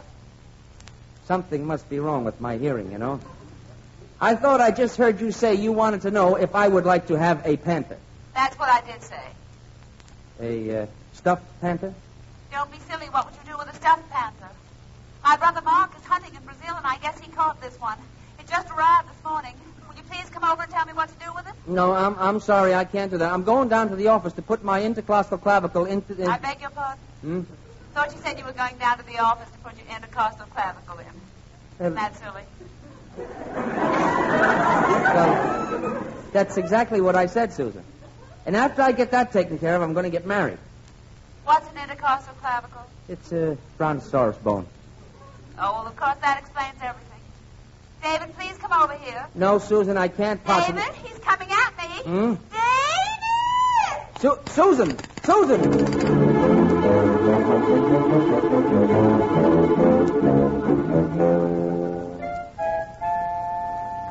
Hello, David. Susan, are you all right? Did he attack you? No, he's as gentle as a kitten. Of course I'm all right. Why, you little faker. This is Baby. Isn't he a nice panther? Good grief. Susan, you've got to get that thing out of here right away. I'll call the zoo. You can't. I've got to keep him. My brother wants me to take Baby up to our farm in Connecticut. But that's ridiculous. Get him away from me now. Susan, get that thing away. He just wants you to pet him. He likes you. Hello, Panther. Oh, isn't that sweet? We won't have a bit of trouble at all taking him to Connecticut. Well, I hope you don't. Goodbye, Susan. I have to get to the museum with my bone, and then I've got to get married. David, do you know what I'm going to do for you? I'm going to give you baby. Oh, no, you don't. Well, I have to do something with him, and I can't get him to Connecticut alone, so I'm going to make you a present of him. I don't want him, and I don't want you, and all I want to do is... I know. Take your bone and get married. That's right. Goodbye forever, Susan. David! Go get him, baby. Go get him. Oh, David! Don't look now, but your panther is showing.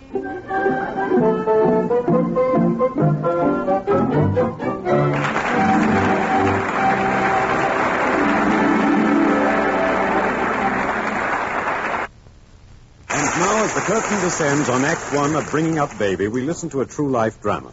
Jack wrote me he wanted my picture for a pin-up, but he's dated me only once since he came back home. Guess I look different to him now. No, darling, you look the same. Prettier, if anything. Then why the quick freeze about Jack? Dear, I've been wanting to tell you something. Something Jack probably found out. It's about that little breath of trouble. Oh, I never suspected it. Now, here's clearly a case for Colgate tooth powder, because anyone can be the victim of a little breath of trouble. It happens to thousands without their knowing, marks them down socially, brings them unhappiness. So just do this. Brush your teeth night and morning and before every date with Colgate tooth powder. For Colgate tooth powder cleans your breath as it cleans your teeth. Because scientific tests have definitely proved that in 7 cases out of 10, Colgate tooth powder instantly stops unpleasing breath that originates in the mouth. What's more, no dentifrice at any price cleans your teeth more quickly and thoroughly than Colgate tooth powder. Remember to buy it first thing, and remember the name. Colgate tooth powder, with the accent on powder.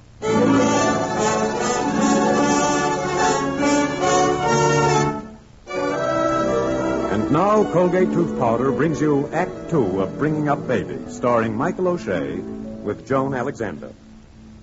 And so it was that David found himself with Susan and Baby on his way to Connecticut. I changed the 2 tires you punctured. And we chased Baby and caught him. I chased Baby and caught him. Yes, you did. You're wonderful, David. I still think it was going a bit far to tell that officer that we were part of a circus. I won't deny that you look like a trapeze artist, but by no stretch of the imagination do I look like a knife thrower. Oh, I don't know. There's the butcher's. Please go in and get Baby some meat. Oh, now look, Susan, I've got to get back to New York. You don't want Baby to eat the maid, do you? It'll only take a second. Oh, dear God, don't let me lose my patience. Please don't let me kill her. Hurry, David. I'll hurry, all right.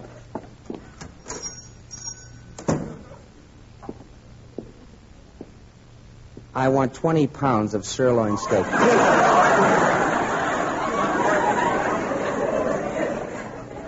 Did you say 20 pounds? Yes, I said 20 pounds. How will you have it cut? I mean, are you going to roast it or broil it? Neither. It's going to be eaten raw. Do you grind it up before you eat it, mister, or just cut it in hunks? No, it's not for me. It's for Baby. One of us is crazy, and it's not me. You will never know how right you are.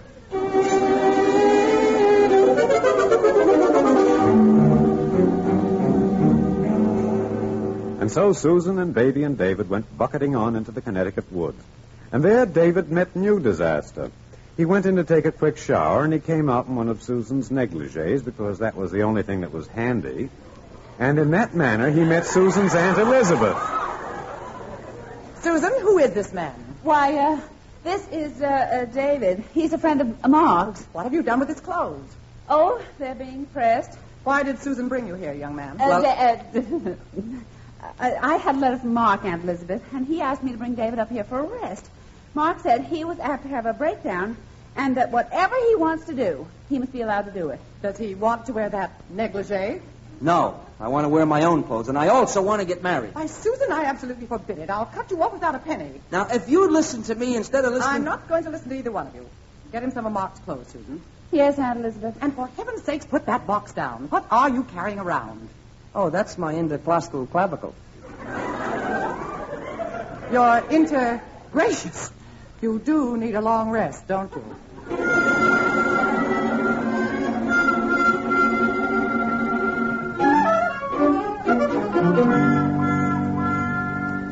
aren't seriously thinking of going back to town with those white riding breeches and that pink hunting coat, are you? You look pretty silly. At this point, there are more important things to be considered than how I look. I still have to see Mr. Peabody, and I have to get married. But the way to get to Mr. Peabody is through Aunt Elizabeth. He's her lawyer. Wait a minute. Susan, what is your aunt's name? Random. Mrs. Carlton Random. Why out of 7 million people do I have to run into you yesterday? Now what have I done? Mrs. Carlton Random is going to give away $1 million. I know. And I want it for my museum. All right, I'll ask her to give it to you. No, please. Just forget the whole thing. Just let me get my intercostal clavicle and go. Where did you put it? Well, I put it on the table. I put it on the table when I went to dress. Susan, where is it? Do you realize it took 3 expeditions and 5 years to find that bone? Now, we've got to find it. What did you do with it? I haven't touched it. Well, do you suppose your aunt took it? No. There's only one person around here who would touch it. Who? George. Who's George? Aunt Elizabeth's bulldog. Oh, no.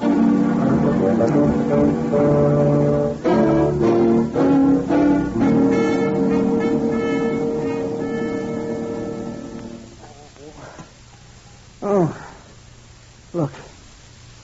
Do you realize we dug up practically 26 acres? I know. Hasn't it been fun? I'm tired now, though. Of course, it's just possible that dog didn't bring it outside at all. You're not even willing to relax for a moment, are you? Relax? Do you realize that I've telephoned my fiancé twice and postponed my marriage? Yes, that's too bad. It must be terrible for a girl to realize that a bone is more important than she is. Well, I haven't told her I lost the clavicle. I wouldn't dare. Well, anyhow, nothing more could possibly happen. Nothing. David, look! There goes Baby. Come on, we've got to catch him.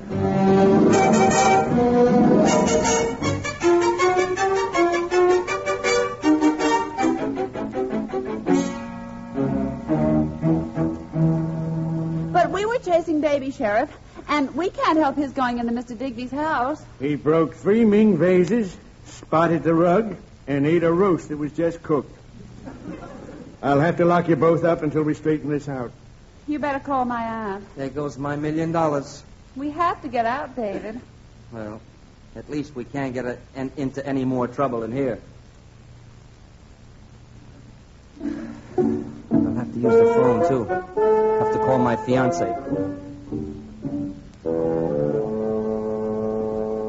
Well, hello, Sheriff. Hello, Susan. See here, Huxley. I want to know why you were throwing rocks at me last night. He didn't throw rocks at you, Boopy. I did. What? I was trying to help him. He needs the $1 million for his museum. Yes, well, if your aunt takes my advice, he won't get it. David. Oh, hello, Alice. Oh, David, what have you done? Just name anything, and I've done it. Are you Miss Swallow? David's fiancée? Yes, I am. David, I've done my best to be patient with you the past 24 hours, but I can't help but realize that our marriage would be a complete mistake. Yeah, I know, Alice. I don't blame you.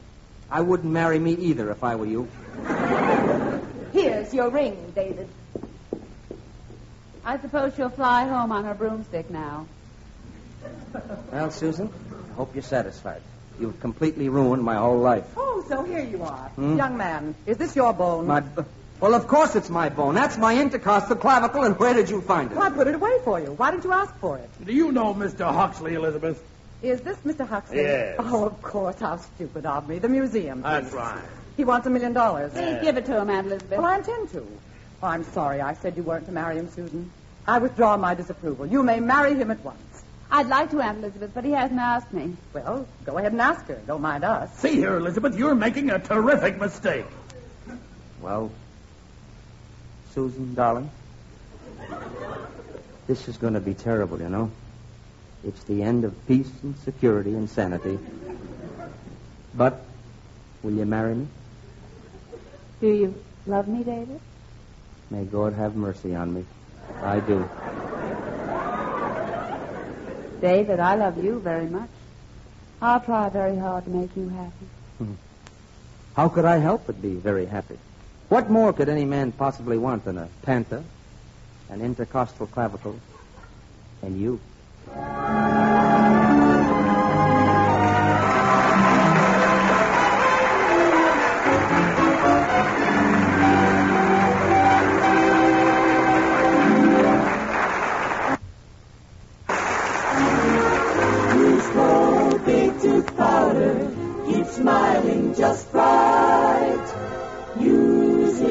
morning and use it at night to help you rate with every date.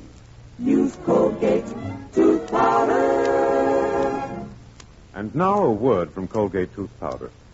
9 out of 10 men become tongue-tied when asked, what is feminine charm? But don't let that fool you. Every man knows instinctively whether a girl rates or doesn't rate. And often it's a little breath of trouble that keeps a girl from being popular. So ask yourself, could you be the victim of a breath of trouble, unpleasing breath? Better do this. Brush your teeth night and morning and before every date with Colgate tooth powder. For Colgate tooth powder cleans your breath as it cleans your teeth. Scientific tests prove that Colgate tooth powder, in 7 cases out of 10, instantly stops unpleasing breath that originates in the mouth. Money can't buy a dentifrice that will clean your teeth better than Colgate tooth powder. Remember the name, Colgate tooth powder, with the accent on powder. In tonight's play, Michael O'Shea starred as David, and Joan Alexander was featured as Susan. Bringing Up Baby was adapted especially for this program by Gene Holloway and was originally produced by RKO, producers of Back to Bataan. The music was composed and conducted by Alexander Semler, and the entire production was directed by Mark Slowe. Next week, your Colgate Tooth Powder Theater of Romance brings you the great romantic story, Made for Each Other. And returning to star in it will be the outstanding young actor of radio and screen, Dane Clark. Join us next Tuesday, won't you? Halo, everybody, halo. Halo is the shampoo that glorifies your hair, so halo, everybody, halo. Yes, use Halo shampoo if you want naturally bright and beautiful hair, for Halo contains no soap, therefore leaves no dulling film. The first time you use Halo, see how your hair sparkles and gleams with natural brilliance, how the deep natural color looks brighter, glossier. Even in hardest water, Halo makes oceans of rich, fragrant lather. Halo quickly carries away loose dandruff and dirt, needs no lemon or vinegar rinse. Say hello to Halo and goodbye to dulling soap film. Get Halo shampoo at any cosmetic counter. So halo, everybody, halo. Halo shampoo, halo.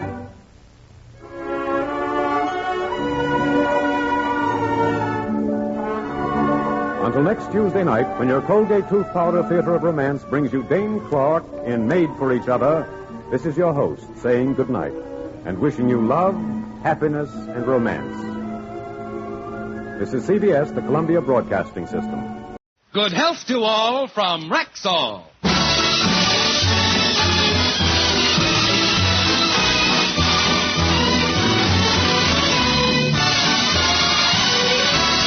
Yes, it's Sunday, time for the Phil Harris-Alice Faye Show, presented by the makers of Rexall drug products and 10,000 independent Rexall family druggists.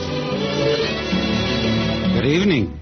This is your Rexall family druggist, taking a little time from behind the prescription counter this Sunday evening to speak for all 10,000 of us. The 10,000 independent druggists who have added the word Rexall to our own store names. You can always tell us by the orange and blue Rexall sign on our windows. The sign means that we carry the 2,000 or more drug products made by the Rexall Drug Company. They range all the way from aspirin to penicillin, and they're as fine and pure and dependable as science can make them. We independent druggists recommend them to our customers because we know you can depend on any drug product that bears the name Rexall. Good health to all from Rexall.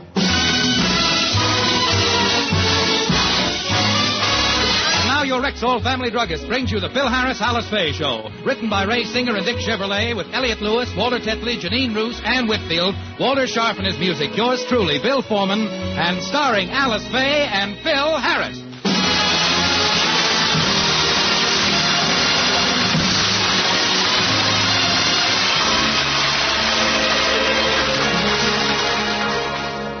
Early this morning, Frankie called Phil and told him he has tickets for the Clyde Beatty Circus, and he's taking the entire family.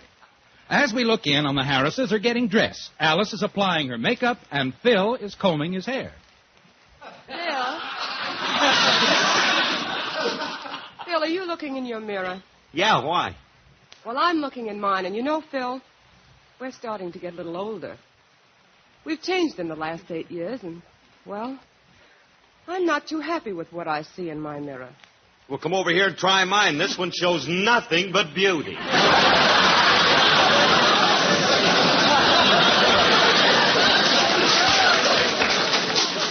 Oh, so you're happy with what you see, huh? Yeah, and you should be happy with what you see. Because, honey, you're prettier than ever. More beautiful even than when you were in pictures. Oh, Bill, do you really think so? I certainly do. You know, the added years have given you a matronly charm. Why, you don't show your age any more than Lillian Gish.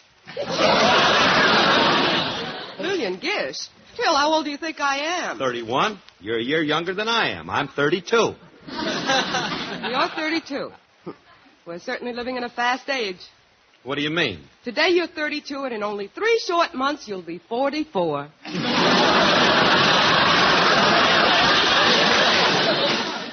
Let's not be catty, Thelma.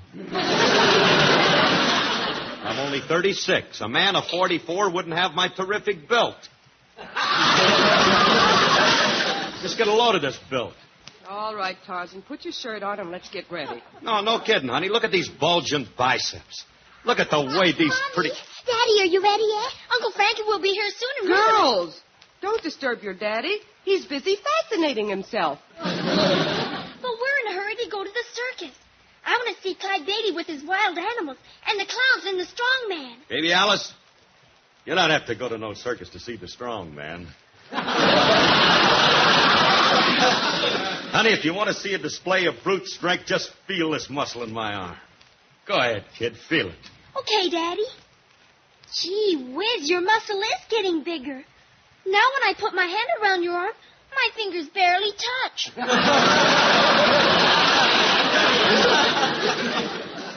Never mind, you have long fingers. Phyllis, you have a smaller hand. You feel my arm. Go ahead, press on it. You mean like this? Ouch! Phyllis, you're bruising me.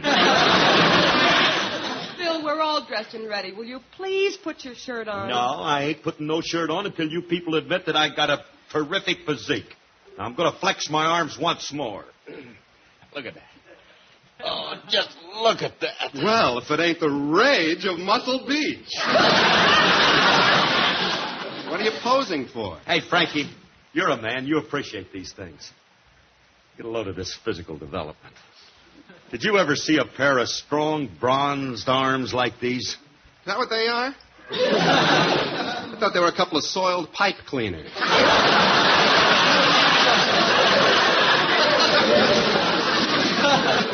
Right, now put your shirt on, Flabby, and let's get going. We'll be late for the circus. You know, Frankie, it must be costing you quite a bit to take all of us. No, forget it, Alice. But 5 tickets must be pretty expensive. How much did they cost you? Alice, please. There's one thing I can't stand. It's a person who brags about how much he spends. So don't ask me how much it costs. All right. If I want to spend $100 for 5 tickets, that's my business. Remley, 5 tickets didn't cost you no $100. Well, it might have been a little less. How much less? I got them for nothing. But they're special seats, and they're worth $20 apiece. Now, come on, I got my car out front. Let's get started. To the circus.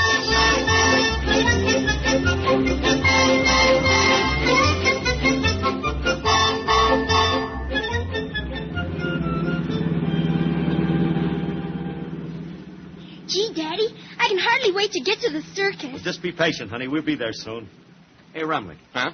Tell me something. How'd you manage to get these circus tickets for nothing? Well, if you must know, I'm a friend of the manager, and he gave them to me because I did something for him. Now, what could you do for him that would... Oh, Daddy, look at that big billboard about the circus. What does it say? Oh, let's see. Oh, it says, this is the last day to see the biggest show on earth, with wild animals, funny clowns, our famous sideshow featuring the bearded woman, Jojo the dog-faced boy, Fanny the fat lady, Pete the pinhead, and starring for today only Phil Harris and Alice Faye. Who give them permission to use it? Remley. Mr. Remley. You talking to me, Jojo? Well, that's how you got the free ticket. You got a lot of nerve telling them people that we'll appear in that circus. Oh, Curly, don't get excited. You don't have to appear in any sideshow. Are you sure? I'm positive. All you got to do is let him shoot you out of a cannon. You'll be billed as Flying Phil, the curly-headed buzz bomb. All I'm supposed to do is let them shoot me out of a cannon? That's all. And it pays well. You get $10 down and 2.5 cents a mile traveling expense. You know something, I ought to... You can go far on a job like this. Remley, look, why don't you let them stuff you in that cannon? That job's right up your alley. What do you mean? You'll be paid for getting loaded. Now, Frankie, if we have to appear in the acts, we're not going to the circus. Yeah, and you can turn the car around right now because... Oh, but, Daddy, we want to go. It's the last day, and we want to see the circus. Well, if you kids want to go, you can get shot out of the cannon. I'm not going to... No, the kids won't have to do that to see the circus. Well, thank goodness. Them we'll glue together and bill as the Siamese twins. Frankie, my family is not going to be in any sideshow. All right, Curly. Curly, I'm only kidding. You don't have to take part in the acts. All the manager wants you and Alice to do is make an appearance, take a bow. Never mind, just take us home. But, Daddy, there's the circus ground right over there. Can't we please go, Daddy, please? Well, if you kids want to see it so much, okay. Come on.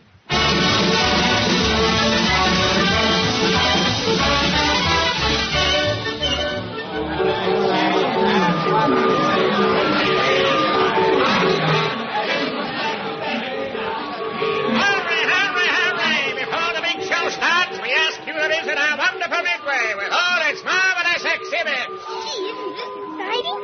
Mommy, I want to see the fat lady and the dog-faced boy. And I want a hot dog and some cotton candy. All right, come on, kids. I'll take you. Oh, thanks, Frankie. By the way, where's Phil? Oh, he's right across the midway there watching that scientific exhibit. Oh, that should be interesting. I think I'll join him.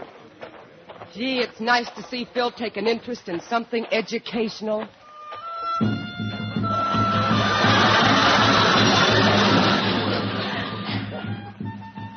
All right, gents, step right up. Watch little Egypt go through her gyration.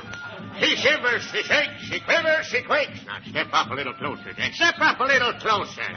Hold it, Bud. Not that close. Oh, I'm sorry. These scientific exhibitions, they just enthrall me. Gee, look at her shimmy. What marvelous muscle control. Gee, this is the most amazing and... You're watching something, Phil? ...and disgusting exhibition I've ever... It's so disgusting. Why are you watching her? This kid has talent. Look at the way she shakes. This is talent? She looks like a Model T trying to get started on a cold morning. Now, come on, Father. Hurry up, you two. The show's about to start. What have you been doing? Oh, she drugged me away from Little Egypt. Curly. What a deplorable lack of taste. If you want to go to a burlesque show sometime, tell me. I can get past Never it. mind. Hey, you know, the girls love the circus. There's nothing like it for kids. All right, let's go in. Let's hurry. You got the tickets, Remley? Oh, yeah, I got them right here in my inside pocket. They must be in my outside pocket. I guess they're in my back pocket. Have the kids ever seen a burlesque show? Frankie, you mean you haven't got the tickets? Oh, I'm sorry, Alice. I guess I lost them. Well, if we don't have any tickets, I guess we can't see the circus.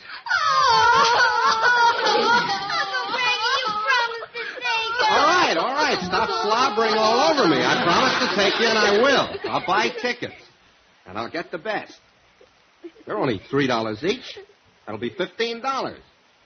Let's see. I got 8, 10, 11, 12. I got 13 cents. Curly, can you lend me $14.87? Oh, you got all of 13 cents, huh? Hmm? You think it's safe to carry that kind of money around? Somebody might roll you for the whole wad, you know. You can blow a lot of cabbage that way, you know. All right, don't be sarcastic. Have you got any money? Naturally not, when I thought I was being treated. All I got is some loose change. Let me see. All I got's $2. Now I'm going to have to disappoint the kids. No, you don't have to. With $2, we got enough for 2 $1 seats. That's right. Sure. Hey, Alice, Frank, and me'll go in and see the circus and come out and tell the kids all about it. when you come back here, I have $1 in my purse. Give me that $2, Phil, and I'll buy 3 tickets, and I'll go in with the children. So long, boys. Now, you wait right there for us. Wait a minute, Alice. This is my treat. I ought to go in and... Oh, nuts. I had my heart set on going to the circus. Me too. You and your ticket. You always get a big idea. All right. Standing here now. Must be some way that we... Hey, Curly. How did we used to get into the circus when we were kids? You mean, sneak in? Why not? Come on. Okay. Hey, this is going to be fun, huh? Sure. Hey, now, look, there must be some place around the side where we can crawl under the tent. That's it. Hey, look, how about over there where those lion cages are? Yeah. It is more fun than paying your way in, huh? Yeah. We'll just crawl.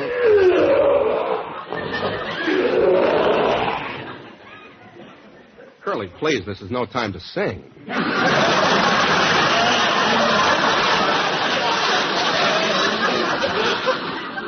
It wasn't me, fresh guy. That's that lion in that cage over there. Oh. Ferocious-looking beast, ain't he? Never mind him. Now, look, there's a space under the tent right there. Let's get down on our hands and knees and then crawl under, but let's not make any noise.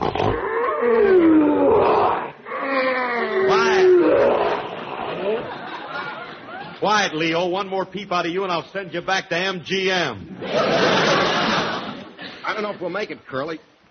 Yeah, that's a tight squeeze. Well, we got our heads under now. Just keep trying. There was only somebody on the outside to give us a push. You mean like this, fellas? Ouch! Ow! Who did that? Julius, what's the idea of hitting us so hard? Yeah. If you were standing on the other side, you would have beat our brains out. With you guys, I can do it from this side.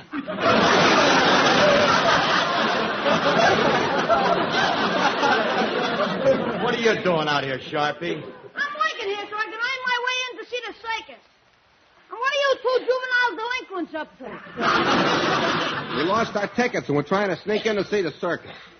Hey, as long as you work here, kid, let us in, will you? Nothing doing. I wouldn't let you guys in. Julius, quiet.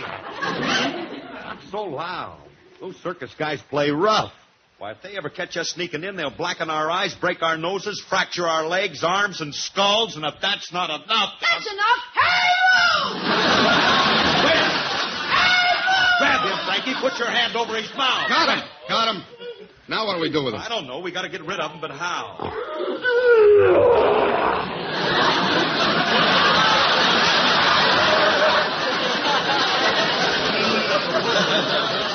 Leo, that's an excellent idea. Hey, Frankie. Remley. Huh? I think the lion is hungry. Curly, you mean? Why not? Leo would love a Julius burger. Curly, don't be cruel. You want to give the poor animal a spoiled stomach? Oh, well, let the lion just lick him a little anyway and see what happens. You know, he could develop a taste for him, you know. what are you, a couple of wise guys or something? Let go of me. Well, we weren't going to hurt you, Julius. We were only kidding you. What's kidding about trying to make an hors d'oeuvre out of me? Look, Junior, are you going to help us sneak in, or do we have to throw you in that cage? All right, I'll help you sneak in. Can we crawl in under this flap? No, they got cops inside. They'll catch you. Wait a minute. I got a way to take care of you two. They told me to wheel that empty animal cage inside. You guys get in the cage and I'll wheel you in. Well, if there are cops inside, they're going to see us. I got that figured out, too. You guys wait here. I'll be right back. Hey, Curly, we shouldn't have let him go. He may be pulling a trick on us. What kind of a trick? He's only a kid, and if he tries anything funny between the two of us, we ought to be able to lick him. Now, Curly, I don't like the looks of this. Maybe we should forget about sneaking in. Ramley. What? If you want to get in to see this circus, you can't be wishy-washy. Yeah? Once you make up your mind to do something, do it. It's like everything else. There's them that does and them that don't, and them that says they will but won't. So if Satan tempts you, hold on tight, 'cause you can't do wrong doing right. There's them that shall and them that shan't and them that wish they could but can't. But it's them that does that sees the light, 'cause you can't do wrong doing right. Look at that gal Delilah. She had 'em all in a spin. She clipped the mighty Samson, but she got caught when the house fell in. So you see there's got to be just one road for you and me. Let old Satan know he lost the fight, 'cause you can't do wrong doing right. You gotta do right. Well, make me know it. Yes, you gotta do right. Yeah, keep a preaching. You wanna see the light. Oh, tell me, brother. 'Cause you can't do wrong when you're doing right. There's them that's good and them that's mean and them that's somewhere in between. But it looks to me from what I've seen that you can't do wrong doing right. There's them that's meek and them that's bold. Now, don't ask me, but I've been told it's the meek that plays them hearts of gold, 'cause you can't do wrong doing right. Now, look at old Big Goliath bragging about his side, picking on little David, but he got his right between the eyes. And so you see there's got to be just one road for you and me. Let old Satan know he lost the fight, 'cause you can't do wrong doing right. You mustn't do wrong. Well, that's right with me. No, you mustn't do wrong. That's philosophy. If you want to get along. Oh, I believe it now. 'Cause you never get along if you're doing wrong. Now, they threw Daniel to the lions. The king had it done. He's the law. But it wasn't long till Daniel had all of them cats drinking milk out of straw. And so you see there's got to be just one road for you and me. Let old Satan know he lost the fight, 'cause you can't do wrong doing right. You can't do wrong doing right. 'Cause you can't do wrong when you're doing what is right. Keep on doing right.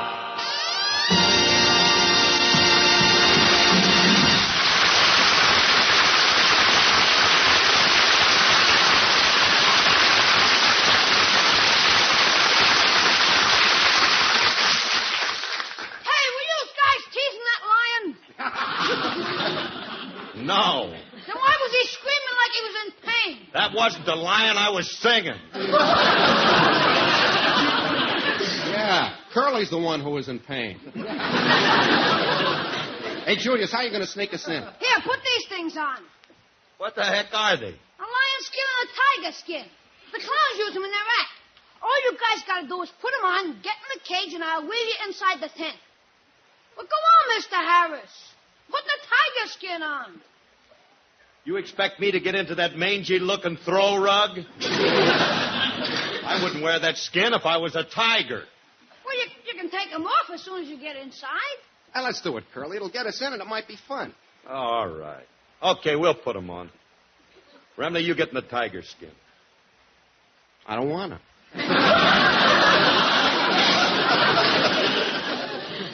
What do you mean you don't want to? I want to be the lion.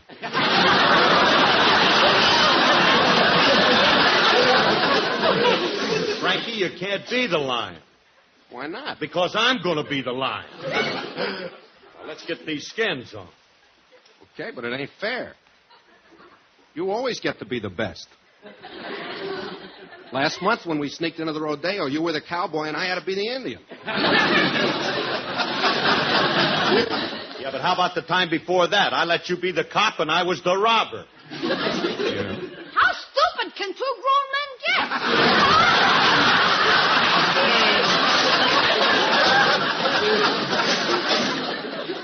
Okay, Julius, we're in the skins. Good. Now get in the cage and I'll wheel you in. Well, come on, get in. All right, stop pushing. We're in. Wait a minute. What are you shutting that gate for? Quiet, you two. From now on, you're animals. Let's go, beasts. You guys wanted to get into the circus, and I'm going to see to it that you get right in the middle of it. Okay, Julius, this is far enough. We'll get out here. Julius, you can stop. Curly, I don't like the looks of this. Why is he wheeling us up to that cage chute, and why did he pick up that whip? Okay, you two beasts, out you go, right into the chute. Get going! Ow! Hey! Ouch, Julius, now cut that out. I said cut it out. Julius, do you hear me or don't you? Don't be ridiculous. There's no such thing as a talking lion. That tiger must be a ventriloquist. Julius, what are you doing to us? Where does this chute lead to? You guys want to see Clyde Beatty's wild animal act, don't you? Yeah? Well, thanks to me, you're not only going to see it, you're going to be in it. This chute takes you right into the big cage. Keep moving. Oh, no, Julius. Now, you can't do that stuff. You can't throw us in with those lions. They'll eat us. So what? If I make a good hors d'oeuvre, you guys will make an excellent entree. Oh, Julius. Hey, Julius, if you don't... Hey, Curly, we better go on before he beats us to death. Come on. All right. Hey, come on. Must be an exit at the other end. Well, I hope you're right. Remley. Huh? We're at the end of the chute. And now, ladies and gentlemen, coming through the chute and entering the big cage are the two most ferocious beasts in captivity, Leo the lion and Roger the tiger. Hey, they're applauding us. They think... Curly, stop bowing. You're supposed to be a lion. Ooh, Remley, look at all these animals in here. Ladies and gentlemen, we call your attention to the Steel Arena, where we present the greatest animal trainer of all time, the one and only Clyde Beatty.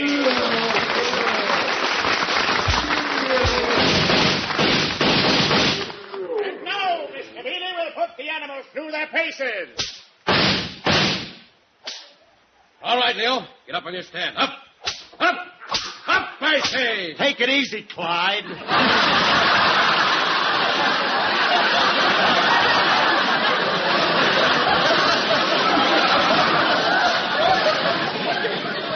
Stop waving that chair in my face.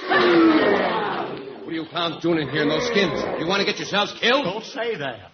Just open that door and we'll make a break for it. Stay where you are. Stay where you are. Don't make a false move, the animals will pounce on all of us. You keep those skins on, you might fool them. Now, jump up on those high stands. Go ahead, jump up. Jump up? I'm 100 years old, man. Jump up. Remley, cradle your paws and give me a boost. Stop talking and let's climb up. Oh, Remley, the things that you get me into.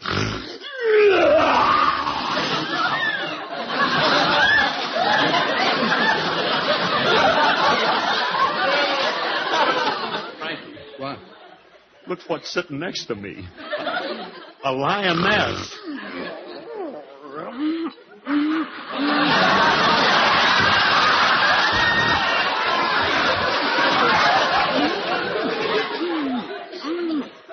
Oh, no. What's the matter now? She's making a play for me. She's rubbing up against me. What should I do now? Don't offend her. Make a date with her. Take her to dinner. Lady, would you like to go to the Brown Derby? Madam, please stop pawing me. I'm a married man. Get your paw off of my knee. My wife and kids are watching. And now, ladies and gentlemen, Clyde Beatty will attempt his most astounding feat. He will make the tiger ride around the ring on the lion's back.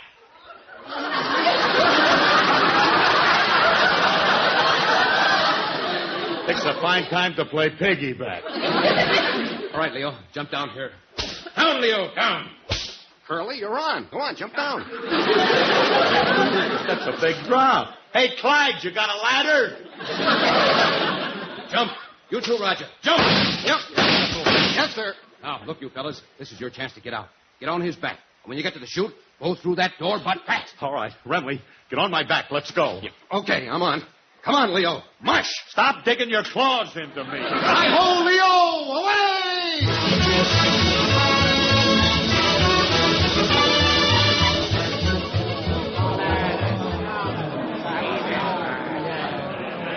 Oh, Daddy, you and Uncle Frankie missed a swell show. Yeah, they had a wonderful animal act.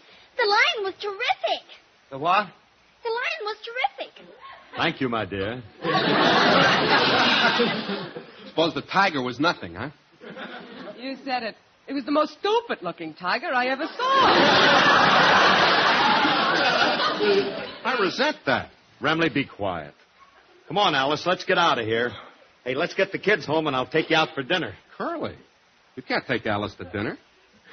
Why not? Don't you remember? You already have a date with... Down, Leona. Get in the car.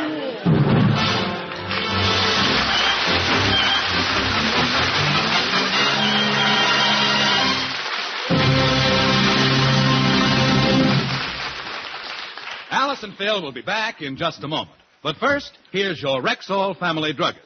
I'm afraid I rather startled a customer the other day. She was telling me... You should just see how impressed my friends are when I tell them all about the careful tests and good treatment Rexall drug products get. Well, now, not every Rexall drug product gets what you call good treatment.